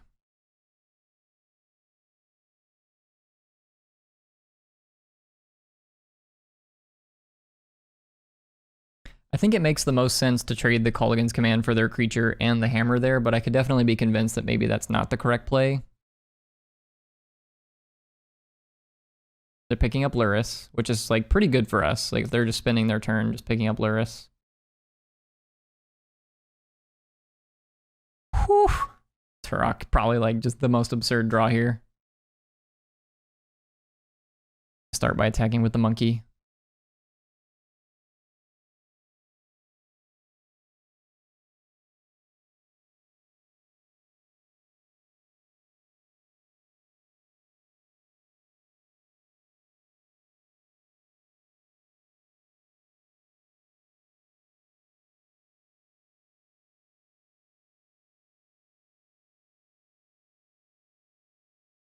Yeah, the block was a little weird, but I think they were just they were probably under the impression that we were trying to dig cards from their deck in order to not die. And they were under the impression that we just didn't have anything.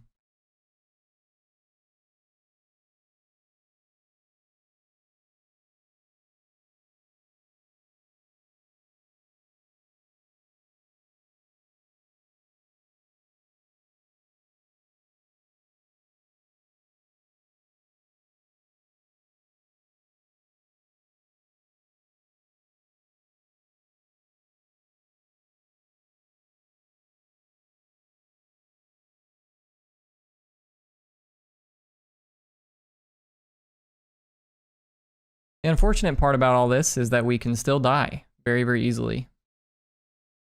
If they just have a hammer here, we're dead. Okay, Sanctifier is a good draw from them, but doesn't currently beat what we have going on. Okay, Culligan's command I think probably wraps the game up.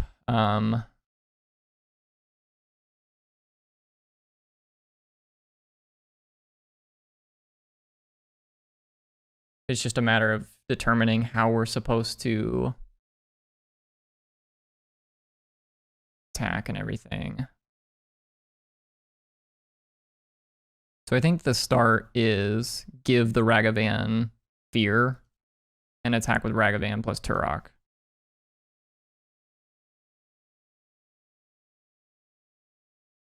Not really any reason to attack with Lurrus because they can just eat it with the Sanctifier, so.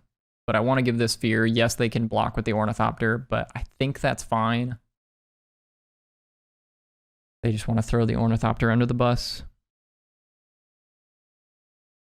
This is a weird block. Pithing Needle. Well, I'll definitely cast Pithing Needle, and I'll just name Colossus Hammer. This way, if they draw a Paladin,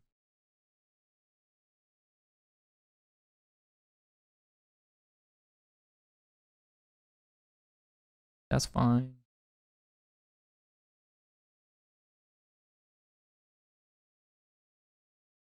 Prismatic Ending the Monkey, okay.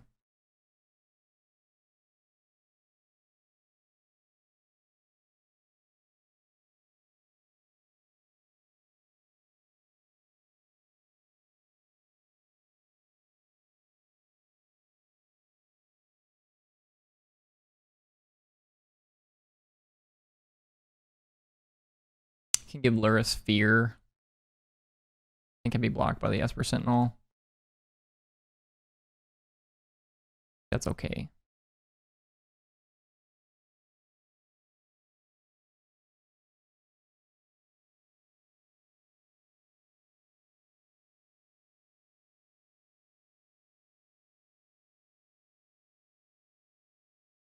It's got to be a pretty crazy sequence of draws at this point.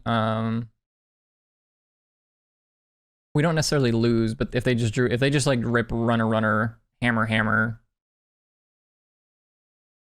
they are just dead here at this point.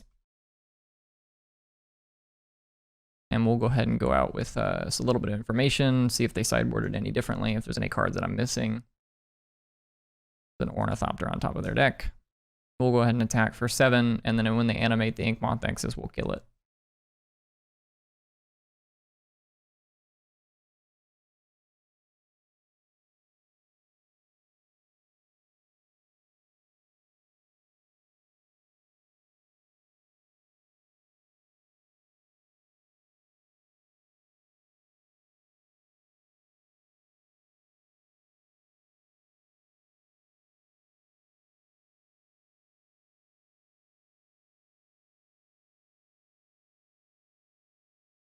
Okay. All right, going to a game 3.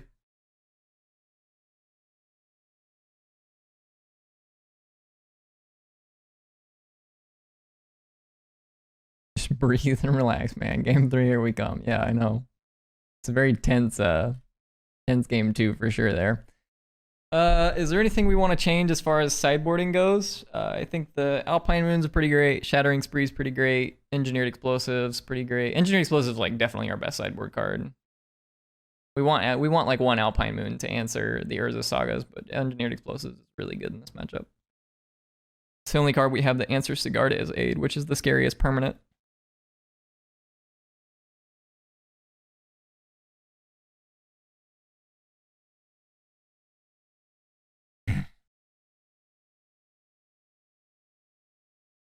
I think we're just gonna run it back.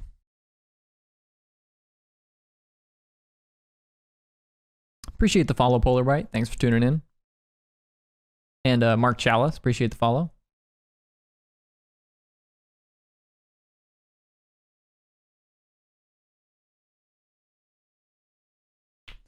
My opponent began with 7. Is this a keepable 7?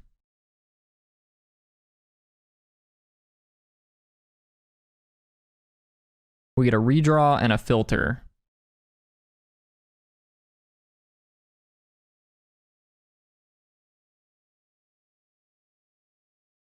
I mean, we have a lot of like really good sideboard cards is the thing. Like, I don't want to go to a 6 and not have lands to cast them.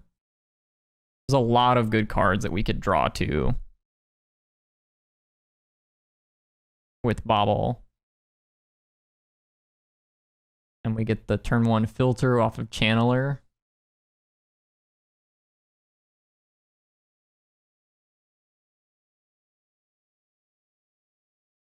We're also on the draw. I'm going to keep this. I know this seems a little bit greedy, but I'm going to keep this. Okay. It's a bad draw for us.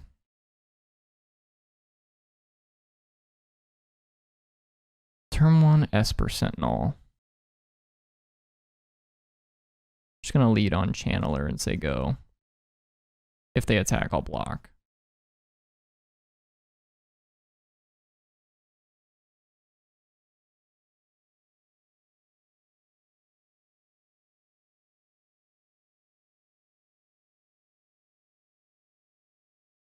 Okay, they got a Stoneforge.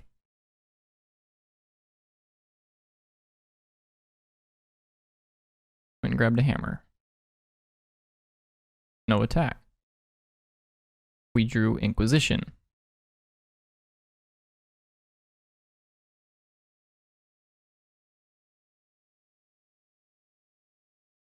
I will pay for this ability. I will bin a land. Hammer, Hammer, Stoneforge Mystic.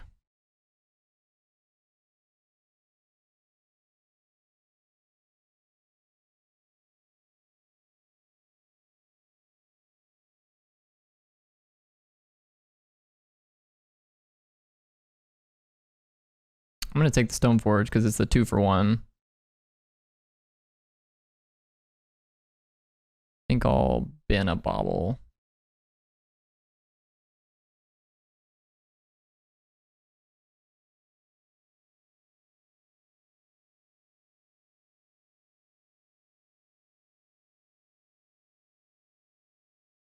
They're drawing a plains. Okay, so we're in okay shape right now. Like, they're not doing much. They have no way to actually equip a hammer right now.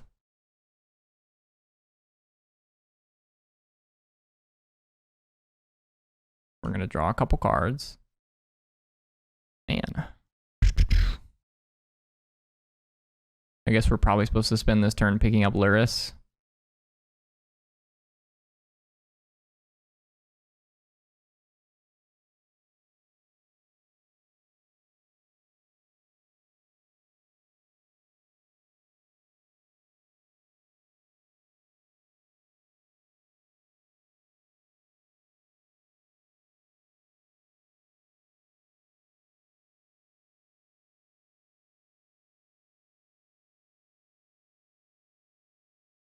Yeah, it's definitely, part of it's definitely on me. I kept 5 lands, so. Igneous Smith is a good draw from them. But again, it just finds more artifacts, which they have to equip.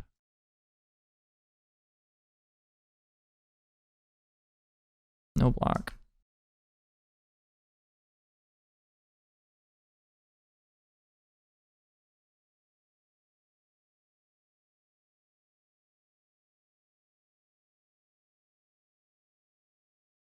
I'm gonna go get a basic mountain. Cast a bauble. Yes. Bin another land. And what are they drawing? They're drawing an Urza Saga.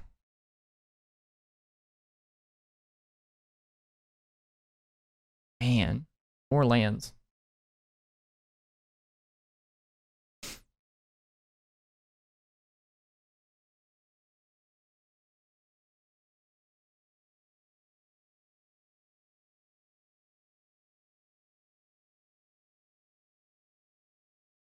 They are choosing to cast 1 hammer, which makes some sense because the first hammer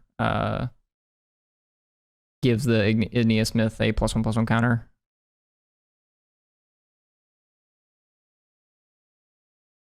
Okay.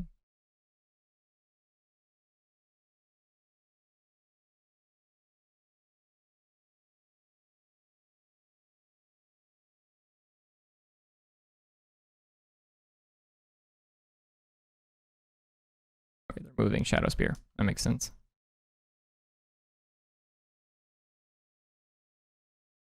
Turok is pretty big game here.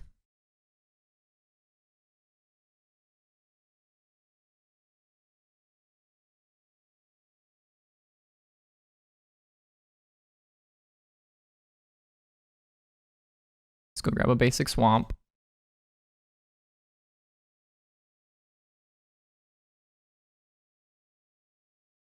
And we're gonna cast Turok. And we're gonna cast Dragon's Rage Channeler instead of a Bauble because this has 2 power here. So right now we just have to beat an Urza Saga.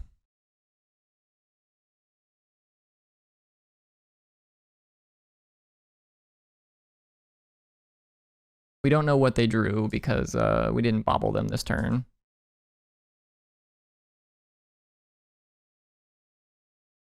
Grabbed a Colossus Hammer, obviously. I was gonna say, I was like, would be real surprised if they attack here. Alpine Moon, you say? So here's the question. Am I supposed to Alpine Moon their Urza Saga, or am I supposed to Alpine Moon their Inkmoth Nexus?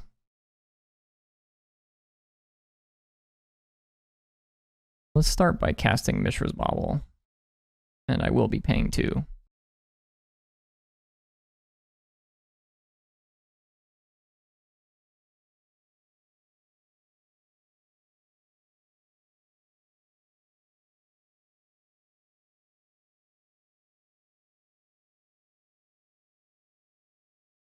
Yeah, definitely Moon the Nexus now, I agree. Let's see what they're drawing. Drawing a Plains.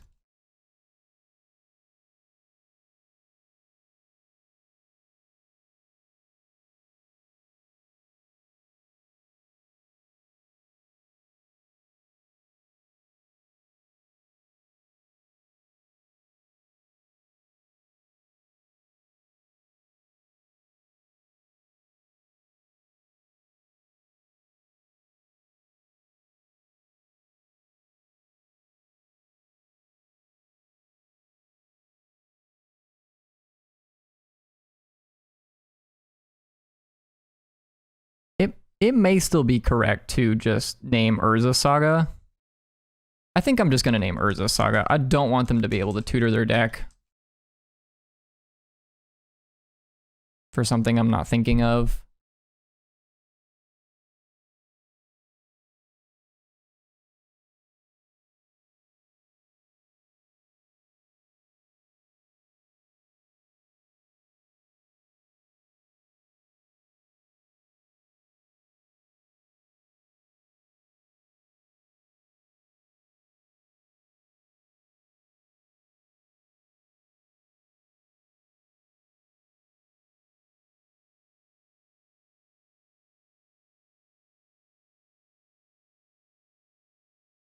I think I'm supposed to take this, right?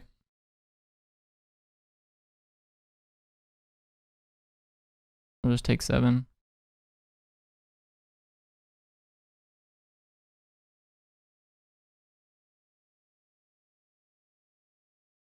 Yeah.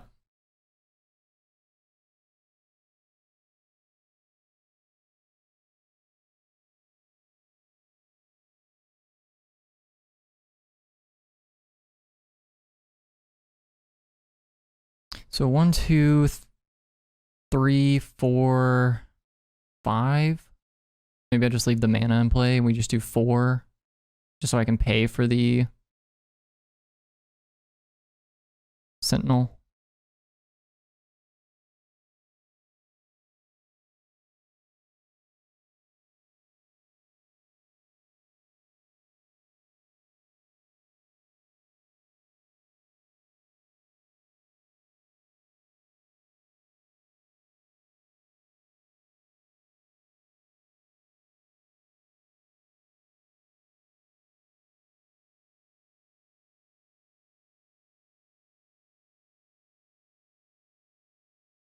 Sentinel, Shadow Spear, and the Colossus Hammer.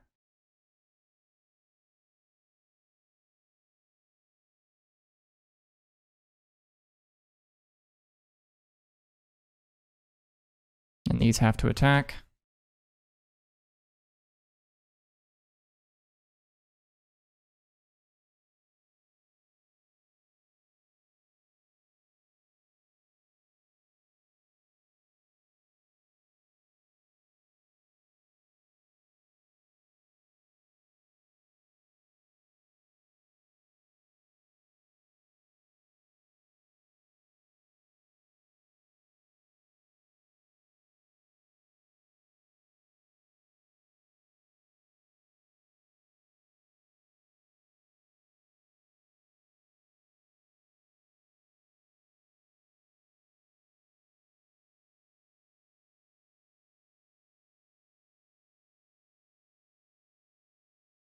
Sunbaked Canyon. Top of their deck.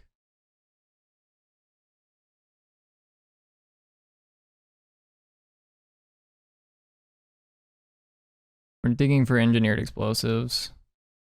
Gonna name Inkmoth Nexus here.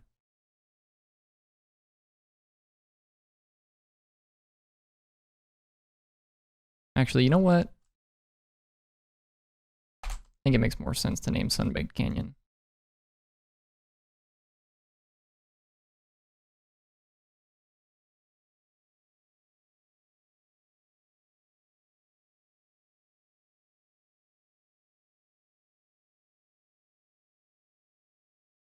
Shizo is a very good draw here. Shizo means we get to get in with Lurrus and start gaining a little bit of life back, so this is not going to just kill us.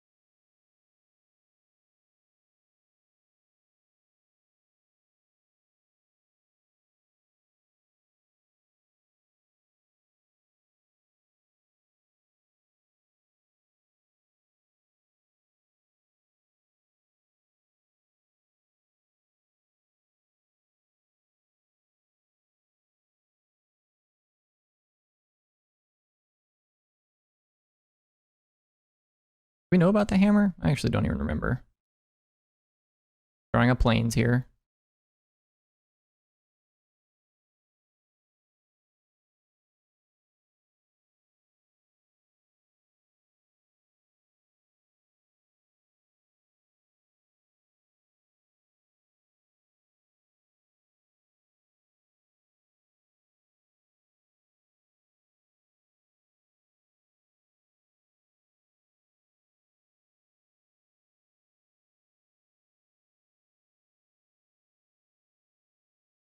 Just gonna go ahead and kill one of these. Don't really think I need Shattering Spree at this point. Don't think I need Bolt at this point. We're just looking for...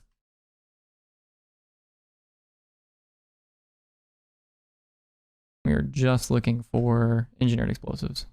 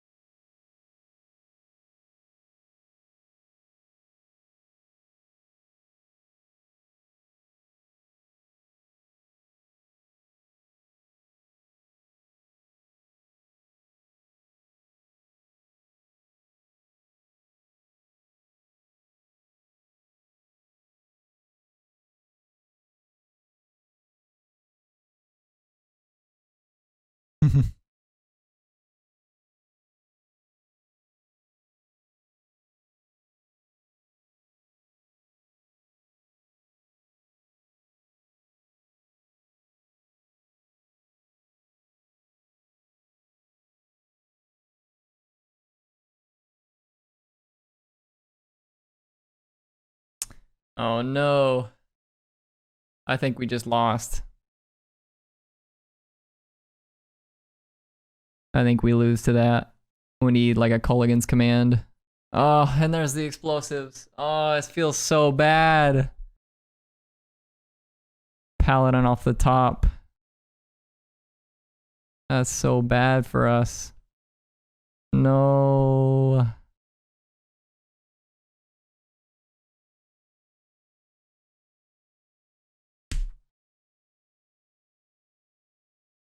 It was such a close game 3. Maybe I was supposed to just I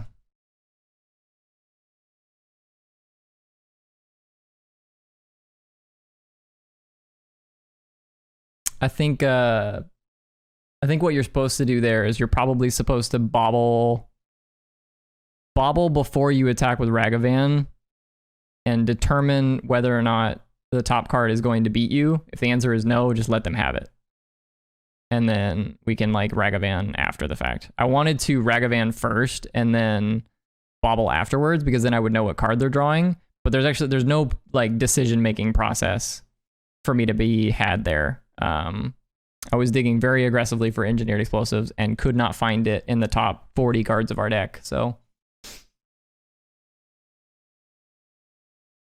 super unfortunate. It is what it is. Hamuda had a good run. He was 7-1 at the end of Swiss, so they're in top cut now. So weren't we dead to land equip? I'm not too sure. Did they? I don't think they had 8 mana sources. Did they? They only had like 5 lands in play. Definitely feels bad because we had Alpine Moon and we had the choice to name Inkmoth Nexus there. I guess I did. No, they ended up moving it to the Sanctifier, so it doesn't matter either way. So it doesn't matter. In my head, I was like, oh no, they're gonna put it on the Inkmoth and kill us with that. But no, they have the Sanctifier that kills us anyways.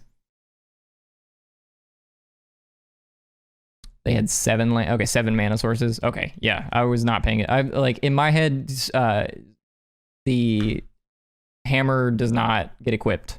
Definitely should have kept Spree. Yeah, it's you know, I was low on time. I was aggressively trying to look for engineered explosives, and I like the board that I was looking at was 4 2-mana creatures and like you are correct. Yes, it was a Colossus Hammer, but I was not under the impression that the Colossus Hammer was going to be the reason that we died. So it was a good run today. I do appreciate everyone for tuning in. My apologies for the misplays in that last matchup. I have not piloted this deck a ton, and I definitely have not piloted it against Hammer Time. But we still got a top 8 today, so it was a solid run. I do want to say thanks for everybody tuning in today. I don't know exactly what else is in top 8. I believe somebody said it was like Living In. There was like a blue-red Prowess, blue-red. Actually, who was the person we lost to in Daniel? This person lost in top 8 here as well. So this person was playing blue-red Prowess. Not sure exactly what they lost to, but in any case, am I supposed to root against who would have so Hammer doesn't give soft ban? You know, like we'll see. If that deck becomes more popular, I think it's a lot easier to play against because you know, there's people that are more prepared for it as far as the sideboard goes, and I've just never played against the deck. It's so hard to play against that deck because they can just play their equipments at instant speed, not only with Stoneforge Mystic but also with Sigarda's Aid, and it's, you know, it's very tricky deck for sure. So go ahead and just pull up the deck list here that I was playing today. I was pretty happy with the deck list in general. We didn't play against any Cascade decks, so if those decks are falling out of popularity, it's possible that Voidmere and Chalice of the Void are not where you want to be currently in the metagame. Everything else came in at one point or another, like against one of the matchups that we played or another. All of these cards came in against something. So these were the cards that we brought in. These cards we didn't play today because, again, like I said, we didn't play against any Cascade decks. That happens. Sometimes that's Magic. Not a huge deal. I still think you want some number of these in the sideboard because those matchups are pretty bad for this deck. Living In is quite atrocious for this deck. But yeah, overall, I think it's pretty well built. I probably wouldn't make any changes. I think for anybody that's curious about Turok over Dark Confidant, play Turok. Turok is very, very impressive.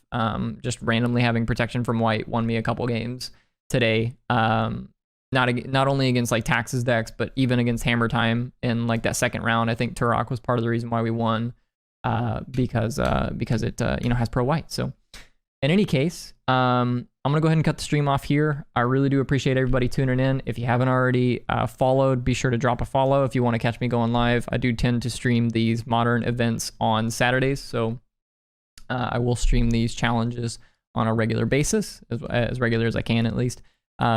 I still stream on Sundays. We don't do challenges on Sundays. The challenges for me start at like 6 a.m. So I refrain from waking up at 6 a.m. for the purposes of playing Magic online.